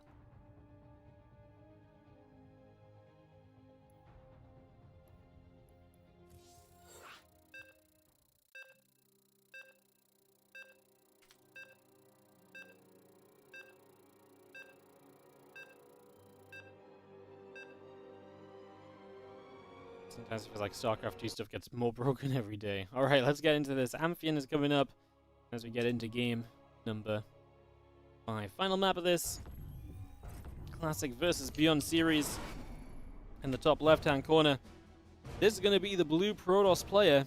We have Classic. All just kind of fell apart for him in that game number 4. As in the bottom right, our red Terran is ByuN. He bring this back.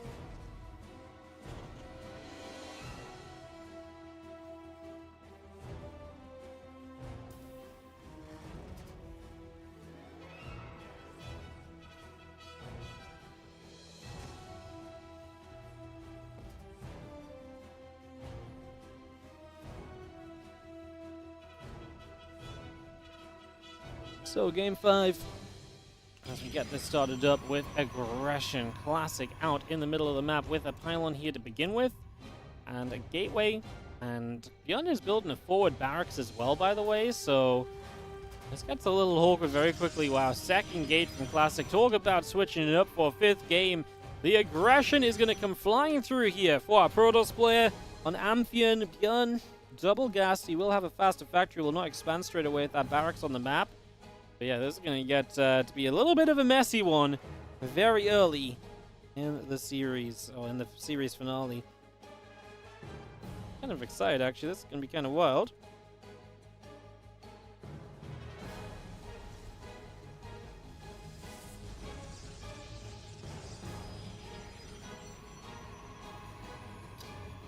Probe gets all the way back home, and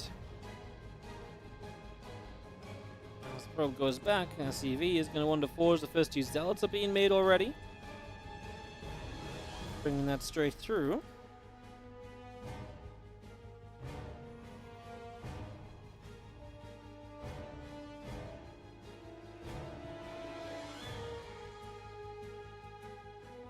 Well, the zealots just going to gather in the center by those gateways, get that underway.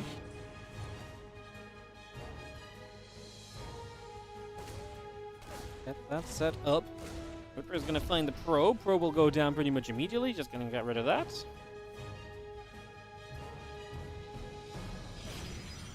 Ripper continues to fire a few of those probes, taking some shots. There's going to be a probe going down.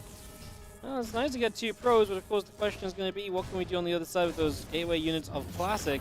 Obviously kind of weird because he has no unit back at home unless he sends something back. Bunker now here from ByuN. Cyclone on the way. This is looking incredible for ByuN right now. This build order is definitely not working in Classic's favor.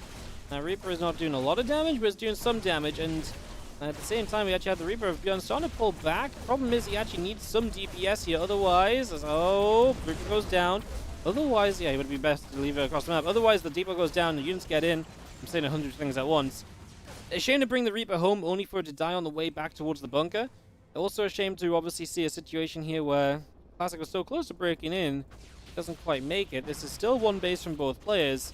A little bit more committed from Classic. 2 gateways on the map, also can't relocate back home at any point, so that's something to keep in mind. At some stage, if ByuN gets onto the map, he will take out those gateways where his barracks can obviously fly back in. The beautiful benefits of being a Terran player. He's had SCVs off the line to keep the repair up on the wall off, as this new Reaper that built actually will go across the map, kills another probe, and more importantly, in general, is just camping out that natural location, so just trying to do that as best we can.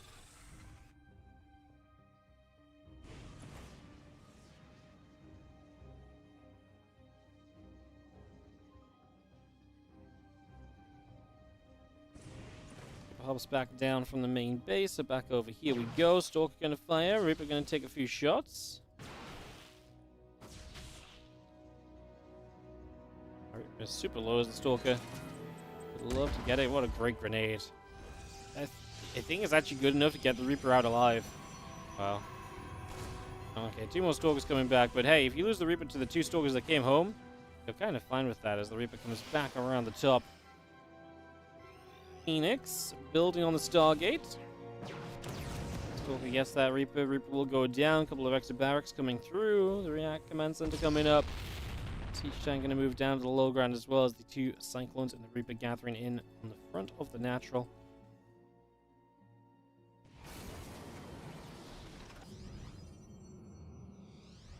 More Stalkers warping in from Classic as we get ready to push to the front. CC is going to be dropping down there in a couple of moments. Put that onto the natural here as our Nexus, our probe. Production continuing up, obviously trying to get that next second base up and online on the side of Classic. That's one thing he's not really being quick at doing, as the Phoenix can lift up the tank. Some target fire to try and take that Phoenix out, but the tank goes down. Phoenix will go down, but this is a lot of Stalkers that can continue to control his area. Fortunately, a new siege tank is ready. ByuN gets that set up. If Yasui's going down this time, the Phoenix will drop a lot more quickly. The new Phoenix dies instantly, pretty much.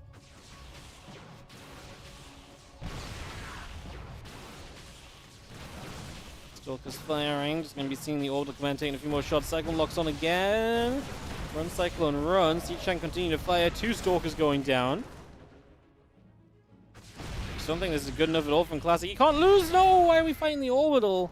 Hitting the orbital to lose another Stalker. Very nearly an extra one as well. Classic bleeding out units, and ByuN looking amazing here now. 6 minutes into Amphion, this game 5 is starting to trend towards the Terran player.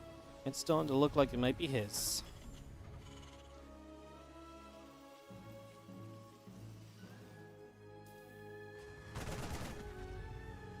Marines are there. Phoenix gets turned around. More Marines are going to fire up.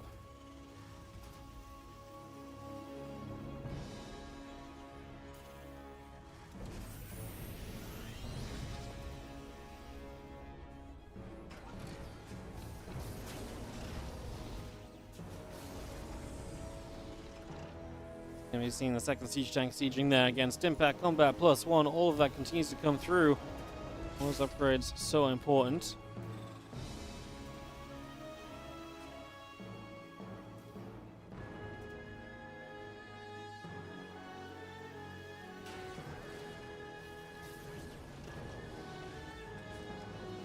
Marines is going to sit there. A couple tanks going to be coming over.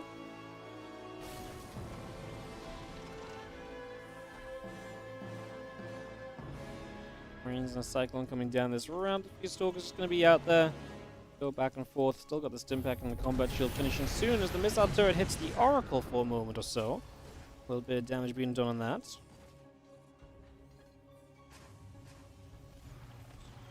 Cyclone locking on again, pushing the Oracle further away too. Phoenix and Oracle still joining back up together.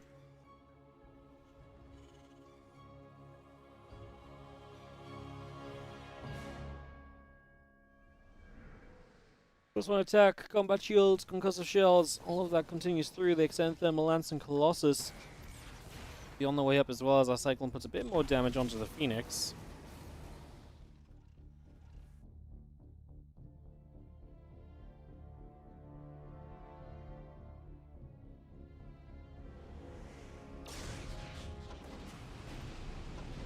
Phoenix and the Oracle just going to come through. A little revelation coming down.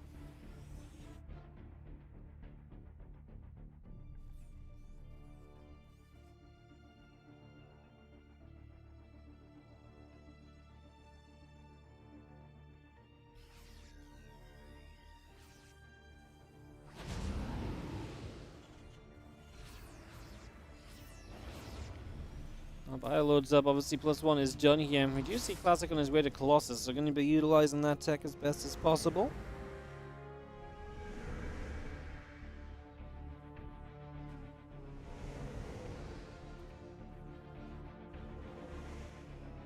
Great Phoenix, Oracle, moving about still. You have the 2 gateways on the right side. Classic going to try and take that 3 o'clock base.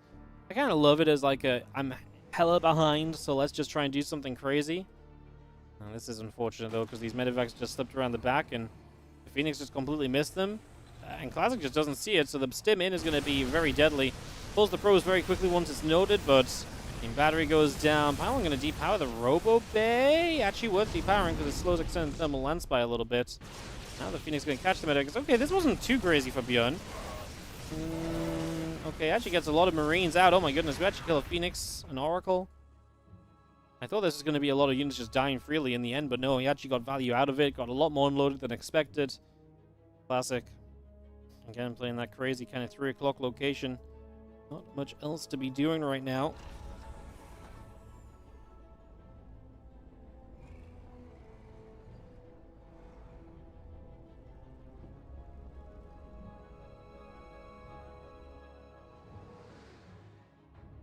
Tank gathering in the center, a few more Phoenix coming around the left. I see another Nexus going down to get that 3rd base in position. Beacon on the way from Classic. If he ever gets comfortable, he does like to slow the game down a lot. And the right side base gone, by the way. So he does like to slow the game down a lot and just try to get to carriers. Just going to try and get toward that as an idea. I just don't know if we survive that long. ByuN should be trying to decide what to do.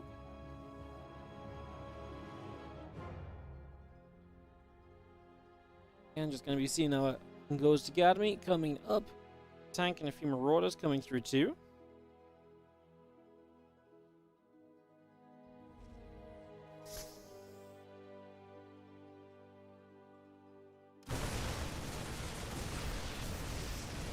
I was going to get to the center. Knocks down those two gateways that were there from earlier. That's half of the gateway production of Classic just getting destroyed here. So big win for ByuN as well. Again, that commitment to those gates in the middle of the map going to be problematic.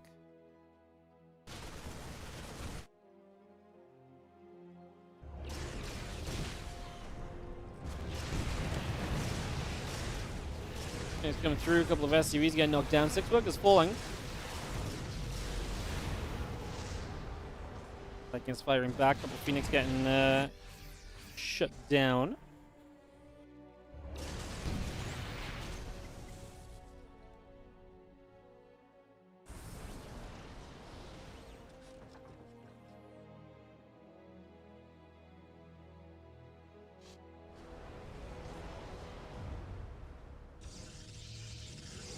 Seven SCVs dropping.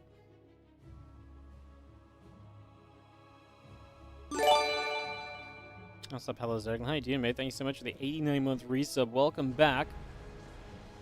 As ByuN now starting to push a bit more seriously across the map.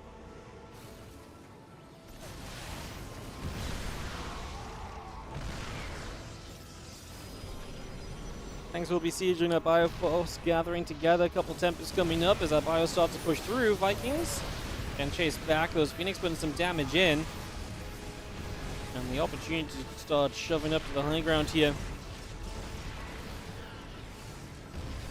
And we're trying to get to those Tempests, trying to get to them Stargate units, but at this point ByuN can establish a fourth base behind this as well, and should absolutely be trying to do that. As our Bio moves upwards, we do have the Phoenix coming in from the back.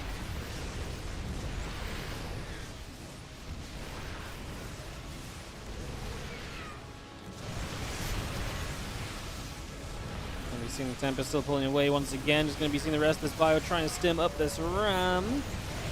Phoenix getting EMP'd across the board, and the Bio army still trying to chase. Is that a bad chase in? I feel like it probably was, although we kill the Nexus. I felt like he was about to kill a bunch of units and he just never really finished anything off. The Phoenix being EMP'd was one thing, but there's no damage to really kind of put, you know, the kills on them in the end.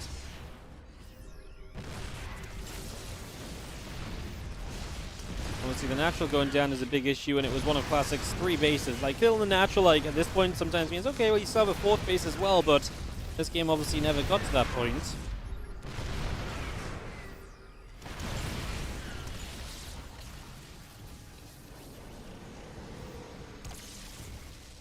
Tempests. We have a few more shots off. Tank's still taking some shots.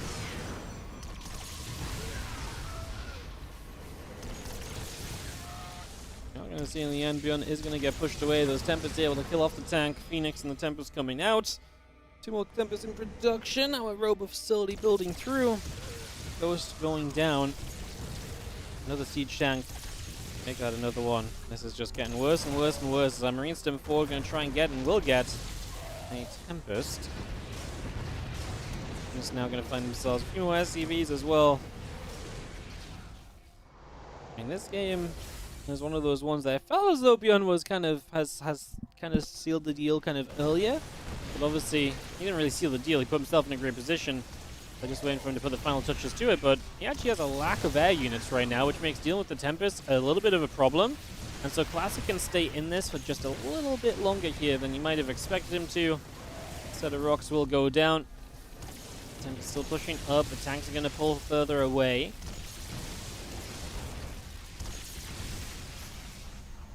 Marine's going to come stemming forwards. Tempest taking a lot of damage. First Tempest drops. Second Tempest getting chased. One more Marine. 2 more Marines going down as well. Siege tank taking some shots here.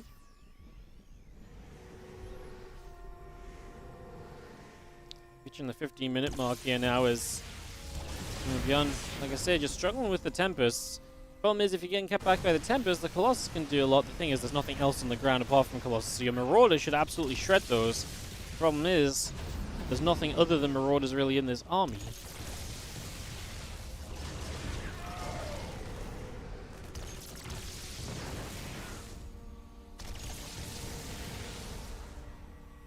Three coming online from ByuN.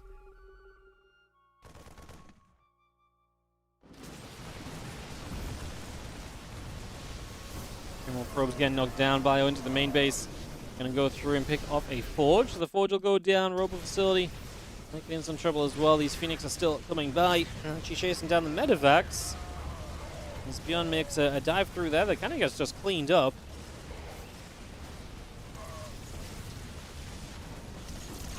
I mean, I just can't really believe that ByuN hasn't massed Vikings yet, as he gets this left side base. EMPs it to stop a recall. I mean, he's building a third starport, so surely it's just a matter of time, but he's actually not super rich either. He's actually a little bit gas-starved, so... And only 64 SCVs could have been a whole lot more as well before now, or by now. Pretty crazy situation, to be honest. As our unit's still on the left-hand side, gathering up. 3-3 coming through, more Marines coming out. Starport about to finish, refineries are coming by as well. ByuN has had a bad time trying to close this out. As his supply is still good, but the position from the Tempest, etc. can be very frustrating. 2 fresh Medivacs getting picked off. ByuN is going to go and threaten the counterattack. Base trade actually would not be terrible for ByuN. He might just be able to base trade with a portion of the army. Might not need everything. 4 Medivacs of units going across. This is still so Phoenix heavy. As the recall actually goes off this time. Well, a couple of EMPs, we try and stand and fight. 1 Colossus goes down. There's just so many Colossus now. The Phoenix will come in and clean up as well. And ByuN's going to take another loss on his army. He just can't clean up this force for some reason. I mean, he's making it more complicated than it needs to be. If he just pushed up that ramp with like everything, or like dropped the left with a couple Medivacs while pushing up that ramp, I just don't see how you hold as classic. There's not enough on the ground to stop the army just overwhelming the Colossus and killing those off.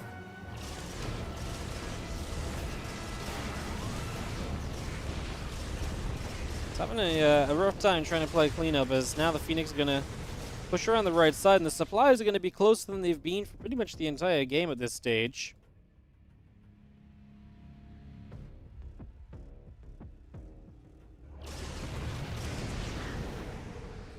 Obviously no anti-air there at all. Even obviously with this being so Phoenix heavy, a couple of turrets might be worth it. Obviously they are the...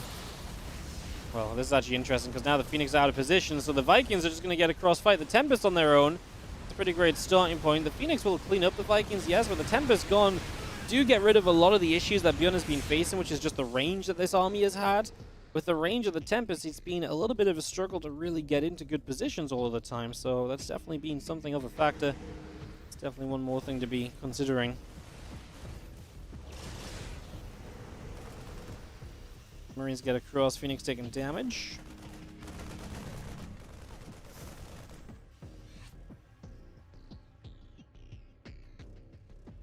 Phoenix around the left, still got ourselves a couple of Tempests coming through, plus 3 air weapons coming up as well.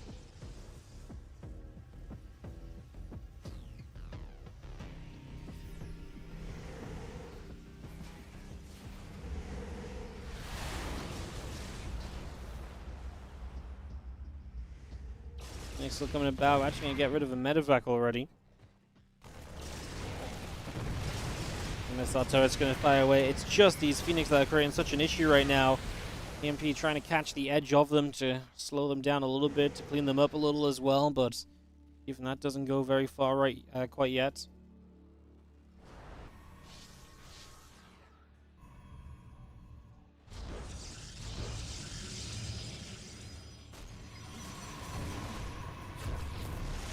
Coming over, Nexus in the pylon. Going through, another Viking volley coming now. We're actually replacing those Tempests that ByuN cleaned up previously.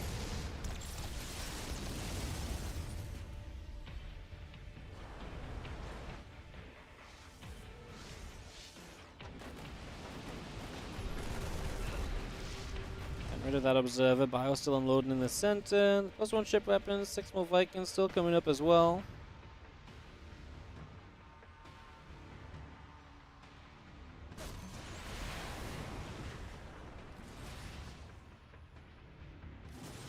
Cannons, the pylon on that left-hand side setting. We do actually have this Bioforce coming up here, so Nexus will go down. I think this is what just ByuN needed.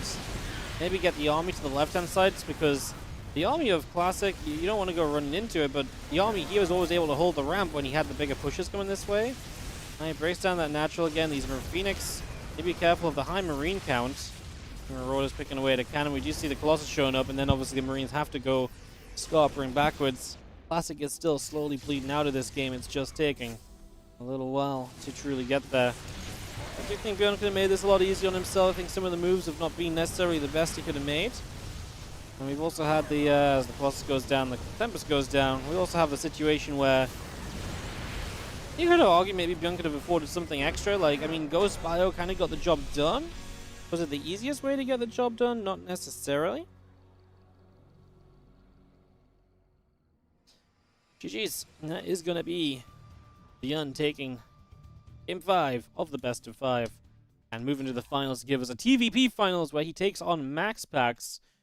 MaxPax played against Spirit the other day, and actually there was a couple games where MaxPax won that 3-0, but there was definitely a couple positions where it did not look good for MaxPax. It looked a little bit shaky. So we'll see if MaxPax can look a little bit stronger against ByuN, because I feel like some of those positions that Spirit had, ByuN, I want to say, would have closed out, although that last game maybe doesn't do much justice towards that idea. GG's. Thanks for tuning in, guys. 1,700 viewers on Twitch, 200 on YouTube. Thank you so much for pushing that 2,000 viewer mark. So that is amazing to see for our final day. And now our grand finals of the WardiTV Summer Bash. We are going to go to a quick break, but when we return, it is going to be between ByuN and MaxPax. We're going to get that on the way, ready to go. And we'll see you guys in a few moments for ByuN MaxPax grand finals after this.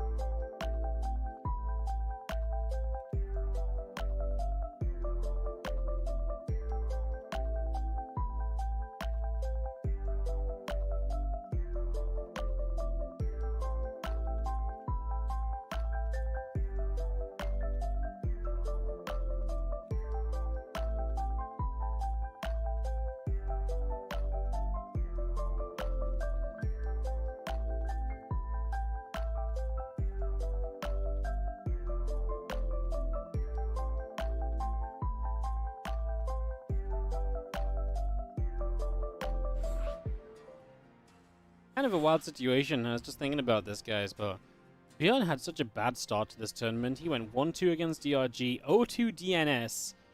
Then he was down a game against Skillus before he won out against Skillus in the end, 2-0 Scarlet.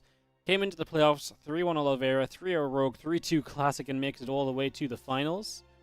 Generally kind of a cool story, because ByuN was a map away from never getting out of the group, right? Like, he was a map away from never making it out of his group at all.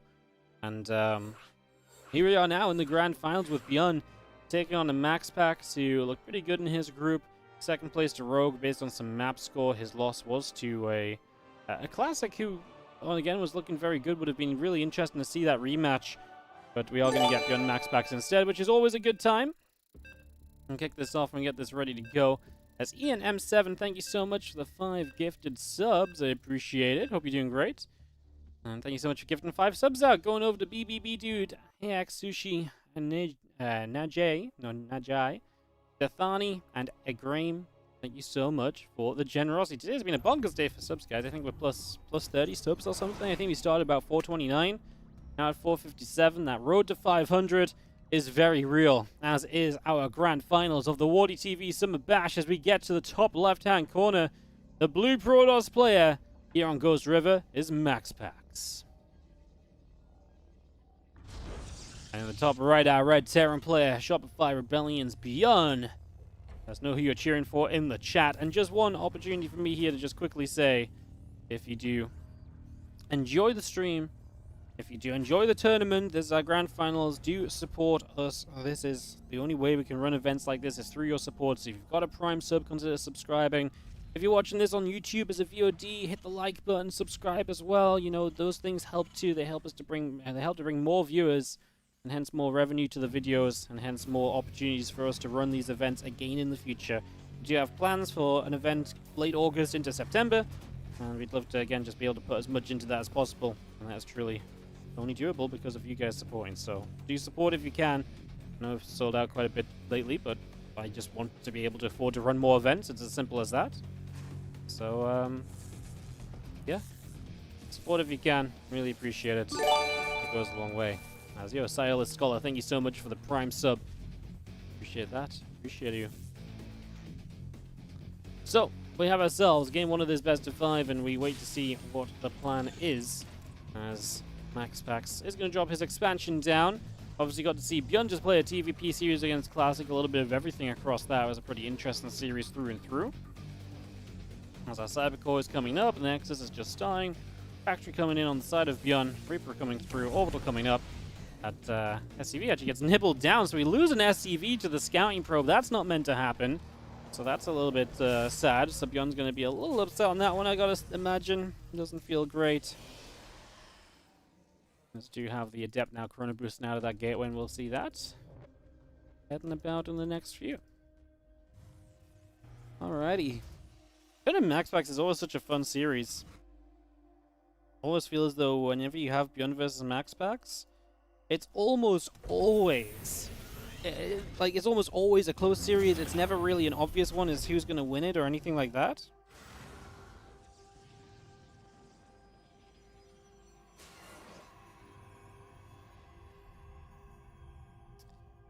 Seeing our Adept continuing through the Reaper, getting chased back a little further as well.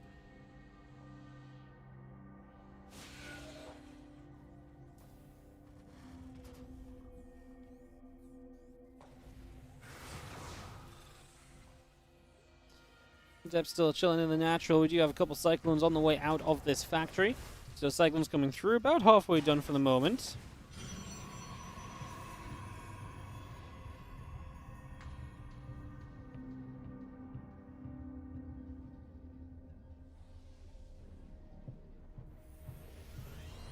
See that blink coming about, the warp gate coming in. The couple of Cyclones going to move forward as well. The CC still building from ByuN is about to finish up in a moment or two also.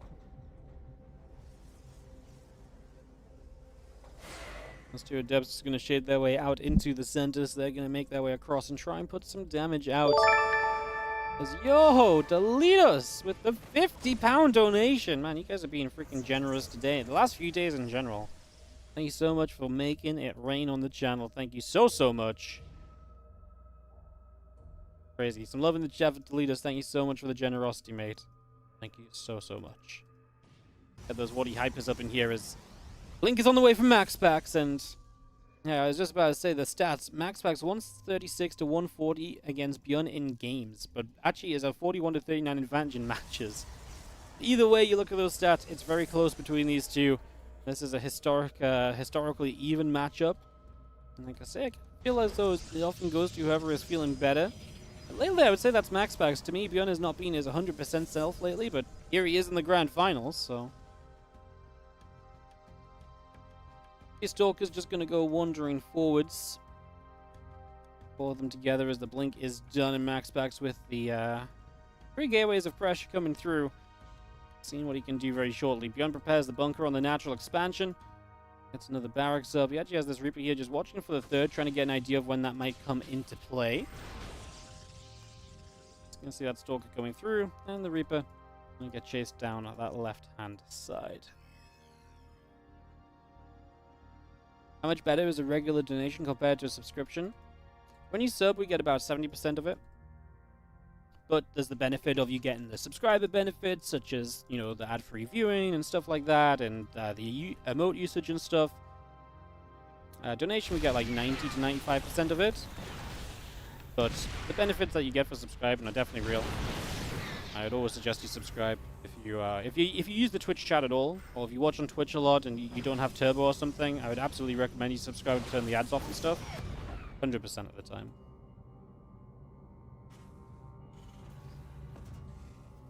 Stimpack gets cancelled there from MaxPax. That's a massive play. Able to take that out. Gonna see our Charge, Forge, Dark Shrine coming through. Prism and a few Stalkers is gonna sit in that corner. Yo, Nanny, how you doing? Thank you so much for the 5-month resub on the Prime. Appreciate it. Thank you. As our Mortal Charge, Nexus, and Gateways all continuing up. That Forge still coming through as well.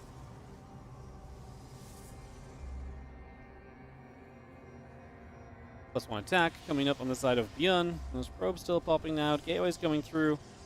Battery goes down over on that side onto the 3rd base.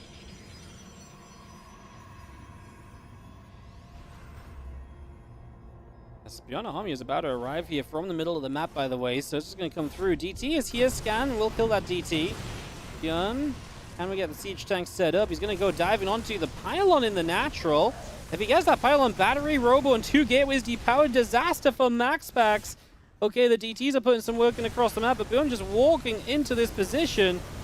He doesn't have stim yet, which is maybe one of the issues. Battery gets repowered by a pylon. That does not last very long. The Immortal getting blasted here as well. DT still coming about. Widowmine still taking some damage as well. Thank you for the donation. I'll mention that in a moment as ByuN trying to play a cleanup here, but it's just not good enough. He does get cleaned up. And that means that MaxPax is going to take this first game because MaxPax is also dealing damage across the map with those DTs. And just like that, we're going to have ourselves a 1-0 lead in the favor of ByuN. Yo, Dave Tester, thank you so much for the £20 donation. Another sick Wardy event done well. GG easy. Thank you so much, mate. Appreciate the support, guys. It's been a very generous, like I say, few days. Which is amazing because we want to bring you guys as much amazing StarCraft 2 as possible. And that is really available to us because we can keep on hosting events.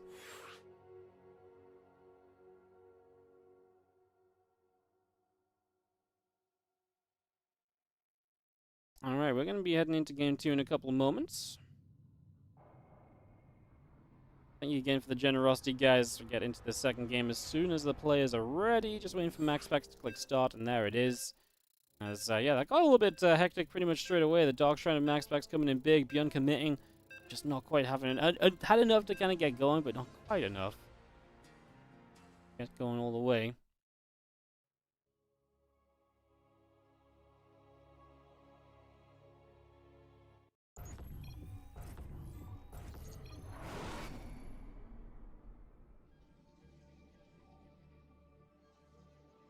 Bottom right-hand side, Blue Protoss taking a 1-0 lead in a pretty hectic scenario. This is MaxPax in the bottom right-hand corner of the map. Top left, our red Terran player. This is ByuN.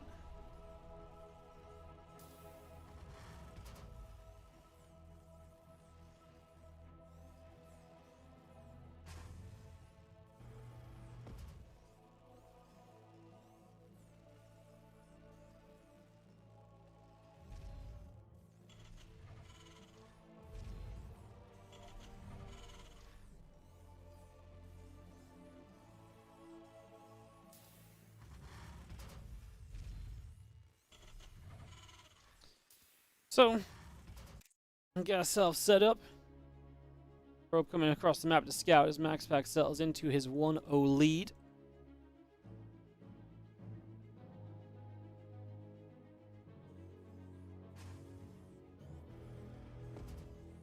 Probe gets up into the main base to see what's going on. Finals is best of throw, best of five, best of five. Obviously, we didn't just cast best of five in every section of the playoffs. Only to make it a best of three finals. Everything is best of five in this playoffs. All of it.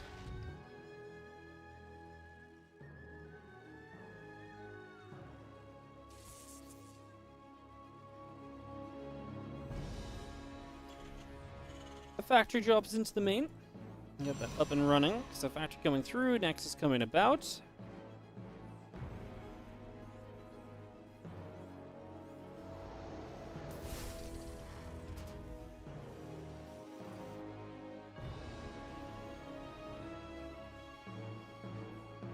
Ripper and the Adept coming through. The warp gate is starting, getting that underway.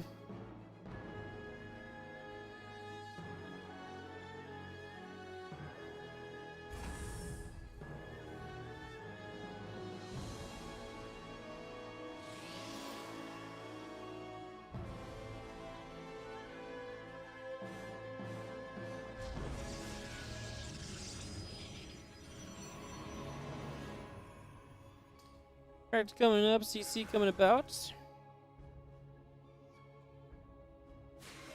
Starport building on the side of ByuN as the Hellion is about to coming up. The Adept is going to get there. Couple Reapers and the Hellion trying to come about. Gonna see that Adept actually going to take a lot of damage. Trying to dive through is not going to succeed. And do not get a Reaper out of it. The Adept dies. It's a great early catch from ByuN, just shutting that down immediately. And now it brings the Reaper Hellion onto the map. Gonna turn around though. Cyclone on the way from ByuN as well. It's just going to get that up and running.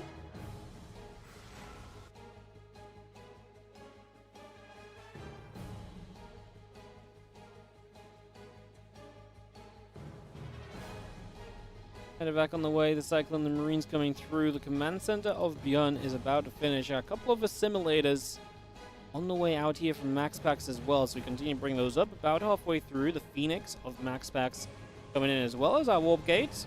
Continues by. Those two Adepts are just going to meet up and they are going to try and deny this Reaper Hellion, which so far they will be able to do so.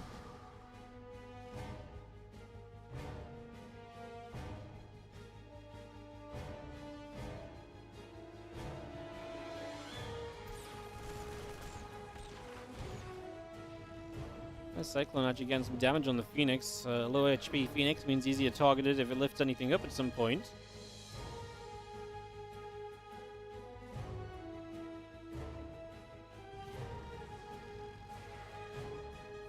Well, the depths going through. Reapers and Hellion coming about as well. We do have our Viking and Cyclones coming through at the moment. Continue to get that underway. With the extra Cyclones coming out, we're going to have a pretty solid force against these Phoenix. Be interesting to see how those trades turn out. Again, Cyclone still building with the Raven as well. Raven always feels so brave. Because, obviously, you're up against Phoenix. It feels like it's so easy to lose that Raven. So, like I say, it always feels so brave to commit into it.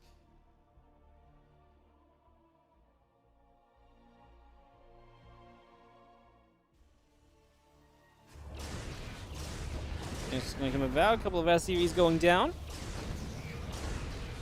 Phoenix turning around there, and we actually do get 4 SCVs. The Phoenix, I was going to say, probably want to lift a Cyclone and block the lock-on. ByuN has a few units across the map as we look to attempt to take a 3rd base. Don't think that's going to be happening.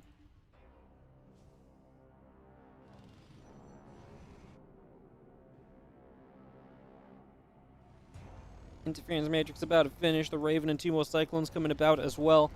Continue to bring this up.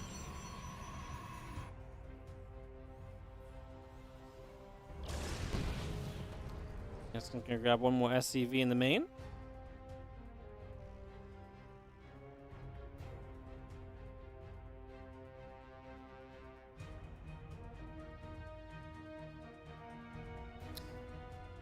It's a lot of Cyclones. It's a lot of anti-air if you can't get it under control. The 2 Immortals should help a lot here.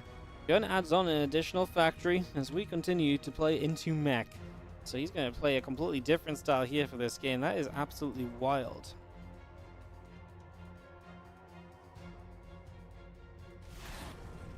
Let's see how Phoenix coming about. There's going to be 1 Phoenix there going down already.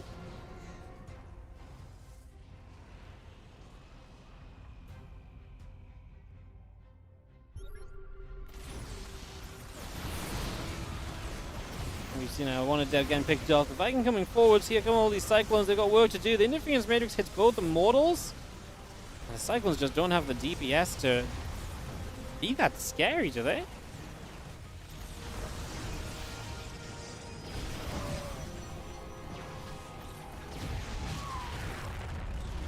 Chasers, Cyclones getting pushed away. Stalkers and the Immortal chasing down. Again, Hurricane Thrust is coming through. I just do not see this working from ByuN.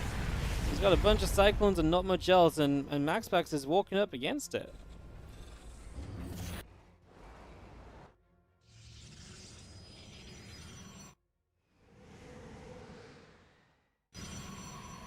Extra gate's going to be coming about here.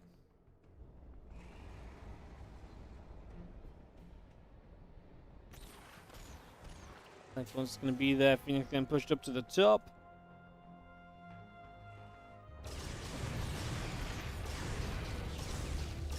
Phoenix is going to lift those Cyclones, and all 3 of them are going to be taking some nibbles, but the SCV repair is good, so we are going to be able to push those Phoenix back for the moment.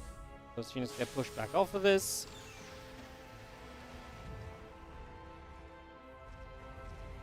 Extra gates, Nexus, charging +1 coming about.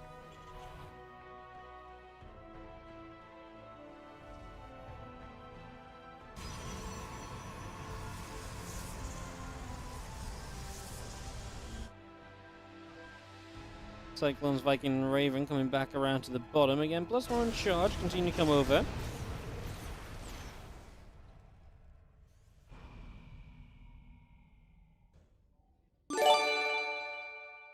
Oh, Sleep Cow, wow. Coming in with the 4 gifted subs. Thank you so much. Going out to Anderson Plays, Dark End Soldier, Racer, and Doko BG. Thanks so much for more generosity, guys. I appreciate it. Thank you so much. Coco's Pendulum coming in with the 27-month resub. Appreciate it as well, mate, as these Phoenix will recall. As ByuN still trying to push around the other side. Tanks now on the way up as this mech army continues to get better established.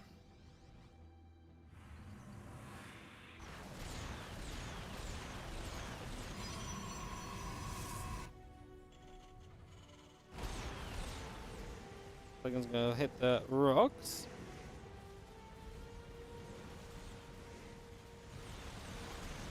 Rocks will go down. Those Cyclones able to come through. Just going to be having a Phoenix getting picked off.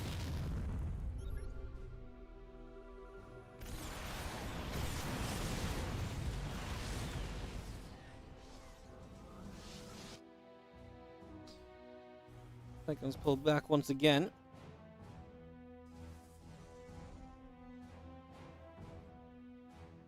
And it feels as though MaxPax, as he gets maxed out, will just have, in my eyes, the better army. I'm never a believer in mech. I'm also a little bit biased against mech because I've just seen mech fail so many times. Even when it looks good for mech, I've been, you know, taught to expect disappointment, right? Because mech just isn't consistently strong. Plain and simple. It struggles as a composition. This MaxPax is going to start warping in Zealots in different places, trying to make it difficult for ByuN to defend and capitalize. I mean, Zealots trade honestly pretty darn well against mech too. I guess with enough Cyclones locking on, Zealots don't do great. But even then, look how long it takes Cyclones to get rid of those Zealots. Buys you a lot of time. Is now going to get some lifts here with the Phoenix. That's going to be a few more Cyclones getting picked off freely. The only issue being, obviously, you can't really pick up the tanks because the Phoenix count is now getting low.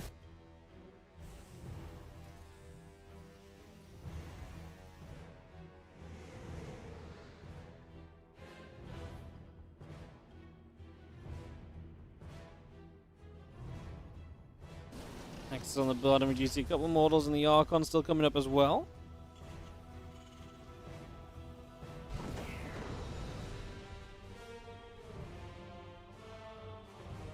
Phoenix still coming about, extend the Blue Flame coming up as well right here, so we continue to get that going.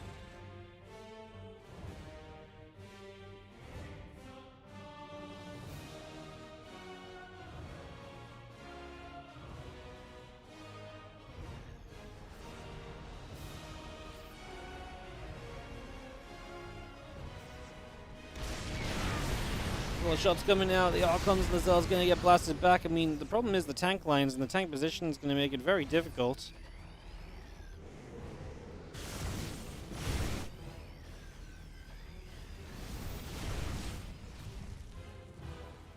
Army on that right side moving about. A couple of Vikings, the +2 vehicle weapons coming up as well. Bosses are coming about. Just going to be seeing the couple of shots coming around as well. The Cyclone's still trying to get some more done. As we are going to see those Cyclones and tanks combined and making a deadly combo. At some point, is it better for MaxPax, as he's got his opponent sat back defensively, to just start building like Stargates and looking towards carriers? I would kind of imagine it probably is.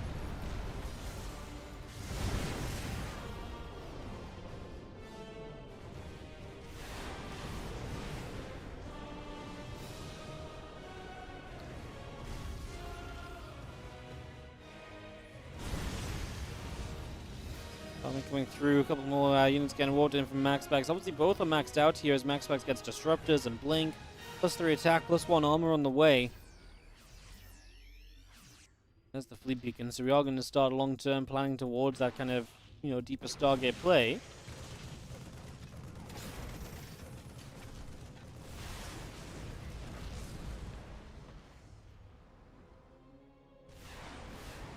Vikings firing. Gonna see the Phoenix. Just gonna get knocked down as well. It's gonna get picked off.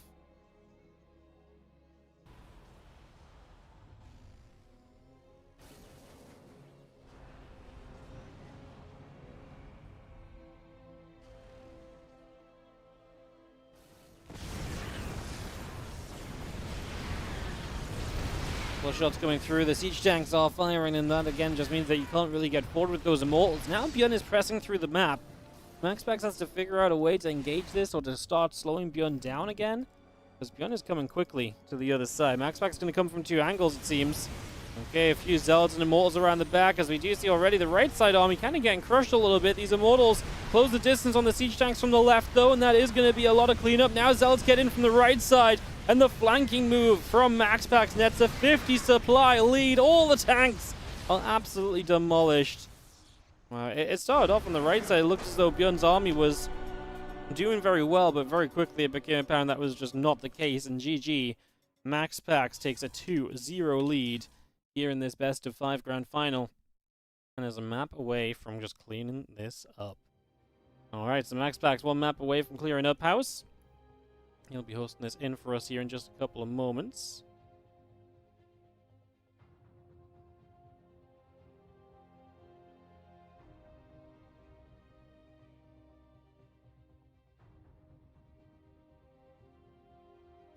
Alcyone.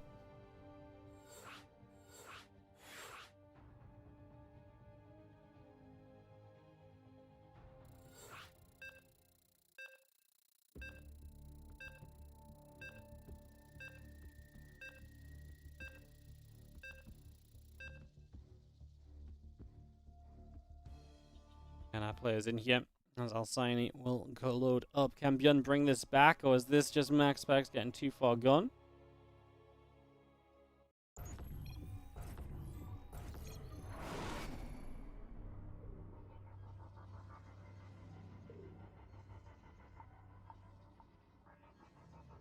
Alright, let's hop in. This could be our last map of the tournament. If this man is able to take it, in the top right corner, our Blue Protoss player is MaxPax.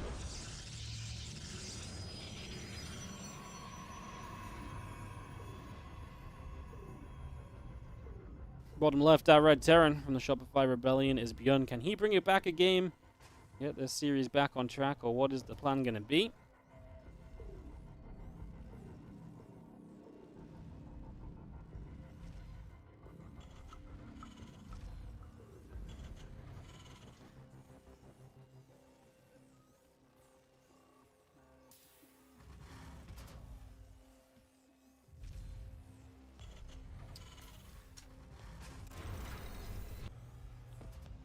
Third game, MaxPax. Well, he shut down Bio, he shut down Mech.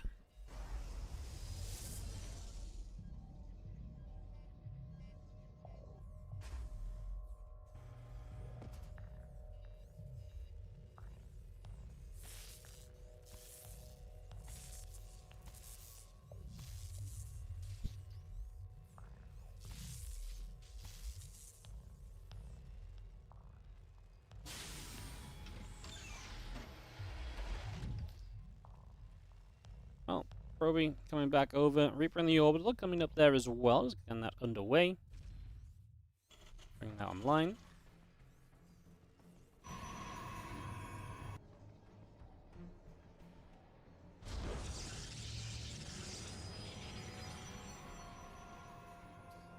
Probe gets down the low ground.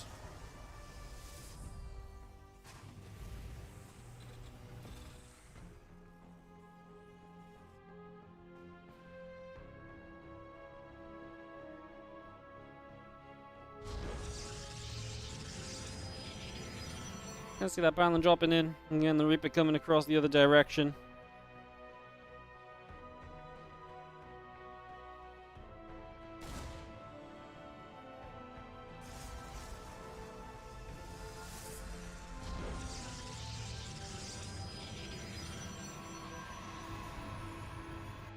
Just going to get ourselves that gateway across the map, so MaxPax is going to up the ante here into game number 3. Looking to be dangerous.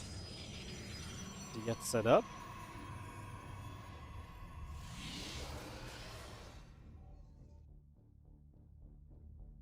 Gates coming about then from MaxPax, and he really is just going to send this for some pressure. High ground CC from ByuN, and Cyclones on the way. Feels like it should help him a lot, though.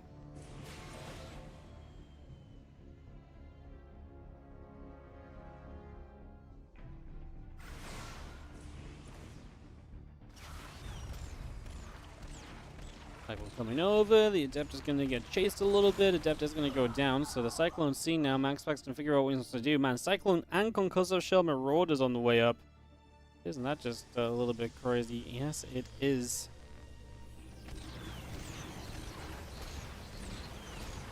Well, Cyclone's coming through and actually going to find the gateways and actually going to get the Stalkers as they get warped in. This is massive for ByuN, looking great defensively at the moment.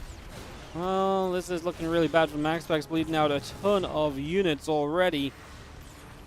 And he's going to kill one of the Cyclones now. Does he have enough continued production to make the difference on this?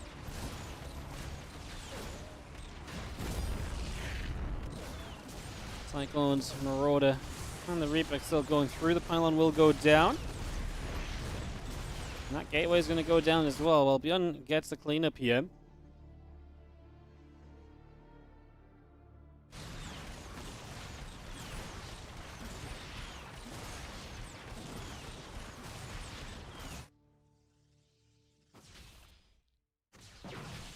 Stalker's going to get there. That is going to be the Reaper getting chased down. So that's just going to be hunted, and it will fall. Yeah, what's up, Sidemouth? Thank you so much for the 3 months resub. Thank you so much. Appreciate the support today. Thank you, thank you. As MaxPax coming out of this, 7 workers ahead. Obviously, very late tech is the issue. The only thing I would say for MaxPax is this is late tech against someone that's been kind of tech heavy themselves with Marauder Cyclone. Now, that means you don't have tech to really deal with the Marauder Cyclone, but it does mean that at least there's not like a big stim time in about to be on your doorstep. I mean, stim's halfway done, so it's not too far away, but it gives you a little bit more time to set up. I think this push is actually terrifying, though, right here, as Cyclone Marauder will put in some work. We see probes already dropping down. It's actually very difficult to imagine ByuN not just doing severe damage with this. And if not with this, then with the stim follow-up, because I do think he's putting himself in a great position with this initial defense. Oof. Rubber Bay drops down from MaxPax as he starts to try and find his way towards some splash damage.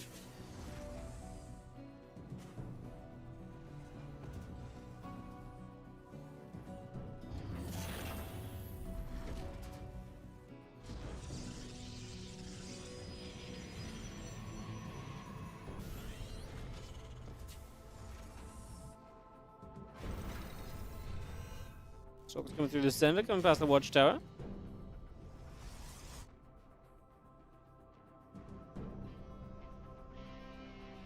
I see the Stalker's coming over, a couple Cyclones pulling back.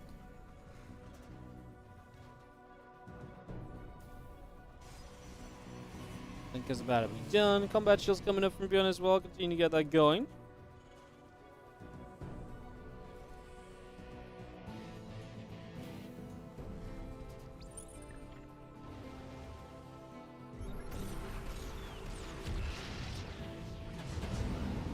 Medivacs load up, gonna pull away over on that left-hand side, just gonna go a bit of a different direction.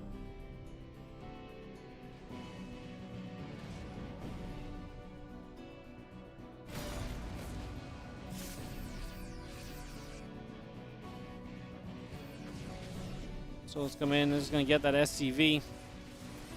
Bio underneath those Medivacs, so we actually go stimming. Those Stalkers gonna run to the corner and just try and get out. We'll do something, I mean, trying to run a circle.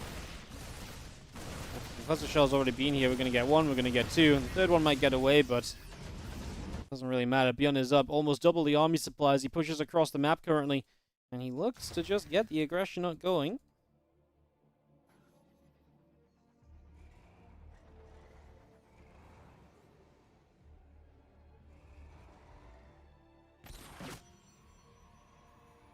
Couple of Medivacs still joined up. Army still gathering together.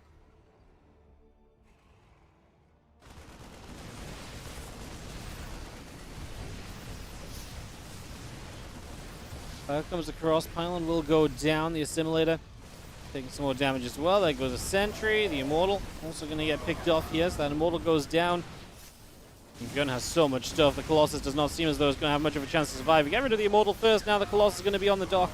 As we do get rid of the battery, which actually keeps the Colossus alive a moment longer here. Siege tank in the front goes down. Zealots and Stalkers trying to play a chasing game. Senate Thermal Lance charge still coming through.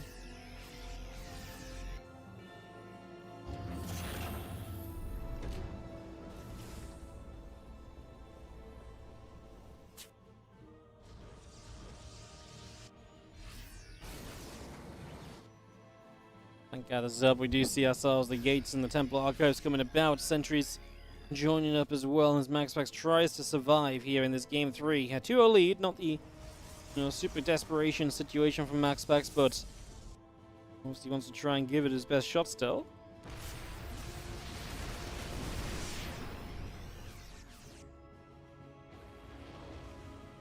Gathers, tank gets joined up.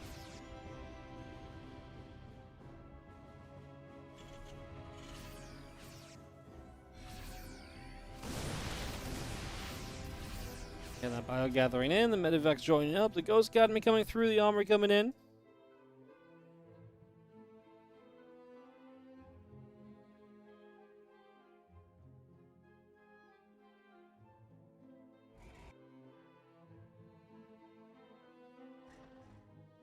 So still gathering that Ghost Academy is about to finish. Engineering Bay coming up as well. +1 attack, more Marine Marauder. ByuN being calm and patient about it, but giving MaxPax a little bit of time to settle down.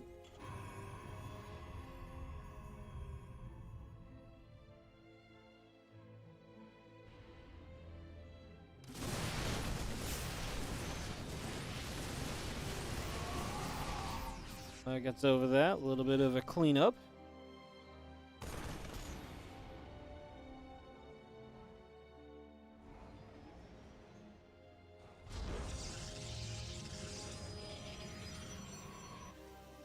And that 1-1 coming about. Ghosts on the way up. The Viking, the Zealot's going to drop off from this prism. This is the sort of stuff that MaxPax needs. Pulling ByuN back, giving himself more time. Chance to deal damage, of course, as well. Always a benefit. Unfortunately, don't see that prism lasting too long as the Vikings show up and shoot it down and force it away. The Zealot's in the main mineral line, though, actually going to get a lot of damage done. 8 workers dropping. It's really just going to be a challenge of whether MaxPax can take on that army or not. I feel like the longer this goes, the more likely that will be.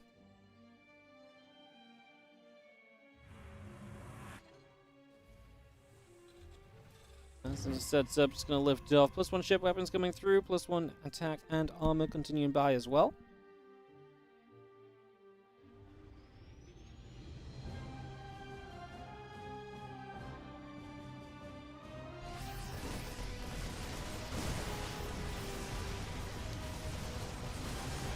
Fire will come over. ByuN splitting up, obviously going to try and make it difficult for MaxPax to have enough stuff in enough places. Going to have one more Stalker picked up, a probe going down.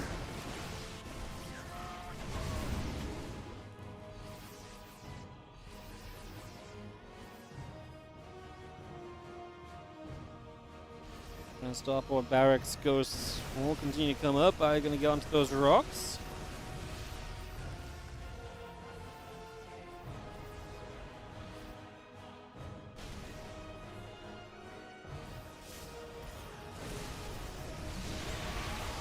Vikings going to scale again, some shots off on those Colossus. The Colossus lives though. Disruptor shot to warn this army off. I mean, you're only a good disruptor shot away from perhaps opening the doorway to a potential comeback. That disruptor shot was decent. The disruptors are all chasing on their own on that top side. That's kind of scary. ByuN will see it now as well with the medevacs that start a trail.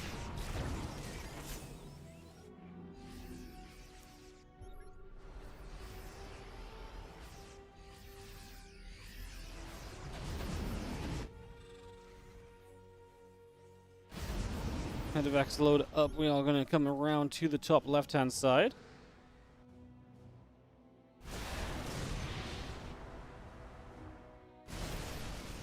And ByuN still staying on this kind of split section at the moment.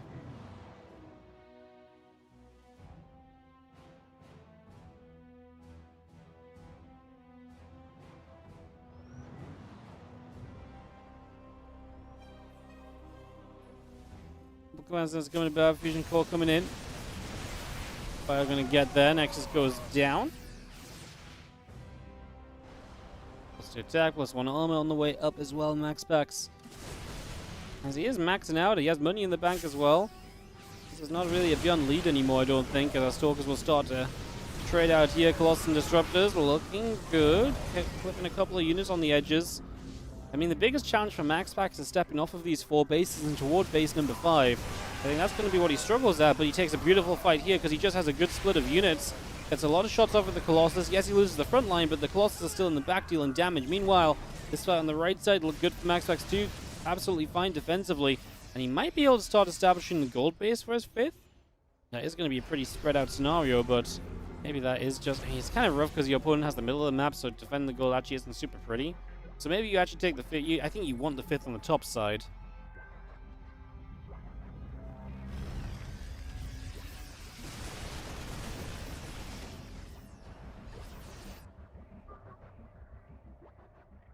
Coming about.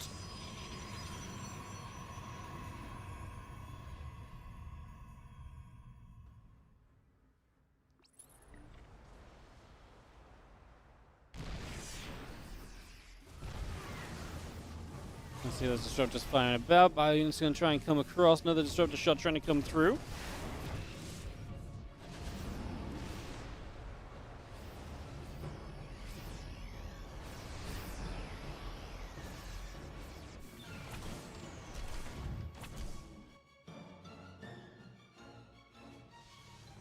Medevac force coming through. Stalker's going to get a pretty full medevac. A couple more orders got out of it, I guess, in the end.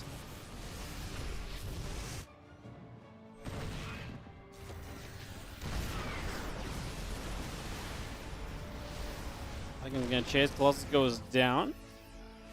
And again, that's nice for ByuN knocking down some of the splash here. He's getting into Liberators and Lib range, and I think that's the issue for MaxPax. Liberators are a very good tech switch for the Terran player, especially at a point of the game like this. They put him in a pretty good spot. Oh, so many Disruptors getting caught. Finally, Disruptors are going to start firing back, and we do fire a few on top of each other to guarantee some kills. That's nice moment or two from ByuN. Like I said, with Libs coming up, it's going to become very difficult for MaxPax to contest this area of the map. Liberators are sieging. And he's going to come in from two angles, but part of this angle is going to be coming from that right side choke point. He'll get rid of the Libs at the very least. MaxPax makes something of this and does push that back. Concerning though, because he's down to 5 Disruptors and 2 Colossus. It just isn't as much as he was working with before, and that Liberator count is forever growing.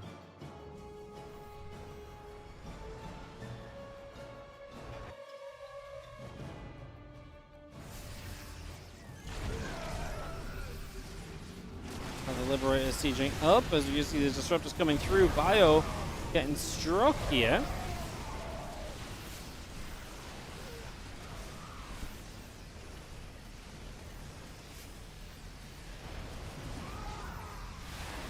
I'm coming back across. Colossus getting chased. And Vikings putting some work in on that as our Liberators join up together as well.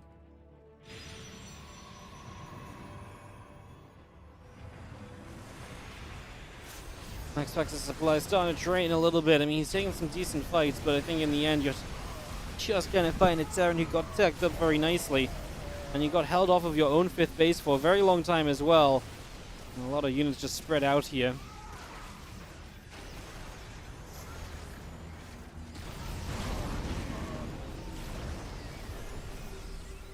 Vikings will land.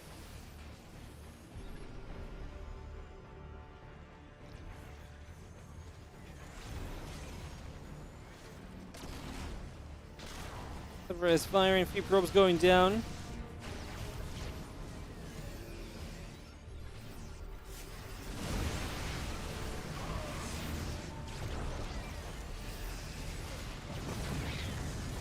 Stark's trying to find a desperate defense here. Disruptors can buy you a lot of time, but they're not an answer to the Liberators that can slowly push forward.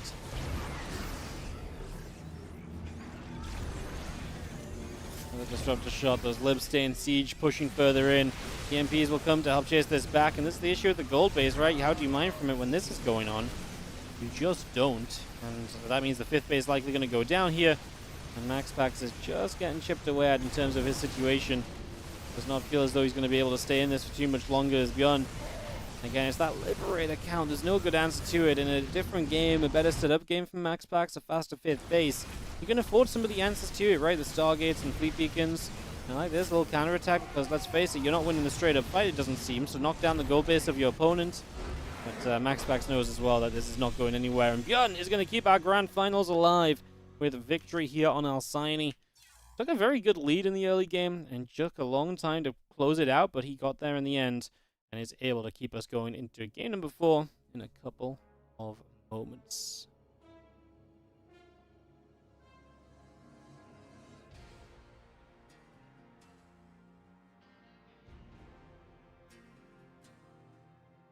Alright, we're going to go into gold. Hello, Ellie. Hi. What are you up to? Oh, that wasn't the final game, babes. ByuN won. Hey? What are you doing down there? You monkeys on your back. Hey, monkeys on your back.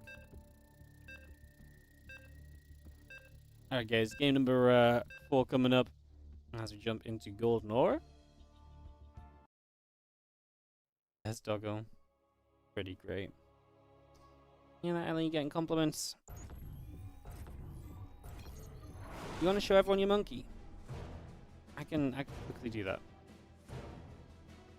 I want to shoot. Come on then, bring it over here. Bring it over here. Ellie, the game's starting, man. We don't have time to mess around. Go on, this side. There you go, right. Let's put the camera on. There we go. Ellie's like, this is my monkey. Now I'm gonna hide under here. Ellie, man, what are you doing? Oh, yeah. What is she doing? Ellie, eating. Nothing under there, dafty. Stop pretending to eat stuff. Right, you ready?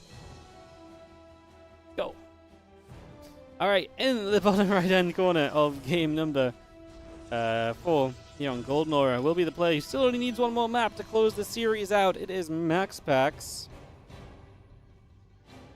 Taking on in the top left, our Red Terror player. Top 5 Rebellion's ByuN.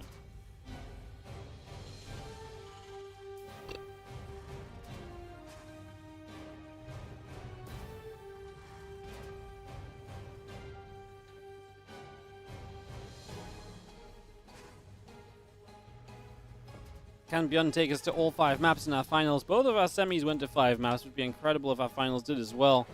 ByuN putting up a great fight in that previous game.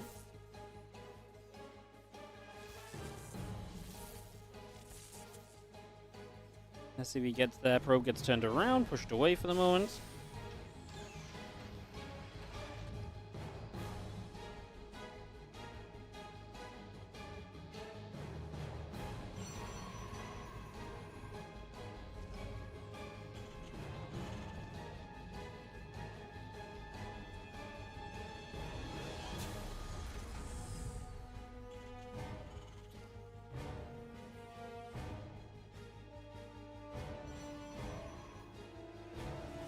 Is about to finish from ByuN. Factory coming up, Reactor coming through as well.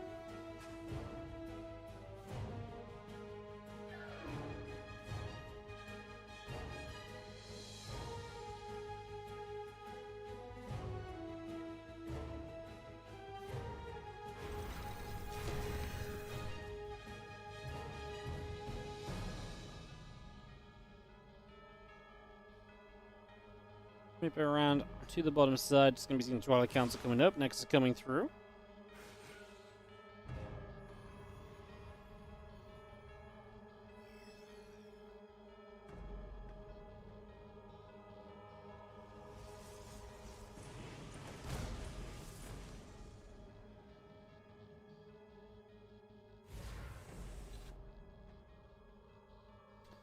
We're going to have our Adept and our Reaper continue to gather together. Just going to be seeing a couple Cyclones still coming by. So ByuN going back into one of these Cyclone heavy openings. Used it against Classic and didn't play Mech. So it's not necessarily going to be Mech a second time in this series just because it's stuff coming up.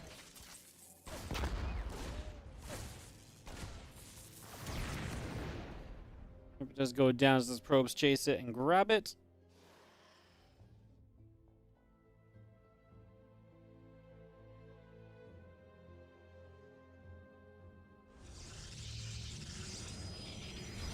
Okay, Blink coming through, that Wolf Gate coming up, getting that online.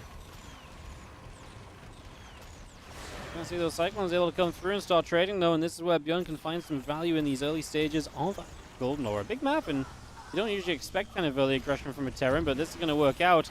MaxPax being greedy, no battery available, and this is a problem as now probes are pulling. That Warpin is going to trap the Cyclone though. That means that one goes down, and now there's just one to contend with. Wow. That's actually huge, because if that Cyclone gets away, these Stalkers are still in trouble. You will see this Cyclone continue to kind of come back through and poke for them, but now one on its own, less likely to succeed. We'll get it, though, and actually going to get the second Stalker as well. It didn't pull away in time. 2 Stalkers dead. Oh my goodness, ByuN off to the races. And this is the difference of just imagine just having a battery here, right? This whole thing never comes about. Obviously, building an early battery never feels good, but it is just the price of not building it. Moments like this go horrendously wrong. It's just the 2 Cyclones. ByuN onto a Marine tank follow-up. Even going to prepare a bunker in case MaxPax goes big on the counter-aggression.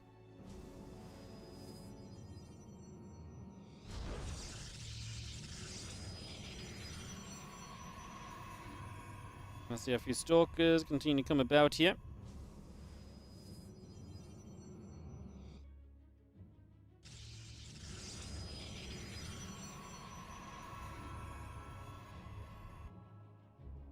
Impact, Marine Marauder tank, all of that continuing through. We do have the Engineering Bay coming up as well, continuing to get that built into place.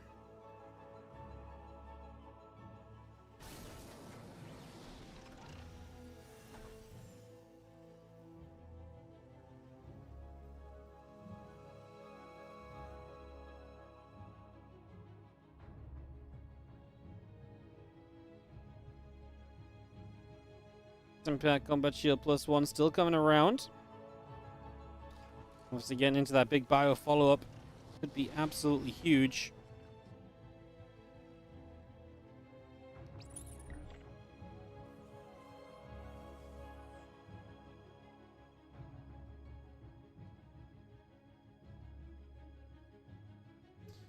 We have this ByuN pushing down the left-hand side with tank support as well. It's going to be pretty darn strong as we make our way across.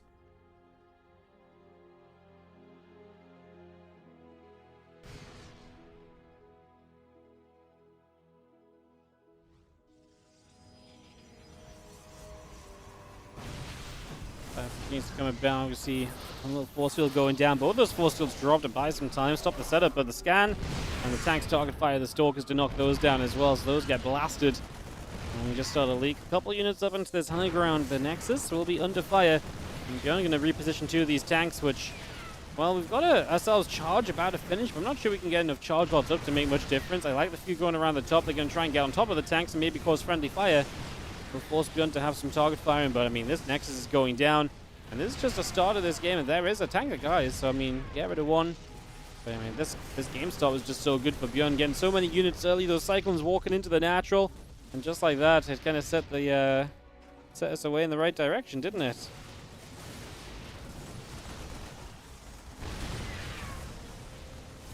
ByuN comes through, that wolf gate goes down. Pylon gets picked off, the Roper facility taking some shots, a couple Zelds coming through. As they do charge in, the Immortal going to get blasted by the siege tanks. And it's nice to get rid of the Immortal. MaxPax is going to say GG, and ByuN's going to do it. He's going to take us all the way to Game 5 in this series. We're going to get the full distance from this one. Amazing.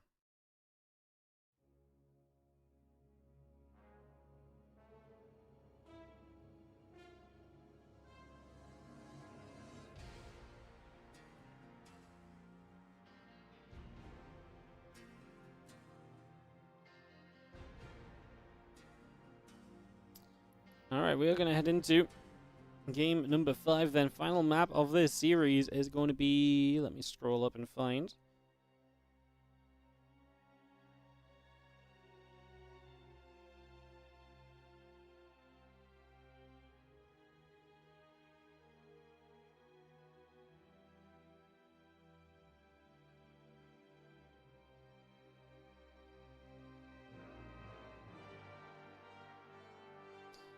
Sure, actually. So, what were the vetoes? Amphion, Crimson, Dynasty Post. We're probably on site Delta, no? Yeah, I think site Delta to wrap this up, guys. Sorry, just waiting for the moment or two. MaxPax has got us hosted up. Perfect. Alright, let's get this underway.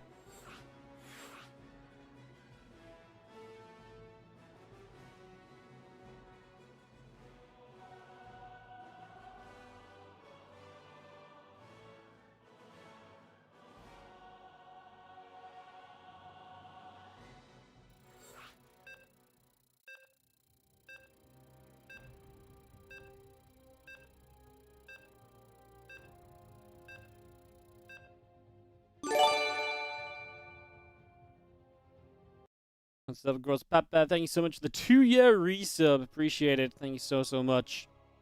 As we head ourselves into ByuN MaxPax Game 5, let's get this underway. Let's get into one final map of this event. It all comes down to this. In the bottom right-hand corner, our Blue Protoss player fighting for the victory. It is MaxPax.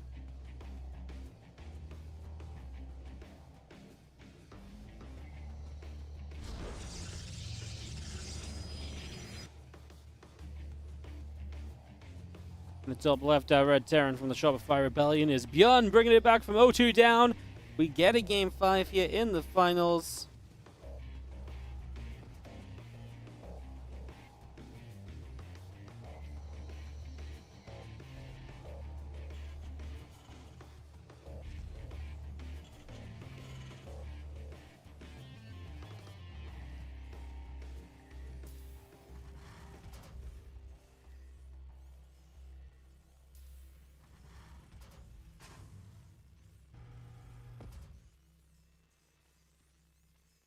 So we get game number 5 underway. It comes down to this to see who takes it all home.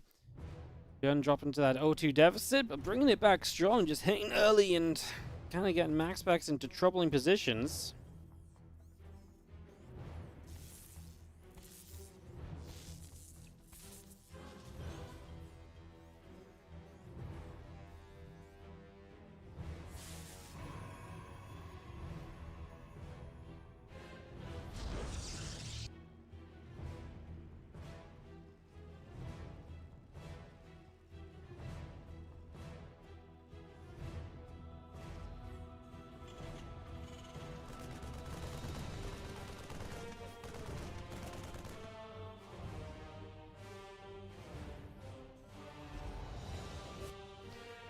The next is coming up. CC on the way. Going to see an expansion from both players here in this Game 5. Not too surprising.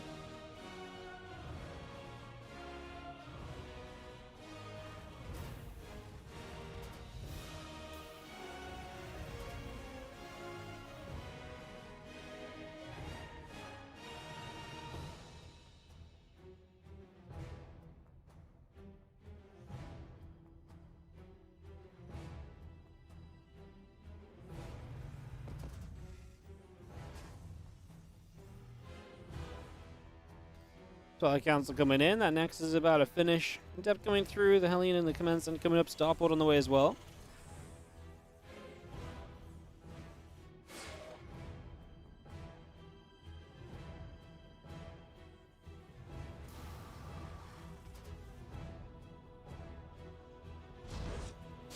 You have that Command Center just coming up. His high ground as well, so ByuN taking the safe approach.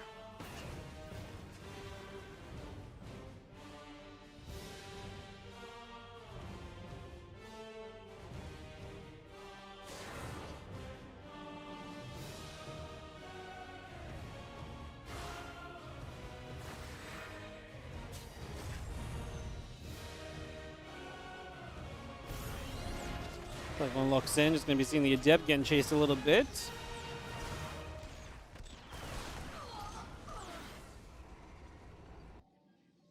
And that blink coming up, Rope Facility in the gate still coming up.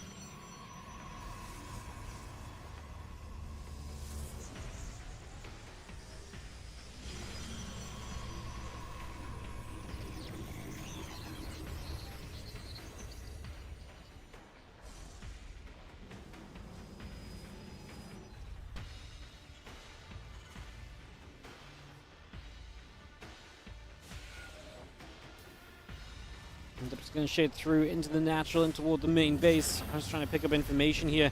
MaxPax playing that blink, and ByuN with the medevac and Marines on the way. Now his Banshee coming up as well. Continue to get that across the other side.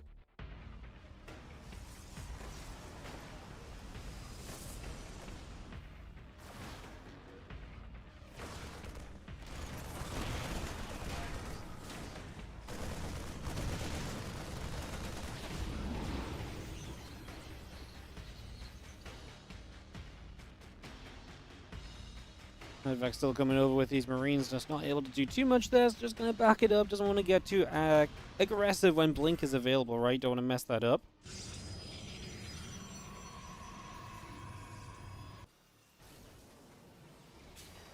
Bunker coming up, the Banshee and the Cloaking still coming through.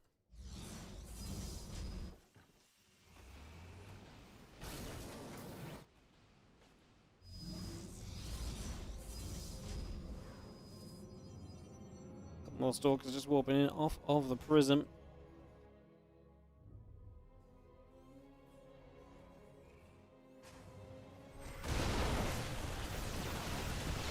We've seen that Buyer coming across. Couple of Stalkers. Going to take some shots as well. And we've seen a couple extra Marines still producing forwards. Barracks, Engineering Bay coming about. There's a Nexus on the third base as well, also coming through.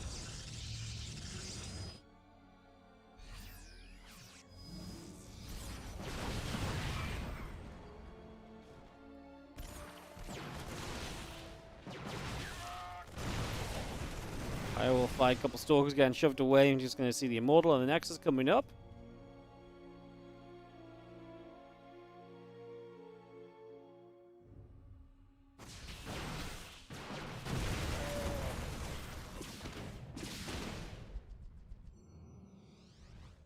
Probes going down, our Stalkers coming back over. Siege tank Gonna get knocked down immediately. Second tank gonna get picked off as well. Our Marines now getting shot at. And our Stalkers will have a little bit of micro as well with the Prism. So beautiful stuff as MaxPax will get himself a few kills. Gonna has that Banshee across the map to try and get some damage done with. But I'm not sure how much he's been able to do so far.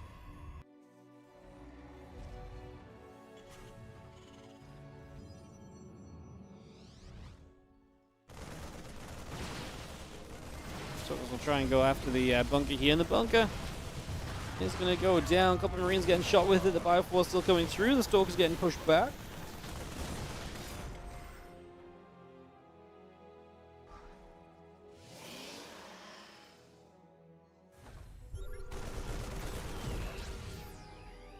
Just going to be able to get rid of that Observer up in the sky.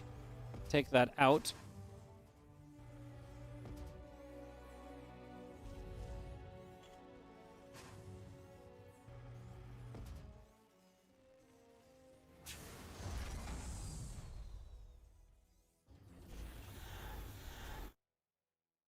Stalkers and MaxPax will come forward. Just going to be seeing our charge is coming up. Going to be finishing in a moment.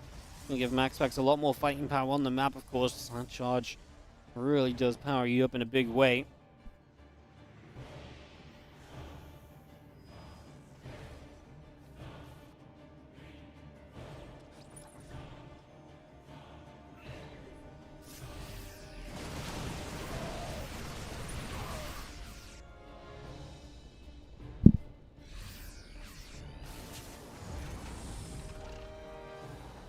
I'm just going to see that Bio continue to gather up. A couple of mules are going to drop down. Prism going to move into the natural. Missile turret fires. Azalt already firing up as well. SCV's taking some shots at Bio Army. And fire back as well. Our Stalkers are going to get rid of some SCVs. And the rest of the Bio from ByuN moving back over to that right-hand side. There's a lot more Marine Marauders still pouring out from ByuN as well. So we keep those numbers coming. The more of that we bring out, the better off we're going to be.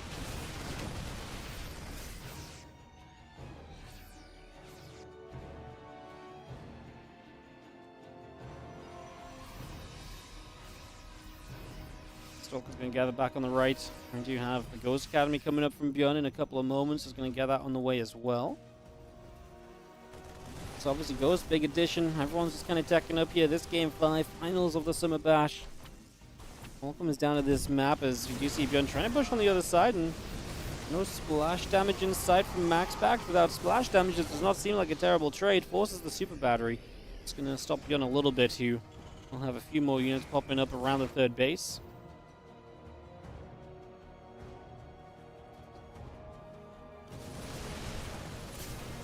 Just coming over, those couple of Zalds going down immediately, just going to clean those out as well, pick those off.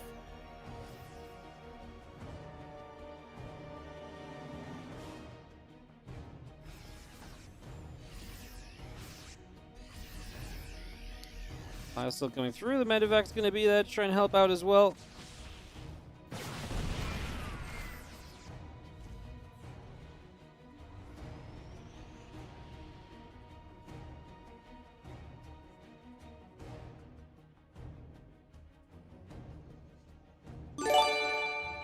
ByuN's going to move back over that right side. What's up, Danny LeVeteran? Thank you so much for the 25-month resub. Good afternoon to you, mate. Thank you so much for resubscribing us. Well, MaxPax does find a 5th base. One of the problems on Alzini was never getting that 5th base. This is a much more even game. Final map has definitely given us some competition here. 10 minutes deep, and outside of one fight just going extremely well for someone, we're not really close to a finish. And this Colossi can do enough to kind of scare the Terran player back. It's terrifying to push into a Colossus like that, especially two of them when they start lasering down Marines. Gotta be super careful about it. And MaxPax is going to start pushing back that ByuN army just a little bit. The few Stalkers trying to do their thing. And it's just Stalkers. ByuN should turn around and does just that to force the disengage. Thank you as well to Incubus311, 44-month on the resub. Thank you so much as well. So appreciate the support. Thank you so much.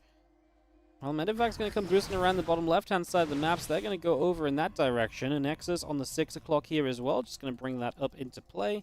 Get that on the go.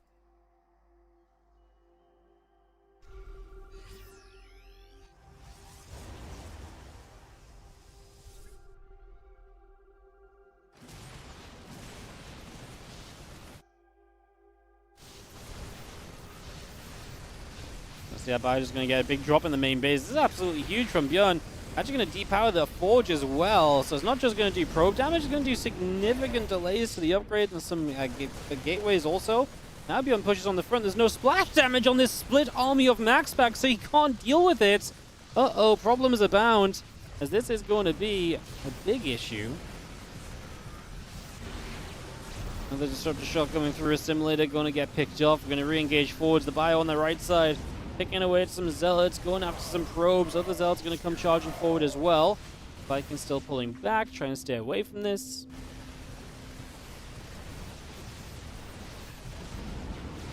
Just now the Stalkers going back through. Medivacs, one more of them going down. Cannon going to be dropped on top of here. The Bioforce getting there, picking off that cannon right away. Stalkers going down. The probes getting picked away at 27, 28, 29, and counting. Workers killed. The damage done over the last minute from ByuN is absolutely incredible. MaxPax is going to be at a severe worker disadvantage. Can he rebound from this? Fourth command center coming up on the 12 o'clock. It's going to have ourselves the Disruptor and the +2 coming up there as well.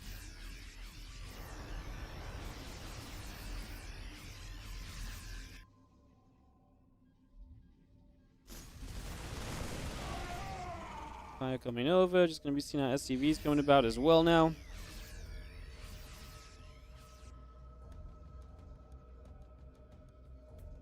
Army is gathering. ByuN again maxed out, so is MaxPax.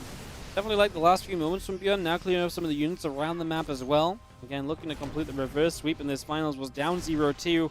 He's going to have DTs in his mineral lines though, and that's something that MaxPax is going to keep on firing up at ByuN throughout the course of this game from now on. There's not going to be any stopping. We probably have a missile turret over here as well, just in case DTs do slip by. Denying the fifth. Again, we talked about it on Alcyone, but lack of a fifth base really stops the Protoss play from transitioning.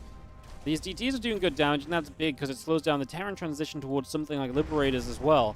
So at least MaxPax is doing something to slow ByuN in this game, whereas on Alcyone, it was just MaxPax that was unable to kind of really keep progressing.